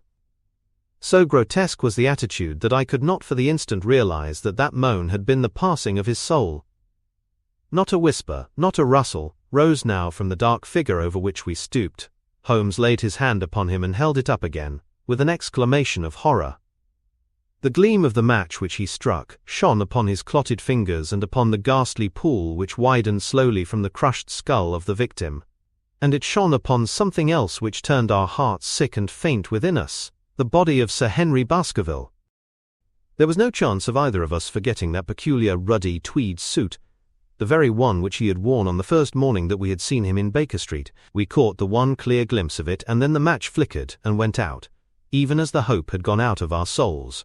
Holmes groaned, and his face glimmered white through the darkness. "The brute! The brute!" I cried with clenched hands. "Oh, Holmes, I shall never forgive myself for having left him to his fate." "I am more to blame than you, Watson. In order to have my case well rounded and complete, I have thrown away the life of my client. It is the greatest blow which has befallen me in my career, but how could I know that he would risk his life alone upon the moor in the face of all my warnings? That we should have heard his screams, my God, those screams, and yet have been unable to save him. Where is this brute of a hound which drove him to his death? It may be lurking among these rocks at this instant. And Stapleton, where is he? He shall answer for this deed." "He shall. I will see to that. Uncle and nephew have been murdered. the one frightened to death by the very sight of a beast which he thought to be supernatural, the other driven to his end in his wild flight to escape from it. But now we have to prove the connection between the man and the beast. Save from what we heard, we cannot even swear to the existence of the latter, since Sir Henry has evidently died from the fall. But by heavens, cunning as he is, the fellow shall be in my power before another day is past. We stood with bitter hearts on either side of the mangled body, overwhelmed by this sudden and irrevocable disaster which had brought all our long and weary labours to so piteous an end. Then, as the moon rose, we climbed to the top of the rocks over which our poor friend had fallen, and from the summit we gazed out over the shadowy moor, half silver and half gloom. Far away, miles off, in the direction of Grimpen, a single, steady yellow light was shining. It could only come from the lonely abode of the Stapletons. With a bitter curse I shook my fist at it as I gazed. Why should we not seize him at once? Our case is not complete. The fellow is wary and cunning to the last degree. It is not what we know, but what we can prove. If we make one false move, the villain may escape us yet. What can we do? There will be plenty for us to do tomorrow. Tonight, we can only perform the last offices to our poor friend. Together we made our way down the precipitous slope and approached the body, black and clear against the silvered stones. The agony of those contorted limbs struck me with a spasm of pain and blurred my eyes with tears. We must send for help, Holmes. We cannot carry him all the way to the hall. Good heavens, are you mad? He had uttered a cry and bent over the body. Now he was dancing and laughing and wringing my hand. Could this be my stern, self-contained friend? These were hidden fires indeed. A beard. A beard. The man has a beard. A beard. It is not the baronet, it is... Why, it is my neighbour the convict. With feverish haste we had turned the body over, and that dripping beard was pointing up to the cold, clear moon. There could be no doubt about the beetling forehead, the sunken animal eyes. It was indeed the same face which had glared upon me in the light of the candle from over the rock, the face of Selden, the criminal. Then in an instant it was all clear to me. I remembered how the baronet had told me that he had handed his old wardrobe to Barrymore. Barrymore had passed it on in order to help Selden in his escape. Boots, shirt, capit, was all Sir Henry's. The tragedy was still black enough, but this man had at least deserved death by the laws of his country. I told Holmes how the matter stood, my heart bubbling over with thankfulness and joy. Then the clothes have been the poor fellow's death, said he. It is clear enough that the Hound has been laid on from some article of Sir Henry's, the boot which was abstracted in the hotel in all probability, and so ran this man down. There is one very singular thing, however. How came Selden in the darkness to know that the Hound was on his trail? He heard him. To hear a hound upon the moor would not work a hard man like this convict into such a paroxysm of terror that he would risk recapture by screaming wildly for help. By his cries he must have run a long way after he knew the animal was on his track. How did he know? A greater mystery to me is why this hound, presuming that all our conjectures are correct. I presume nothing. Well then, why this hound should be loose tonight? I suppose that it does not always run loose upon the moor. Stapleton would not let it go unless he had reason to think that Sir Henry would be there. My difficulty is the more formidable of the two, for I think that we shall very shortly get an explanation of yours, while mine may remain forever a mystery. The question now is, what shall we do with this poor wretch's body? We cannot leave it here to the foxes and the ravens. I suggest that we put it in one of the huts until we can communicate with the police. Exactly. I have no doubt that you and I could carry it so far. Hello, Watson, what's this? It's the man himself, by all that's wonderful and audacious. Not a word to show your suspicions. Not a word, or my plans crumble to the ground. A figure was approaching us over the moor, and I saw the dull red glow of a cigar. The moon shone upon him, and I could distinguish the dapper shape and jaunty walk of the naturalist. He stopped when he saw us, and then came on again. Why, Dr. Watson, that's not you, is it? You are the last man that I should have expected to see out on the moor at this time of night. But dear me, what's this? Somebody hurt? Not. Don't tell me that it is our friend Sir Henry. He hurried past me and stooped over the dead man. I heard a sharp intake of his breath, and the cigar fell from his fingers. Who's this? He stammered. It is Selden, the man who escaped from Princetown. Stapleton turned a ghastly face upon us. But by a supreme effort he had overcome his amazement and his disappointment. He looked sharply from Holmes to me. "Dear me, what a very shocking affair! How did he die?" "He appears to have broken his neck by falling over these rocks. My friend and I were strolling on the moor when we heard a cry. I heard a cry also. That was what brought me out. I was uneasy about Sir Henry." "Why about Sir Henry in particular?" I could not help asking. "Because I had suggested that he should come over. When he did not come, I was surprised, and I naturally became alarmed for his safety when I heard cries upon the moor. By the way," his eyes darted again from my face to Holmes's, "did you hear anything else besides a cry?" "No," said Holmes. "Did you?" "No." "What do you mean then?" "Oh, you know the stories that the peasants tell about a phantom hound and so on. It is said to be heard at night upon the moor.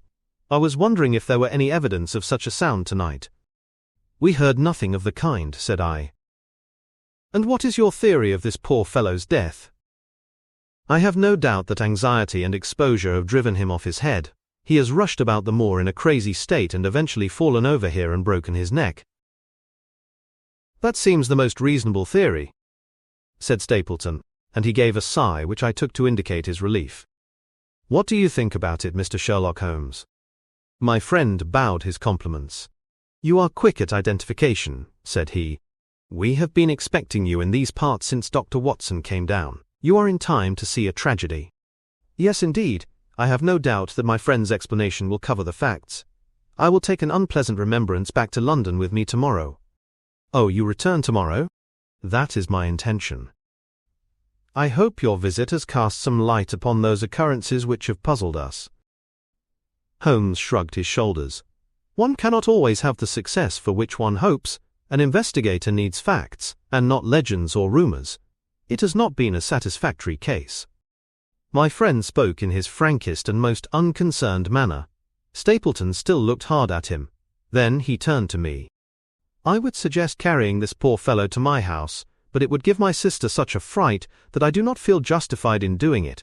I think that if we put something over his face, he will be safe until morning." And so it was arranged. Resisting Stapleton's offer of hospitality, Holmes and I set off to Baskerville Hall, leaving the naturalist to return alone. Looking back, we saw the figure moving slowly away over the broad moor, and behind him that one black smudge on the silvered slope which showed where the man was lying, who had come so horribly to his end. "We're at close grips at last," said Holmes as we walked together across the moor. "What a nerve the fellow has!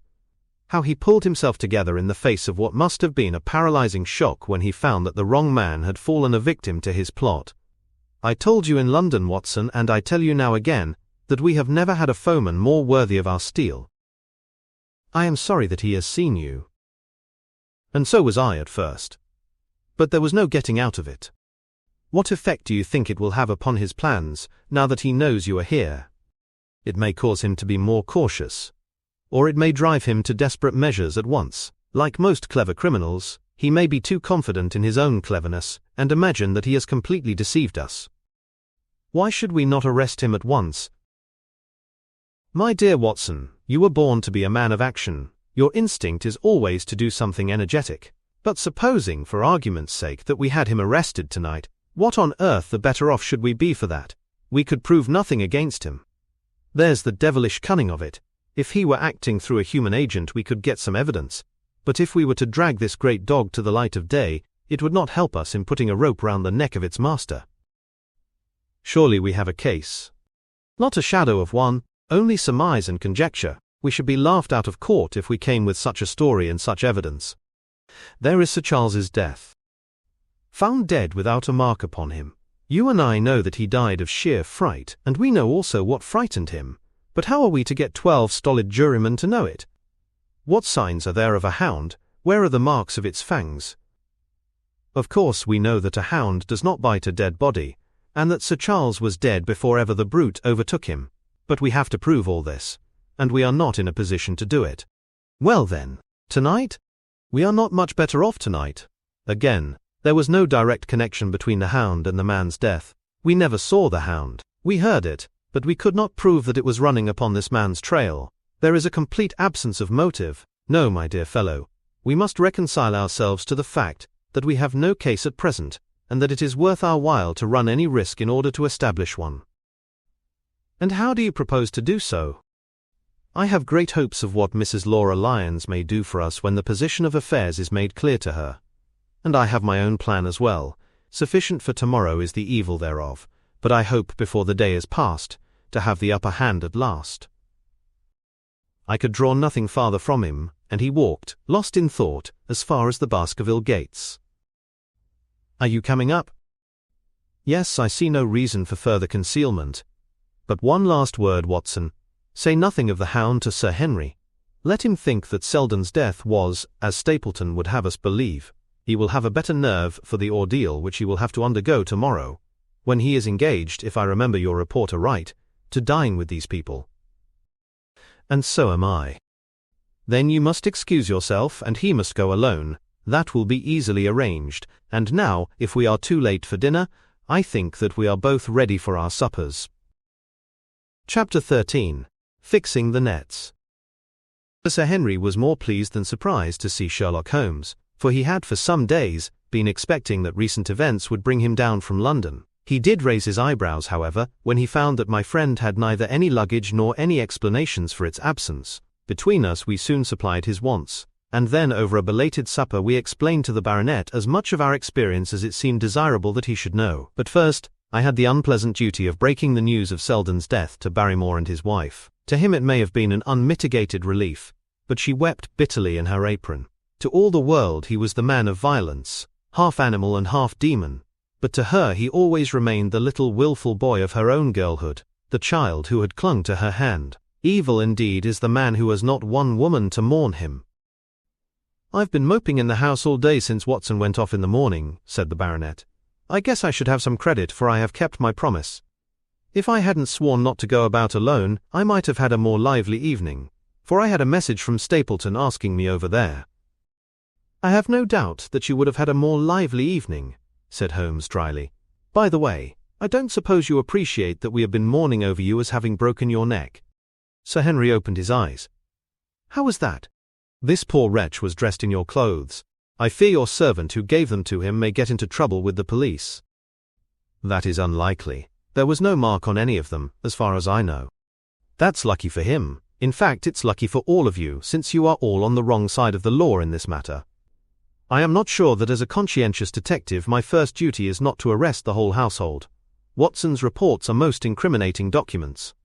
But how about the case? Asked the baronet. Have you made anything out of the tangle? I don't know that Watson and I are much the wiser since we came down. I think that I shall be in a position to make the situation rather more clear to you before long. It has been an exceedingly difficult and most complicated business. There are several points upon which we still want light, but it is coming, all the same. We've had one experience, as Watson has no doubt told you.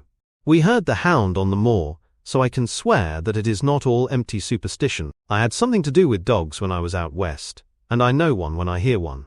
If you can muzzle that one and put him on a chain, I'll be ready to swear you are the greatest detective of all time.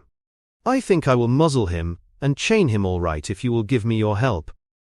Whatever you tell me to do, I will do. Very good, and I will ask you also to do it blindly, without always asking the reason. Just as you like. If you will do this, I think the chances are that our little problem will soon be solved. I have no doubt. He stopped suddenly and stared fixedly up over my head into the air. The lamp beat upon his face, and so intent was it and so still that it might have been that of a clear-cut classical statue, a personification of alertness and expectation. What is it? We both cried. I could see as he looked down that he was repressing some internal emotion. His features were still composed, but his eyes shone with amused exultation. Excuse the admiration of a connoisseur, said he, as he waved his hand towards the line of portraits which covered the opposite wall. Watson won't allow that I know anything of art, but that is mere jealousy, because our views upon the subject differ. Now these are a really very fine series of portraits. Well, I'm glad to hear you say so, said Sir Henry, glancing with some surprise at my friend. I don't pretend to know much about these things, and I'd be a better judge of a horse or a steer than of a picture. I didn't know that you found time for such things. I know what is good when I see it, and I see it now. That's a Nella, I'll swear, that lady in the blue silk over yonder. and the stout gentleman with the wig ought to be a Reynolds. They're all family portraits, I presume? Every one. Do you know the names?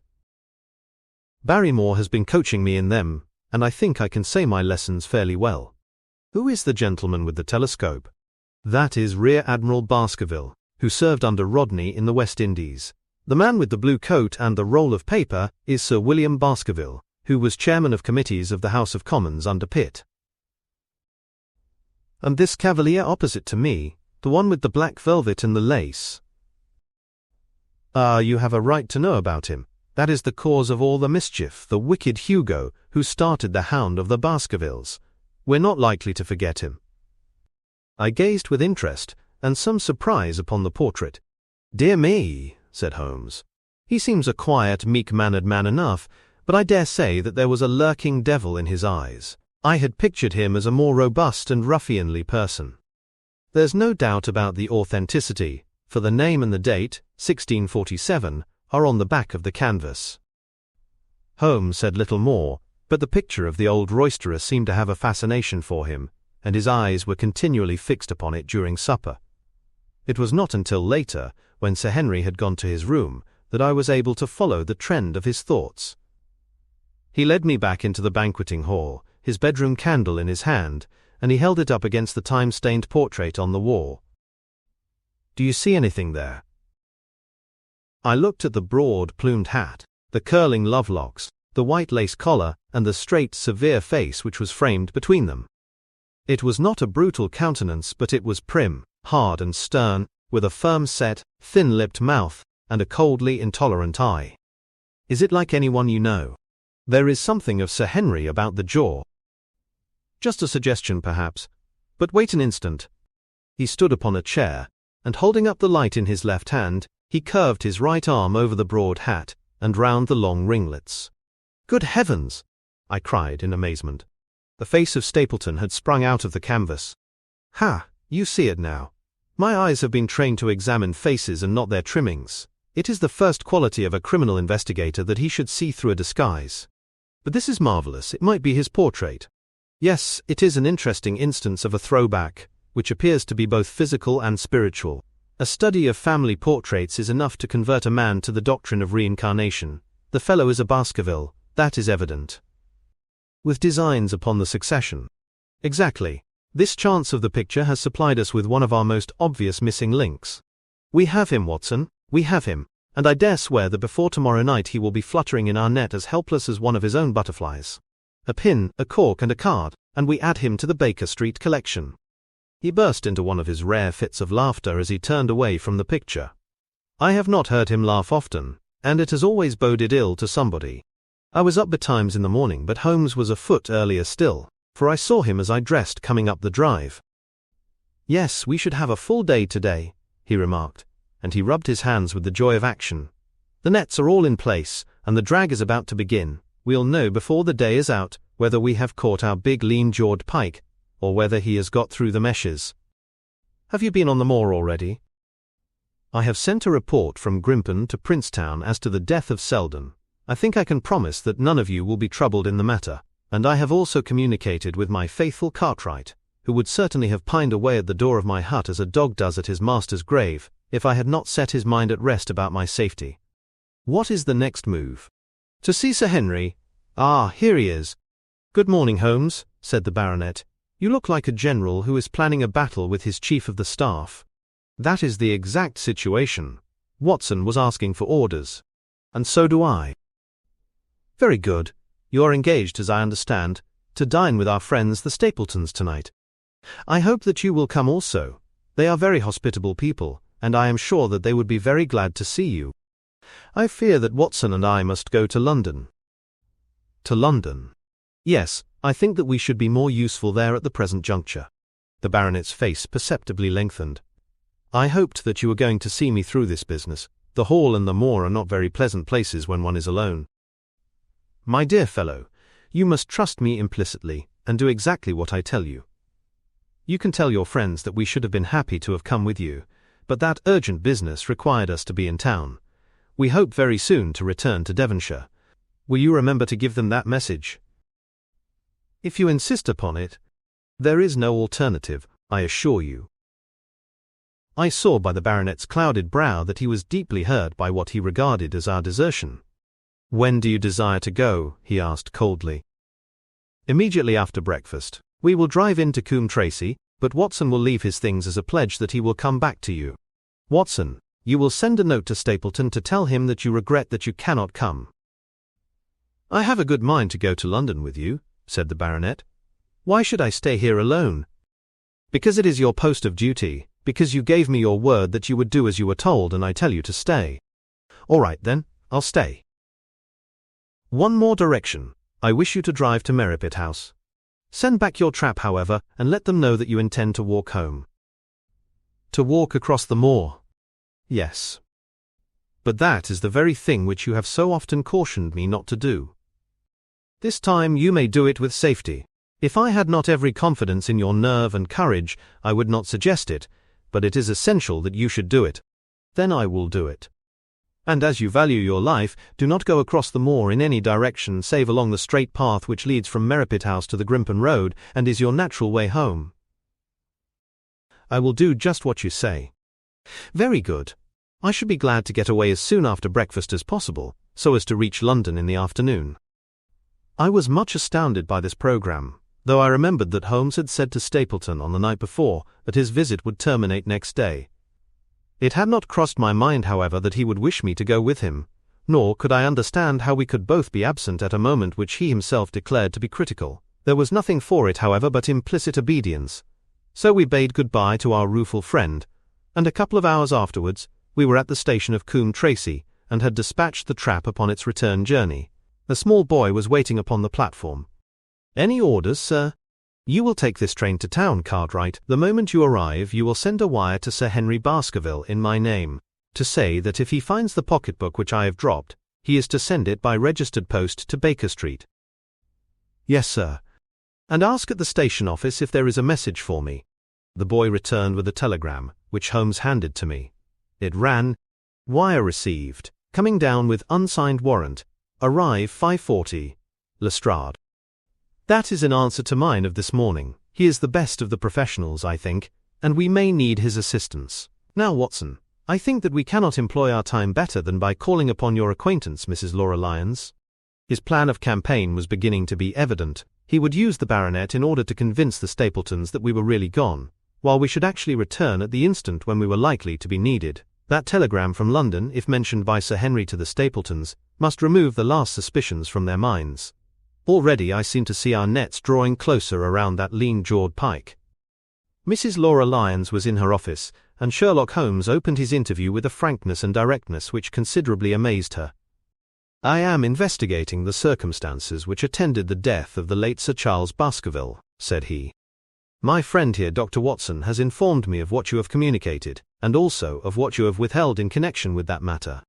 "What have I withheld?" she asked defiantly. "You have confessed that you asked Sir Charles to be at the gate at 10 o'clock. We know that that was the place and hour of his death. You have withheld what the connection is between these events." "There is no connection." "In that case, the coincidence must indeed be an extraordinary one. But I think that we shall succeed in establishing a connection after all. I wish to be perfectly frank with you, Mrs. Lyons. We regard this case as one of murder, and the evidence may implicate not only your friend Mr. Stapleton, but his wife as well." The lady sprang from her chair. "His wife!" she cried. "The fact is no longer a secret. The person who has passed for his sister is really his wife." Mrs. Lyons had resumed her seat. Her hands were grasping the arms of her chair, and I saw that the pink nails had turned white with the pressure of her grip. "His wife," she said again. "His wife. He is not a married man." Sherlock Holmes shrugged his shoulders. "Prove it to me, and if you can do so," the fierce flash of her eyes said more than any words. "I have come prepared to do so," said Holmes, drawing several papers from his pocket. "Here is a photograph of the couple taken in York 4 years ago. It is endorsed Mr. and Mrs. Vandeleur, but you will have no difficulty in recognizing him, and her also, if you know her by sight. Here are 3 written descriptions by trustworthy witnesses of Mr. and Mrs. Vandeleur, who at that time kept St. Oliver's private school. Read them and see if you can doubt the identity of these people." She glanced at them, and then looked up at us with the set, rigid face of a desperate woman. "Mr. Holmes," she said, "this man had offered me marriage on condition that I could get a divorce from my husband. He has lied to me, the villain, in every conceivable way. Not one word of truth has he ever told me. And why? Why? I imagined that all was for my own sake. But now I see that I was never anything but a tool in his hands. Why should I preserve faith with him who never kept any with me? Why should I try to shield him from the consequences of his own wicked acts? Ask me what you like, and there is nothing which I shall hold back. One thing I swear to you, and that is that when I wrote the letter, I never dreamed of any harm to the old gentleman, who had been my kindest friend." "I entirely believe you, madam," said Sherlock Holmes. "The recital of these events must be very painful to you, and perhaps it will make it easier if I tell you what occurred, and you can check me if I make any material mistake. The sending of this letter was suggested to you by Stapleton. He dictated it. I presume that the reason he gave was that you would receive help from Sir Charles for the legal expenses connected with your divorce." "Exactly. And then, after you had sent the letter, he dissuaded you from keeping the appointment?" "He told me that it would hurt his self-respect, that any other man should find the money for such an object, and that though he was a poor man himself, he would devote his last penny to removing the obstacles which divided us. He appears to be a very consistent character. And then you heard nothing until you read the reports of the death in the paper?" "No." "And he made you swear to say nothing about your appointment with Sir Charles?" "He did. He said that the death was a very mysterious one, and that I should certainly be suspected if the facts came out. He frightened me into remaining silent." "Quite so. But you had your suspicions?" She hesitated and looked down. "I knew him," she said, "but if he had kept faith with me, I should always have done so with him." "I think that on the whole, you have had a fortunate escape," said Sherlock Holmes. "You have had him in your power, and he knew it, and yet you are alive. You have been walking for some months, very near to the edge of a precipice. We must wish you good morning now, Mrs. Lyons, and it is probable that you will very shortly hear from us again. Our case becomes rounded off, and difficulty after difficulty thins away in front of us," said Holmes, as we stood waiting for the arrival of the express from town. "I shall soon be in the position of being able to put into a single connected narrative one of the most singular and sensational crimes of modern times. Students of criminology will remember the analogous incidents in Grodno, in Little Russia, in the year '66, and of course there are the Anderson murders in North Carolina, but this case possesses some features which are entirely its own. Even now we have no clear case against this very wily man, but I shall be very much surprised if it is not clear enough before we go to bed this night." The London Express came roaring into the station, and a small, wiry bulldog of a man had sprung from a first-class carriage. We all three shook hands, and I saw at once from the reverential way in which Lestrade gazed at my companion that he had learned a good deal since the days when they had first worked together. I could well remember the scorn which the theories of the reasoner used then to excite in the practical man. "Anything good?" he asked. "The biggest thing for years," said Holmes. "We have 2 hours before we need think of starting. I think we might employ it in getting some dinner. And then, Lestrade, we will take the London fog out of your throat by giving you a breath of the pure night air of Dartmoor. Never been there? Ah, well, I don't suppose you will forget your first visit." Chapter 14. The Hound of the Baskervilles. One of Sherlock Holmes's defects, if indeed one may call it a defect, was that he was exceedingly loath to communicate his full plans to any other person, until the instant of their fulfillment. Partly it came no doubt from his own masterful nature, which loved to dominate and surprise those who were around him. Partly also from his professional caution, which urged him never to take any chances. The result, however, was very trying for those who were acting as his agents and assistants. I had often suffered under it, but never more so than during that long drive in the darkness. The great ordeal was in front of us. At last we were about to make our final effort, and yet Holmes had said nothing, and I could only surmise what his course of action would be. My nerves thrilled with anticipation when at last the cold wind upon our faces, and the dark void spaces on either side of the narrow road, told me that we were back upon the moor once again. Every stride of the horses and every turn of the wheels was taking us nearer to our supreme adventure. Our conversation was hampered by the presence of the driver of the hired wagonette, so that we were forced to talk of trivial matters when our nerves were tense with emotion and anticipation. It was a relief to me, after that unnatural restraint, when we at last passed Franklin's house and knew that we were drawing near to the hall and to the scene of action. We did not drive up to the door but got down near the gate of the avenue. The wagonette was paid off and ordered to return to Coombe Tracy forthwith, while we started to walk to Merripit House. "Are you armed, Lestrade?" The little detective smiled. "As long as I have my trousers, I have a hip pocket, and as long as I have my hip pocket, I have something in it." "Good. My friend and I are also ready for emergencies." "You're mighty close about this affair, Mr. Holmes. What's the game now?" "A waiting game." "My word, it does not seem a very cheerful place," said the detective with a shiver, glancing round him at the gloomy slopes of the hill and at the huge lake of fog which lay over the Grimpen Mire. "I see the lights of a house ahead of us. That is Merripit House and the end of our journey. I must request you to walk on tiptoe and not to talk above a whisper." We moved cautiously along the track, as if we were bound for the house, but Holmes halted us when we were about 200 yards from it. "This will do," said he. "These rocks upon the right make an admirable screen. We are to wait here?" "Yes, we shall make our little ambush here. Get into this hollow, Lestrade. You have been inside the house, have you not, Watson?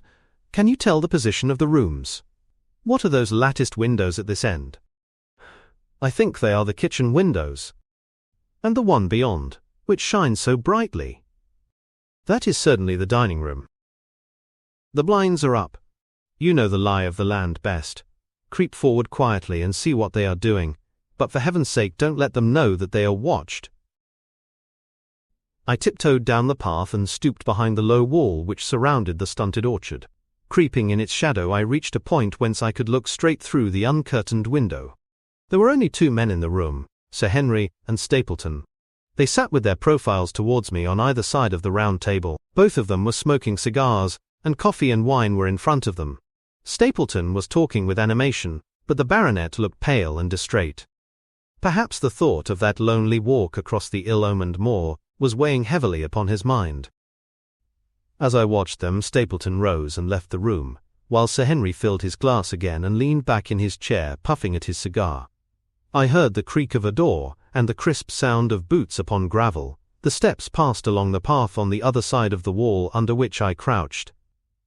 Looking over, I saw the naturalist pause at the door of an outhouse in the corner of the orchard. A key turned in a lock, and as he passed in, there was a curious scuffling noise from within. He was only a minute or so inside, and then I heard the key turn once more, and he passed me and re-entered the house. I saw him rejoin his guest, and I crept quietly back to where my companions were waiting to tell them what I had seen. "You say, Watson, that the lady is not there?" Holmes asked when I had finished my report. "No." "Where can she be then, since there is no light in any other room except the kitchen?" "I cannot think where she is." I have said that over the great Grimpen Mire there hung a dense white fog. It was drifting slowly in our direction, and banked itself up like a wall on that side of us, low but thick and well-defined. The moon shone on it, and it looked like a great shimmering ice field, with the heads of the distant tors as rocks borne upon its surface. Holmes's face was turned towards it, and he muttered impatiently as he watched its sluggish drift. "It's moving towards us, Watson." "Is that serious?" "Very serious indeed. The one thing upon earth which could have disarranged my plans. He can't be very long now. It is already 10 o'clock. Our success, and even his life, may depend upon his coming out, before the fog is over the path." The night was clear and fine above us. The stars shone cold and bright, while a half-moon bathed the whole scene in a soft, uncertain light. Before us lay the dark bulk of the house, its serrated roof and bristling chimneys hard outlined against the silver-spangled sky. Broad bars of golden light from the lower windows stretched across the orchard and the moor. One of them was suddenly shut off. The servants had left the kitchen. There only remained the lamp in the dining room, where the 2 men, the murderous host and the unconscious guest, still chatted over their cigars. Every minute, that white, woolly plain which covered one half of the moor was drifting closer and closer to the house. Already the first thin wisps of it were curling across the golden square of the lighted window. The farther wall of the orchard was already invisible, and the trees were standing out of a swirl of white vapor. As we watched it, the fog wreaths came crawling round both corners of the house and rolled slowly into one dense bank, on which the upper floor and the roof floated like a strange ship upon a shadowy sea. Holmes struck his hand passionately upon the rock in front of us, and stamped his feet in his impatience. "If he isn't out in a quarter of an hour, the path will be covered. In half an hour we won't be able to see our hands in front of us. Shall we move farther back upon higher ground?" "Yes, I think it would be as well." So as the fog bank flowed onward, we fell back before it until we were half a mile from the house, and still that dense white sea, with the moon silvering its upper edge, swept slowly and inexorably on. "We are going too far," said Holmes. "We dare not take the chance of his being overtaken before he can reach us. At all costs we must hold our ground where we are." He dropped on his knees and clapped his ear to the ground. "Thank heaven, I think that I hear him coming." The sound of quick steps broke the silence of the moor. Crouching among the stones, we stared intently at the silver-tipped bank in front of us. The steps grew louder, and through the fog, as through a curtain, there stepped the man whom we were awaiting. He looked round him in surprise as he emerged into the clear, starlit night. Then he came swiftly along the path, passed close to where we lay, and went on up the long slope behind us. As he walked, he glanced continually over either shoulder, like a man who is ill at ease. "Hist!" cried Holmes, and I heard the sharp click of a cocking pistol. "Look out! It's coming!" There was a thin, crisp, continuous patter from somewhere in the heart of that crawling bank. The cloud was within 50 yards of where we lay, and we glared at it, all three, uncertain what horror was about to break from the heart of it. I was at Holmes's elbow, and I glanced for an instant at his face. It was pale and exultant, his eyes shining brightly in the moonlight. But suddenly, they started forward in a rigid, fixed stare, and his lips parted in amazement. At the same instant, Lestrade gave a yell of terror and threw himself face downwards upon the ground. I sprang to my feet, my inert hand grasping my pistol, my mind paralyzed by the dreadful shape which had sprung out upon us from the shadows of the fog. A hound it was, an enormous coal-black hound, but not such a hound as mortal eyes have ever seen. Fire burst from its open mouth, its eyes glowed with a smouldering glare, its muzzle and hackles and dewlap were outlined in flickering flame. Never in the delirious dream of a disordered brain could anything more savage, more appalling, more hellish be conceived than that dark form and savage face which broke upon us out of the wall of fog. With long bounds, the huge black creature was leaping down the track, following hard upon the footsteps of our friend. So paralyzed were we by the apparition that we allowed him to pass before we had recovered our nerve. Then Holmes and I both fired together, and the creature gave a hideous howl, which showed that one at least had hit him. He did not pause, however, but bounded onwards. Far away on the path we saw Sir Henry looking back, his face white in the moonlight, his hands raised in horror, glaring helplessly at the frightful thing which was hunting him down. But that cry of pain from the hound had blown all our fears to the winds. If he was vulnerable, he was mortal, and if we could wound him, we could kill him. Never have I seen a man run as Holmes ran that night. I am reckoned fleet of foot, but he outpaced me as much as I outpaced the little professional. In front of us, as we flew up the track, we heard scream after scream from Sir Henry and the deep roar of the hound. I was in time to see the beast spring upon its victim, hurl him to the ground, and worry at his throat. But the next instant, Holmes had emptied 5 barrels of his revolver into the creature's flank. With a last howl of agony and a vicious snap in the air, it rolled upon its back, 4 feet pawing furiously, and then fell limp upon its side. I stooped, panting, and pressed my pistol to the dreadful, shimmering head, but it was useless to press the trigger. The giant hound was dead. Sir Henry lay insensible where he had fallen. We tore away his collar, and Holmes breathed a prayer of gratitude when we saw that there was no sign of a wound, and that the rescue had been in time. Already our friend's eyelids shivered, and he made a feeble effort to move. Lestrade thrust his brandy flask between the baronet's teeth, and 2 frightened eyes were looking up at us. "My God," he whispered. "What was it? What in heaven's name was it?" "It's dead, whatever it is," said Holmes. "We've laid the family ghost once and forever." In mere size and strength it was a terrible creature which was lying stretched before us. It was not a pure bloodhound, and it was not a pure mastiff, but it appeared to be a combination of the two, gaunt, savage, and as large as a small lioness. Even now, in the stillness of death, the huge jaws seemed to be dripping with a bluish flame, and the small, deep-set, cruel eyes were ringed with fire. I placed my hand upon the glowing muzzle, and as I held them up, my own fingers smouldered and gleamed in the darkness. "Phosphorus," I said. "A cunning preparation of it," said Holmes, sniffing at the dead animal. "There is no smell which might have interfered with his power of scent. We owe you a deep apology, Sir Henry, for having exposed you to this fright. I was prepared for a hound, but not for such a creature as this, and the fog gave us little time to receive him. You have saved my life, having first endangered it. Are you strong enough to stand? Give me another mouthful of that brandy and I shall be ready for anything. So! Now, if you will help me up, what do you propose to do?" "To leave you here. You are not fit for further adventures tonight. If you will wait, one or other of us will go back with you to the hall." He tried to stagger to his feet, but he was still ghastly pale and trembling in every limb. We helped him to a rock, where he sat shivering with his face buried in his hands. "We must leave you now," said Holmes. "The rest of our work must be done, and every moment is of importance. We have our case, and now, we only want our man. It's 1,000 to 1 against our finding him at the house," he continued as we retraced our steps swiftly down the path. "Those shots must have told him that the game was up. We were some distance off, and this fog may have deadened them. He followed the hound to call him off. Of that you may be certain. No, he's gone by this time, but we'll search the house and make sure." The front door was open, so we rushed in and hurried from room to room, to the amazement of a doddering old manservant who met us in the passage. There was no light save in the dining room, but Holmes caught up the lamp, and left no corner of the house unexplored. No sign could we see of the man whom we were chasing. On the upper floor, however, one of the bedroom doors was locked. "There's someone in here," cried Lestrade. "I can hear a movement. Open this door." A faint moaning and rustling came from within. Holmes struck the door just over the lock with the flat of his foot, and it flew open. Pistol in hand, we all three rushed into the room. But there was no sign within it of that desperate and defiant villain whom we expected to see. Instead, we were faced by an object so strange and so unexpected that we stood for a moment staring at it in amazement. The room had been fashioned into a small museum, and the walls were lined by a number of glass-topped cases, full of that collection of butterflies and moths, the formation of which had been the relaxation of this complex and dangerous man.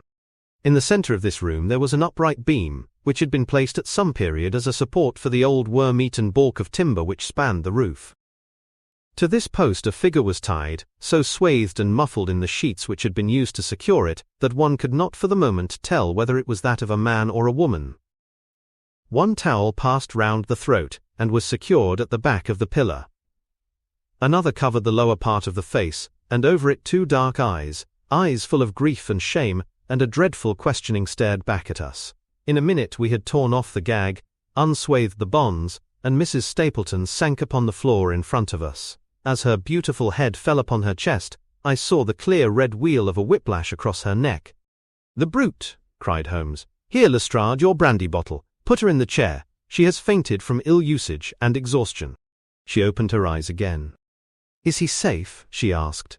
"Has he escaped?" "He cannot escape us, madam." No, I did not mean my husband." "Sir Henry, is he safe?" "Yes." "And the hound?" "It is dead." She gave a long sigh of satisfaction. Thank God! Thank God! Oh, this villain! See how he has treated me!" She shot her arms out from her sleeves, and we saw with horror that they were all mottled with bruises. "But this is nothing. Nothing! It is my mind and soul that he has tortured and defiled. I could endure it all. Ill usage, solitude, a life of deception, everything, as long as I could still cling to the hope that I had his love. But now I know that in this also, I have been his dupe and his tool." She broke into passionate sobbing as she spoke. "You bear him no good will, madam," said Holmes. "Tell us then where we shall find him. If you have ever aided him in evil, help us now and so atone." "There is but one place where he can have fled," she answered. "There is an old tin mine on an island in the heart of the mire. It was there that he kept his hound, and there also he had made preparations so that he might have a refuge. That is where he would fly." The fogbank lay like white wool against the window. Holmes held the lamp towards it. "See," said he, "no one could find his way into the Grimpen Mire tonight." She laughed and clapped her hands. Her eyes and teeth gleamed with fierce merriment. "He may find his way in but never out," she cried. "How can he see the guiding wands tonight? We planted them together, he and I, to mark the pathway through the mire. Oh, if I could only have plucked them out today, then indeed you would have had him at your mercy. It was evident to us that all pursuit was in vain until the fog had lifted. Meanwhile we left Lestrade in possession of the house, while Holmes and I went back with the baronet to Baskerville Hall. The story of the Stapletons could no longer be withheld from him, but he took the blow bravely when he learned the truth about the woman whom he had loved. But the shock of the night's adventures had shattered his nerves, and before morning he lay delirious in a high fever, under the care of Dr. Mortimer. The two of them were destined to travel together round the world, before Sir Henry had become once more the hale, hearty man that he had been before he became master of that ill-omened estate. And now I come rapidly to the conclusion of this singular narrative, in which I have tried to make the reader share those dark fears and vague surmises which clouded our lives so long, and ended in so tragic a manner. On the morning after the death of the Hound, the fog had lifted, and we were guided by Mrs. Stapleton to the point where they had found a pathway through the bog. It helped us to realize the horror of this woman's life, when we saw the eagerness and joy with which she laid us on her husband's track.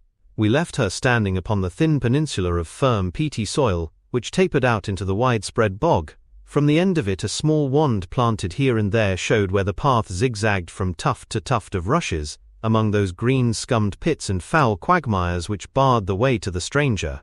Rank reeds and lush, slimy water plants sent an odor of decay and a heavy miasmatic vapor onto our faces, while a false step plunged us more than once thigh-deep into the dark, quivering mire, which shook for yards in soft undulations around our feet.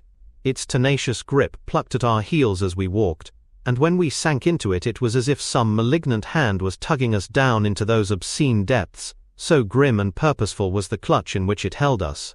Once only we saw a trace that someone had passed that perilous way before us. From amid a tuft of cotton grass which bore it up out of the slime, some dark thing was projecting. Holmes sank to his waist as he stepped from the path to seize it, and had we not been there to drag him out, he could never have set his foot upon firm land again. He held an old black boot in the air. Myers, Toronto, was printed on the leather inside. "It is worth a mud bath," said he. "It is our friend Sir Henry's missing boot. Thrown there by Stapleton in his flight." "Exactly. He retained it in his hand after using it to set the Hound upon his track. He fled when he knew the game was up, still clutching it, and he hurled it away at this point of his flight. We know at least that he came so far in safety. But more than that we were never destined to know, though there was much which we might surmise. There was no chance of finding footsteps in the mire, for the rising mud oozed swiftly in upon them, but as we at last reached firmer ground beyond the morass, we all looked eagerly for them, but no slightest sign of them ever met our eyes. If the earth told a true story, then Stapleton never reached that island of refuge towards which he struggled through the fog upon that last night.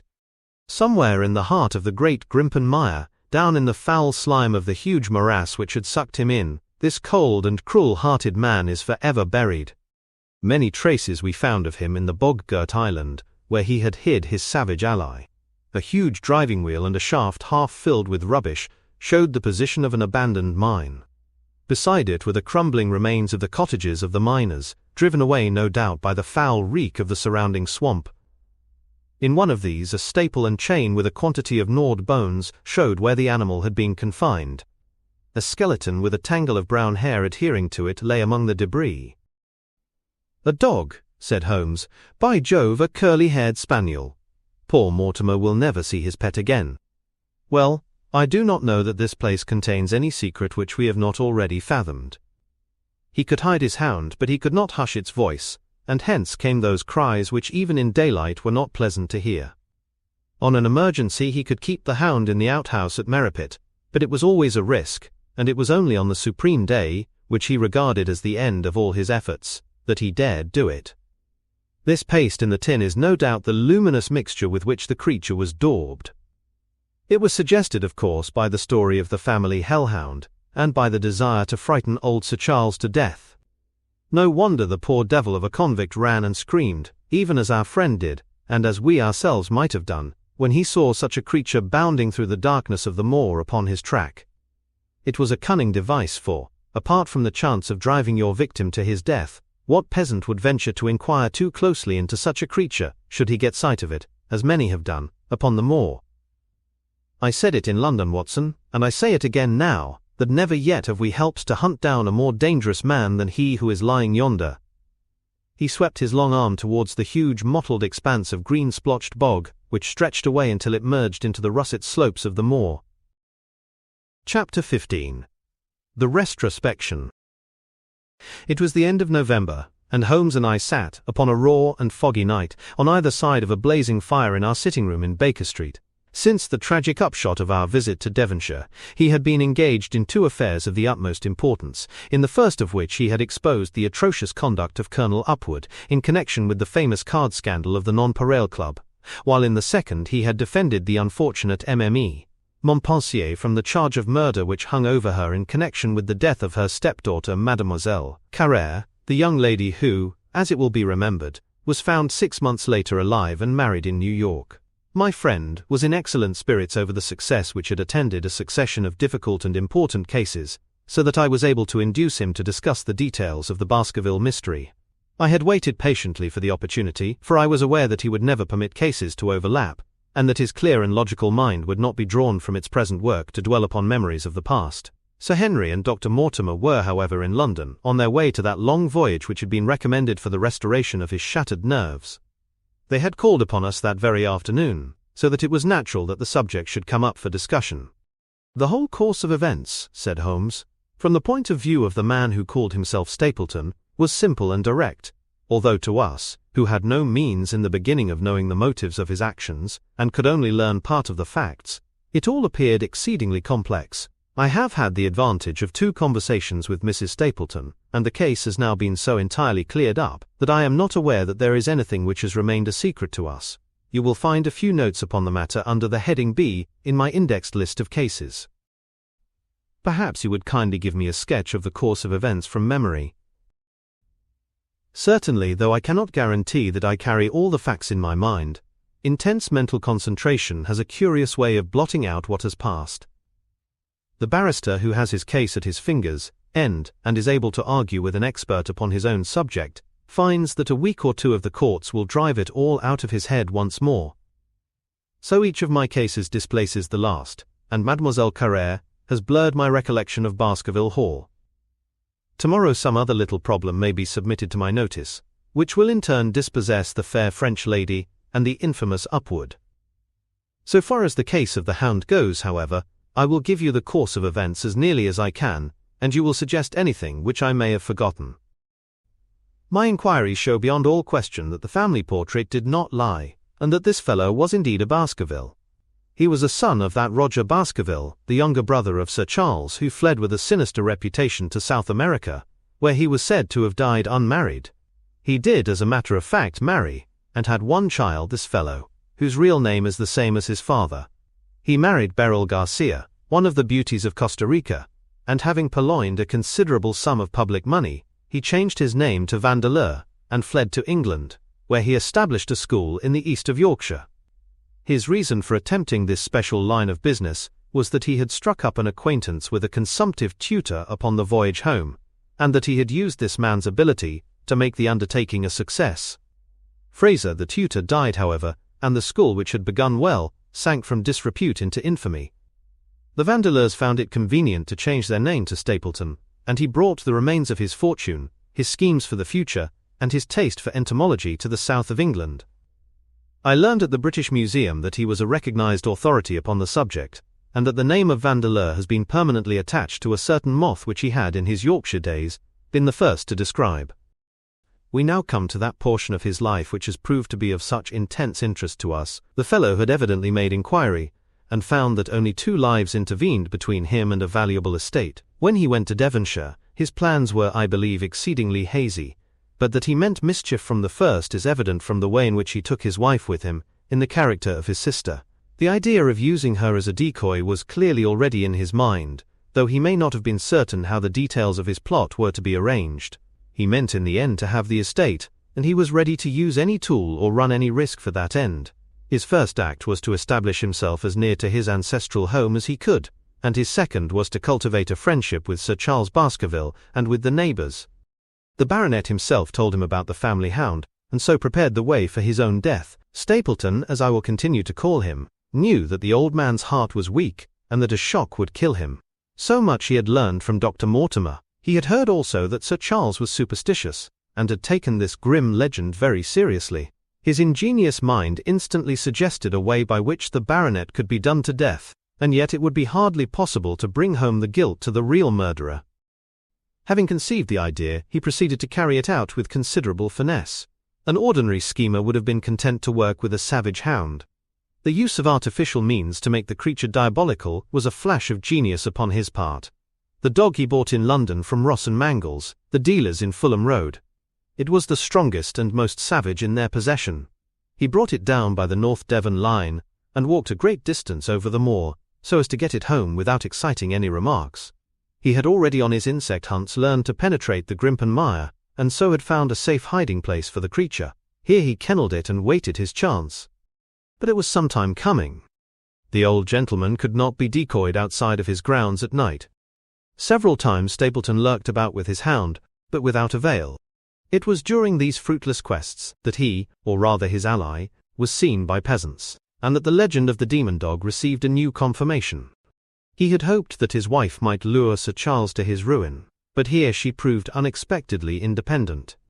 She would not endeavour to entangle the old gentleman in a sentimental attachment which might deliver him over to his enemy.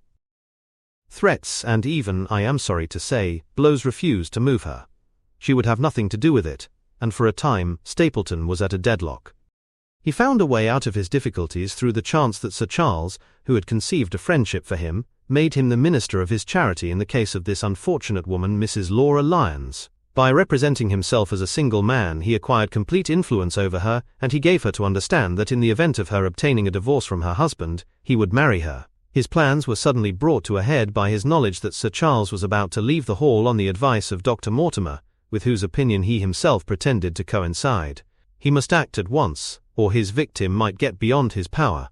He therefore put pressure upon Mrs. Lyons to write this letter, imploring the old man to give her an interview on the evening before his departure for London. He then, by a specious argument, prevented her from going, and so had the chance for which he had waited. Driving back in the evening from Coombe Tracey, he was in time to get his hound, to treat it with his infernal paint, and to bring the beast round to the gate at which he had reason to expect that he would find the old gentleman waiting. The dog, incited by its master, sprang over the wicket gate and pursued the unfortunate baronet, who fled screaming down the yew alley. In that gloomy tunnel, it must indeed have been a dreadful sight to see that huge black creature, with its flaming jaws and blazing eyes, bounding after its victim. He fell dead at the end of the alley from heart disease and terror. The hound had kept upon the grassy border while the baronet had run down the path, so that no track but the man's was visible. On seeing him lying still, the creature had probably approached to sniff at him, but, finding him dead, had turned away again. It was then that it left the print which was actually observed by Dr. Mortimer. The hound was called off and hurried away to its lair in the Grimpen Mire, and a mystery was left which puzzled the authorities, alarmed the countryside, and finally brought the case within the scope of our observation. So much for the death of Sir Charles Baskerville. You perceive the devilish cunning of it, for really it would be almost impossible to make a case against the real murderer. His only accomplice was one who could never give him away, and the grotesque, inconceivable nature of the device only served to make it more effective. Both of the women concerned in the case, Mrs. Stapleton and Mrs. Laura Lyons, were left with a strong suspicion against Stapleton. Mrs. Stapleton knew that he had designs upon the old man, and also of the existence of the hound. Mrs. Lyons knew neither of these things, but had been impressed by the death occurring at the time of an uncancelled appointment, which was only known to him. However, both of them were under his influence, and he had nothing to fear from them. The first half of his task was successfully accomplished, but the more difficult still remained. It is possible that Stapleton did not know of the existence of an heir in Canada. In any case, he would very soon learn it from his friend Dr. Mortimer, and he was told by the latter all details about the arrival of Henry Baskerville. Stapleton's first idea was that this young stranger from Canada might possibly be done to death in London, without coming down to Devonshire at all. He distrusted his wife ever since she had refused to help him in laying a trap for the old man, and he dared not leave her long out of his sight for fear he should lose his influence over her. It was for this reason that he took her to London with him. They lodged, I find, at the Mexborough Private Hotel, in Craven Street, which was actually one of those called upon by my agent in search of evidence. Here he kept his wife imprisoned in her room while he, disguised in a beard, followed Dr. Mortimer to Baker Street and afterwards to the station and to the Northumberland Hotel. His wife had some inkling of his plans, but she had such a fear of her husband, a fear founded upon brutal ill-treatment, that she dare not write to warn the man whom she knew to be in danger. If the letter should fall into Stapleton's hands, her own life would not be safe. Eventually, as we know, she adopted the expedient of cutting out the words which would form the message, and addressing the letter in a disguised hand. It reached the baronet, and gave him the first warning of his danger. It was very essential for Stapleton to get some article of Sir Henry's attire, so that in case he was driven to use the dog, he might always have the means of setting him upon his track. With characteristic promptness and audacity, he set about this at once, and we cannot doubt that the boots or chambermaid of the hotel was well bribed to help him in his design. By chance, however, the first boot which was procured for him was a new one, and therefore useless for his purpose. He then had it returned, and obtained another, a most instructive incident, since it proved conclusively to my mind that we were dealing with a real hound. As no other supposition could explain this anxiety to obtain an old boot, and this indifference to a new one. The more outré and grotesque an incident is, the more carefully it deserves to be examined, and the very point which appears to complicate a case is, when duly considered and scientifically handled, the one which is most likely to elucidate it. Then we had the visit from our friends next morning, shadowed always by Stapleton in the cab. From his knowledge of our rooms and of my appearance, as well as from his general conduct, I am inclined to think that Stapleton's career of crime has been by no means limited to this single Baskerville affair. It is suggestive that during the last 3 years there have been 4 considerable burglaries in the West Country, for none of which was any criminal ever arrested. The last of these at Folkestone Court in May was remarkable for the cold-blooded pistoling of the page, who surprised the masked and solitary burglar. I cannot doubt that Stapleton recruited his waning resources in this fashion, and that for years he has been a desperate and dangerous man. We had an example of his readiness of resource that morning when he got away from us so successfully, and also of his audacity in sending back my own name to me through the cabman. From that moment he understood that I had taken over the case in London, and that therefore there was no chance for him there. He returned to Dartmoor, and awaited the arrival of the baronet. "One moment," said I. "You have no doubt described the sequence of events correctly, but there is one point which you have left unexplained. What became of the hound when its master was in London?" "I have given some attention to this matter, and it is undoubtedly of importance. There can be no question that Stapleton had a confidant, though it is unlikely that he ever placed himself in his power by sharing all his plans with him.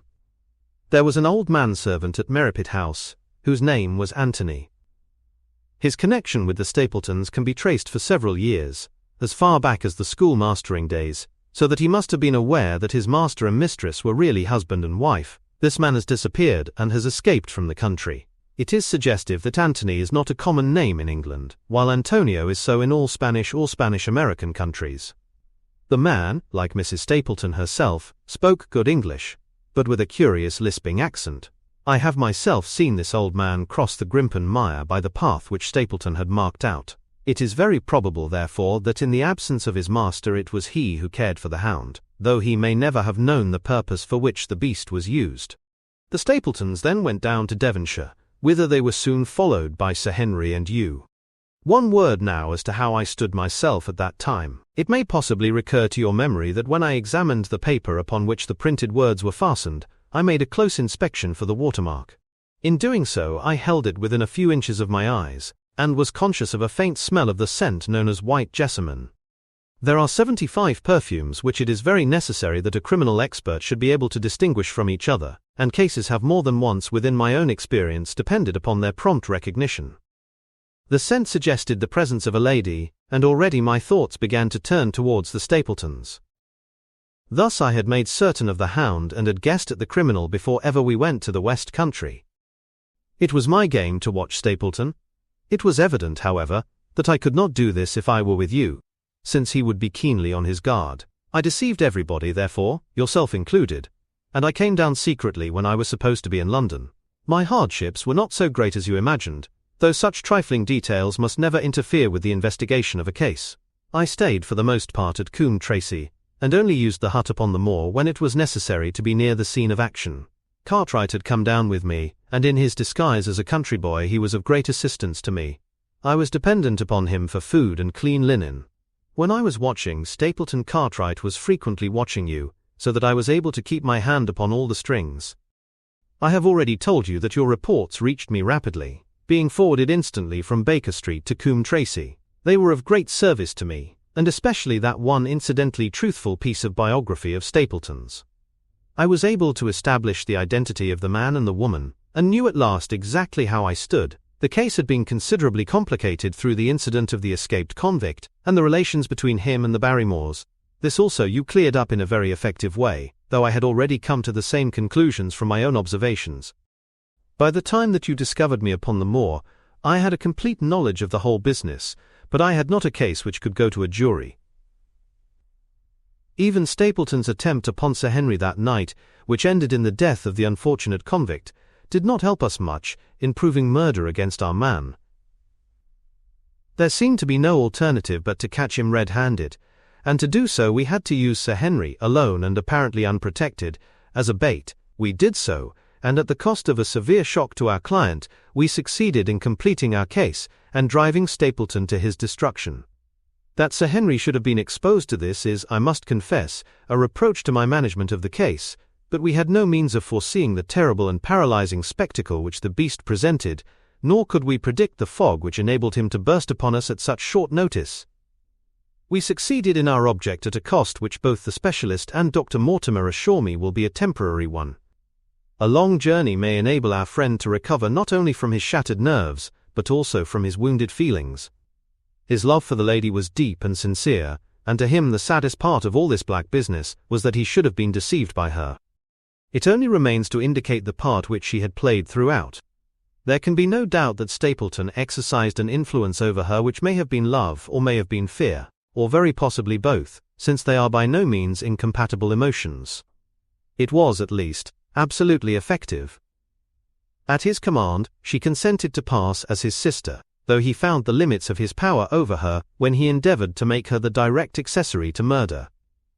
She was ready to warn Sir Henry so far as she could without implicating her husband, and again she tried to do so. Stapleton himself seems to have been capable of jealousy, and when he saw the baronet paying court to the lady, even though it was part of his own plan, still he could not help interrupting with a passionate outburst which revealed the fiery soul which his self-contained manner so cleverly concealed. By encouraging the intimacy, he made it certain that Sir Henry would frequently come to Merripit House, and that he would sooner or later get the opportunity which he desired. On the day of the crisis, however, his wife turned suddenly against him. She had learned something of the death of the convict, and she knew that the Hound was being kept in the outhouse, on the evening that Sir Henry was coming to dinner. She taxed her husband with his intended crime, and a furious scene followed, in which he showed her for the first time that she had a rival in his love. Her fidelity turned in an instant to bitter hatred, and he saw that she would betray him. He tied her up, therefore, that she might have no chance of warning Sir Henry, and he hoped, no doubt, that when the whole countryside put down the baronet's death to the curse of his family, as they certainly would do, he could win his wife back, to accept an accomplished fact, and to keep silent upon what she knew. In this I fancy that in any case he made a miscalculation, and that, if we had not been there, his doom would nonetheless have been sealed. A woman of Spanish blood does not condone such an injury so lightly, and now, my dear Watson, without referring to my notes, I cannot give you a more detailed account of this curious case. I do not know that anything essential has been left unexplained. He could not hope to frighten Sir Henry to death, as he had done the old uncle with his bogey hound. The beast was savage and half-starved. If its appearance did not frighten its victim to death, at least it would paralyze the resistance which might be offered. No doubt, there only remains one difficulty. If Stapleton came into the succession, how could he explain the fact that he, the heir, had been living unannounced under another name so close to the property? How could he claim it without causing suspicion and inquiry? It is a formidable difficulty, and I fear that you ask too much when you expect me to solve it. The past and the present are within the field of my inquiry, but what a man may do in the future is a hard question to answer. Mrs. Stapleton has heard her husband discuss the problem on several occasions. There were 3 possible courses. He might claim the property from South America, establish his identity before the British authorities there, and so obtain the fortune without ever coming to England at all, or he might adopt an elaborate disguise during the short time that he need be in London, or again he might furnish an accomplice with the proofs and papers, putting him in as heir, and retaining a claim upon some proportion of his income. We cannot doubt from what we know of him that he would have found some way out of the difficulty. And now, my dear Watson, we have had some weeks of severe work, and for one evening I think we may turn our thoughts into more pleasant channels. I have a box for les Huguenots. Have you heard the D'Orescas? Might I trouble you then to be ready in half an hour, and we can stop at Marcini's for a little dinner on the way. The End.